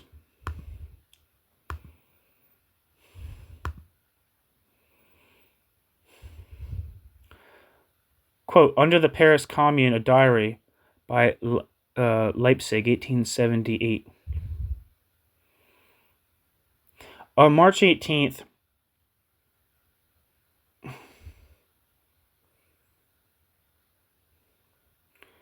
Rigaud had received official orders to act as the prefect of police of Paris. His first act was to take up a position at the prefecture of police on the night of March 18th. His police system very well soon met with lively opposition from all parties, but especially from the internationalists. This system had little to do with the principles of 1793, although at the time he was working on a history of the Commune of 1793. On the other hand, we must not attribute the execution of Generals Thomas and Clement to the Commune. As we have already shown, these executions took place before the Commune existed and in spite of the opposition of the Central Committee. There was only one measure adopted by the Commune which can be described as terrorist, and that was the arresting of hostages undertaken to intimidate the enemy by oppressing the defenseless. That the taking of hostages is a hopeless method of procedure, which seldom prevents cruelties from taking place, and more often increases the barbarity of the fight which caused it, has often enough been proved in experience. But it was difficult for the Commune to do anything else, unless it wished to suffer patiently, and without protest, that the men at Versailles should shoot the prisoners they had taken. In numerous cases, this actually took place after April 3rd. Quote, "As a result of the indignation which arose on account of the execution of the prisoners Poutou and Chatillon, as well as of Duval, who was one of the officers of the National Guard taken prisoner by the Versailles troops, during the act of April 3rd, several members of the Commune insisted that one should forthwith shoot a number of the reactionaries, who for the most part were taken from the clergy of Paris. Other Jacobins, and particularly Delescluze, indignant at these excesses, proposed the decree concerning hostages. It was decided to oppose the Versailles elements on the bloody way into which they had blindly stumbled. By means of an implicit understanding, however, it was agreed that this decree should not be carried out." End quote. Fiot, Civil War of 1871, page 246. This decree, therefore, arose out of an attempt to destroy human life. Not out of an attempt to destroy human life, but to save human life. On the one hand, to force the Versailles commanders to stop all further executions, and, on the other, to make the Prussians renounce the idea of immediate reprisals. Quote, "Ever noble and righteous even in its anger," end quote, ran the proclamation of the Commune of April 5th. Quote, "The people view with horror the shedding of blood as well as civil war, but it is its duty to defend itself from barbaric attacks of its enemies. It must therefore act on the principle of an eye for an eye and a tooth for a tooth." End quote. Journal Officiel, April 6, 1871. In reality, the Commune showed itself to be very noble and righteous, but it did not act in accordance with the principle of an eye for an eye and a tooth for a tooth. The decree issued by the Commune concerning hostages determined that any persons accused of being in agreement with Versailles should be immediately denounced and arrested.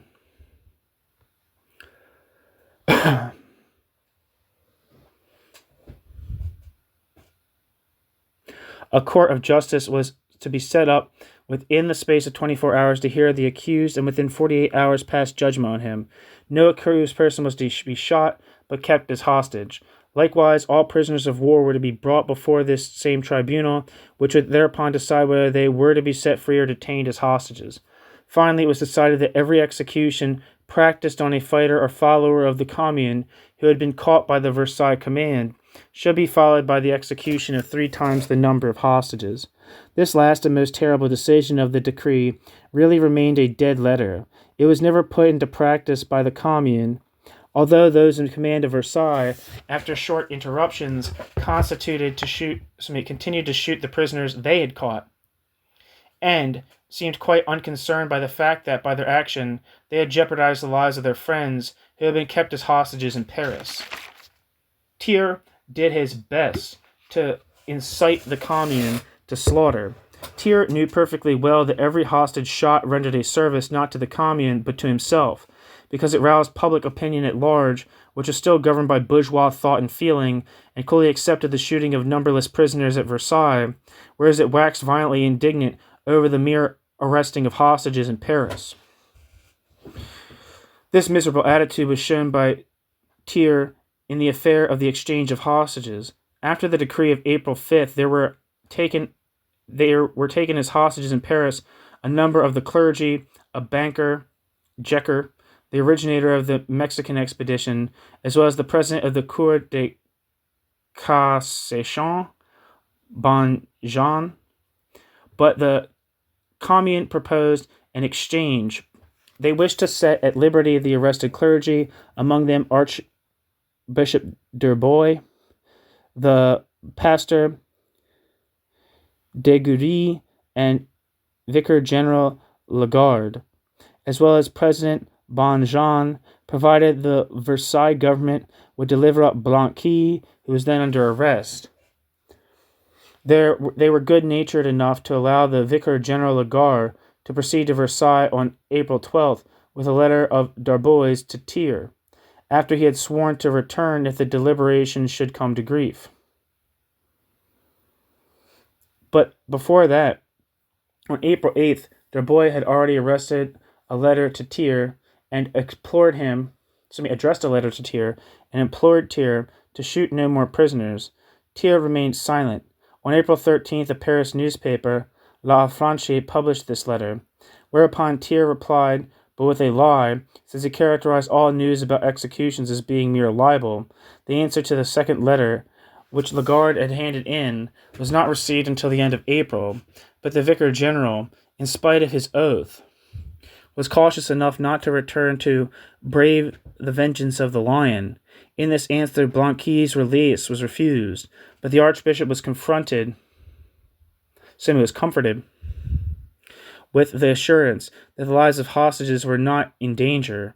Further attempts on the part of the papal nuncio and of the American ambassador Washburn to intervene in favor of an exchange remained equally without success. Therefore, Thiers was responsible for the fact that the above-named, with the exception of Lagarde, were still to be found as hostages in the prisons of Mazas, when the Commune broke up and lost the power to protect them. He was quite right in his assertion, which, by the way, entirely disproved his libelous statement about the brutality of the Commune, that the lives of the hostages in the Commune were not in danger, but it was he himself who labored to overthrow the protecting bodyguard of the hostages, namely the regiment of the Commune, indeed under circumstances which placed the lives of these hostages in gravest danger. Through some treacherous act, the Versailles troops forced their way into Paris on a Sunday, May 21st, quite by surprise, at the very time when a popular concert was in full swing at the Garden of Tuileries, and at the conclusion of which concert An officer of the general staff invited the audience to come again the following Sunday, adding, quote, Thiers promised to march into Paris yesterday. He had not come, nor will he ever come, end quote. At that very moment, the Versailles troops entered Paris. The inhabitants were so panic-stricken, and the troops of the Commune so exhausted, that the Versailles army would probably have succeeded, by means of a rapid and determined advance, in occupying the whole of Paris without any serious opposition. But they entered very slowly, and this gave the defenders of the Commune time to gather together for a furious street fight, which lasted the whole of the week, the famous, quote, terrible May week, end quote. This succeeded all the more in bringing passions to fever heat, since the Versailles commanders gave no pardon, and not only shot down all those who were arrested with weapons in their hands, but even all the suspects. Many historians of the Commune point out that this slow advance of the Versailles troops had the result of increasing the opposition, and likewise the number of those who fell, thus enhancing the immensity of the defeat. Quote, Paris could have been taken in 24 hours if the army had proceeded along the quays of the left bank. It would have met with opposition only from the Ministry of Marine at Montmartre and at Ménilmontant. By means of its slow advance into Paris, it gave time for the opposition to organize. They made 8 and 10 times as many prisoners as there were fighters, and they shot more men than actually stood behind the barricades, whereas the army lost only 600 dead and 7,000 wounded, end quote.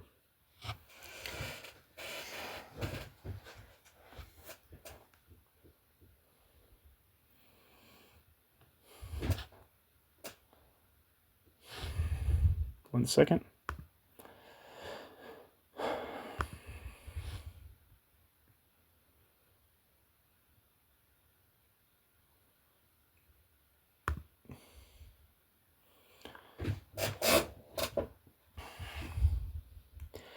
The number of dead on the side of the Commune exceeded 20,000, put by some at 30,000. The chief of military justice, General Appert, counted 17,000 dead. The number of victims who did not come to the knowledge of the authorities cannot be fixed, but amounted to at least 3,000. It is not to be wondered at that, in this fearful storm, the thirst for vengeance in many cases gained the upper hand. It became the more furious, the more power it lost, and less able it was to avoid defeat. It was only after the Commune had ceased to exist that the execution of hostages began. On the 21st of May, the Versailles troops entered Paris. On the 22nd, street fighting began. On the 24th, the last shot was fired. In this respect, although the executions were more the result of desperate rage and blind revenge than of premeditated action, the opposition between Jacobins and the Internationalists became obvious. The beginning of the execution was made by the fanatic Blancist Raoul Rigaud. Rigaud ordered a number of gendarmes who were arrested on March 18th, along with an editor by name of Chaudy, caught in the middle of April, to be executed on the night of May 23rd. Chaudy had caused the crowd to be fired upon on January 22nd, during which Afray Sapia, a friend of Rigaud, was killed by his side. On the 24th, Rigaud himself was arrested and shot. At the same time, the old Blancist Genton demanded the execution of 6 hostages, among them Archbishop Darboy, President Bonjean, Pastor Duguerry, already known to us. The Blancist Ferré gave him the authority. Quote, the firing party of the execution was composed almost exclusively of young people, practically children.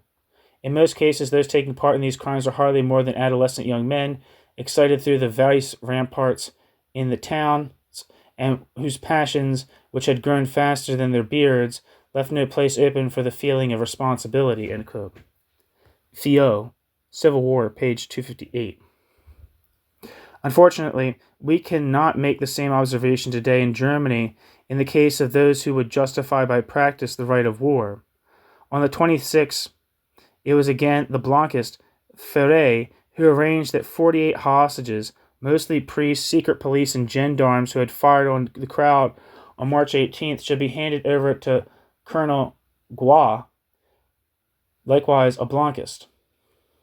He took them along with him, followed by an armed crowd who were in utter disorder, since they could hope for no pardon, and since they were themselves doomed to death. In desperate rage, they fell upon the hostages and killed them one after the other. In vain, the internationalists, Varlin and Serralier, tried to rescue them. They themselves were very nearly lynched by the furious crowd, who accused them of belonging to the Versailles party.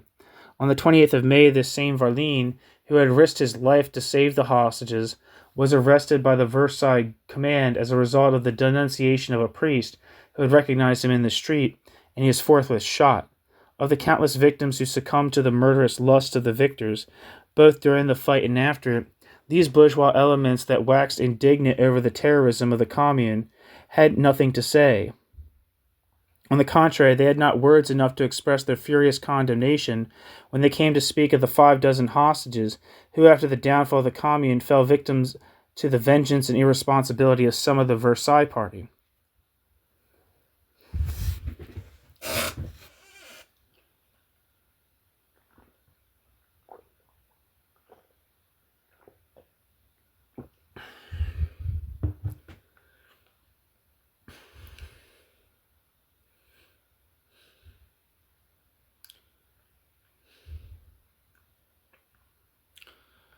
It is this very account of the affair with the hostages that proves most clearly how far removed the Commune was from any form of terrorism. In the whole of history, there is no mention of a civil war, hardly a national war, in which one side, in spite of the murderous inhumanity of the other side, upheld in practice the principles of humanity with such noble determination, and in such contrast to the bloodthirsty phrases of a few of the quote, let's see what the other thing says. I think this is a typo here. Come on.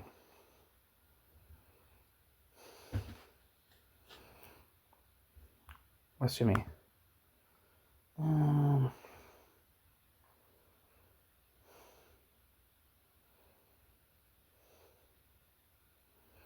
Okay, no, that's what it says in that piece, in that version too.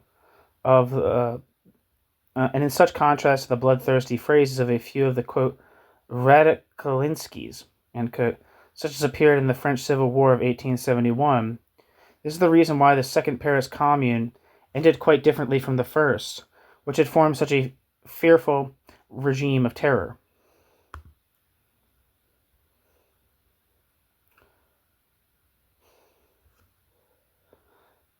The regiment of terror of the First Commune fell to pieces without the workers of Paris offering any opposition. Indeed, its fall was felt as a relief by some, and by many even greeted with satisfaction. Then on the 9th Thermidor, 1794, the forces of the two opposing parties came into contact. The followers of Robespierre turned tail before a single shot was fired and fled. On the other hand, the Parisians clung to the Second Paris Commune with fanatical tenacity to the very end. The fiercest street fighting was necessary for a whole week before it could be overcome. The number of victims of dead, wounded, prisoners, and escaped, which resulted from the death struggle of the Commune, reached the number of 100,000. In July 1871, the number was put at 90,000. Bourgogne, La Commune.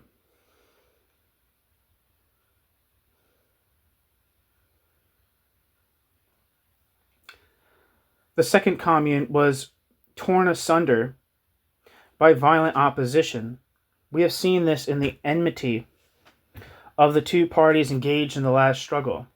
But never did one of these parties ever oppress the other by terrorist means.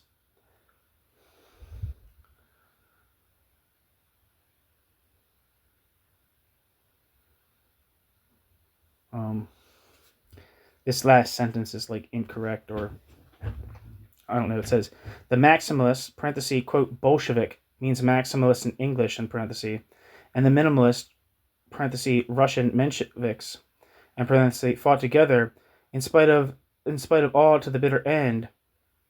And so all factions of socialism and the Commune foresaw the necessity of common representation of the whole of the fighting proletariat. In recognizing this, they combined the views of Marx and Bakunin, Lassalle, and Eisenach. The first government of the proletariat has engraved itself deep in the hearts of those who craved for the emancipation of humanity. The powerful effect of this, quote, dictatorship of the proletariat on the fight for emancipation in all countries was due, not a little, to the fact that it was inspired throughout with the spirit of humanity, which animated the working classes of the 19th century.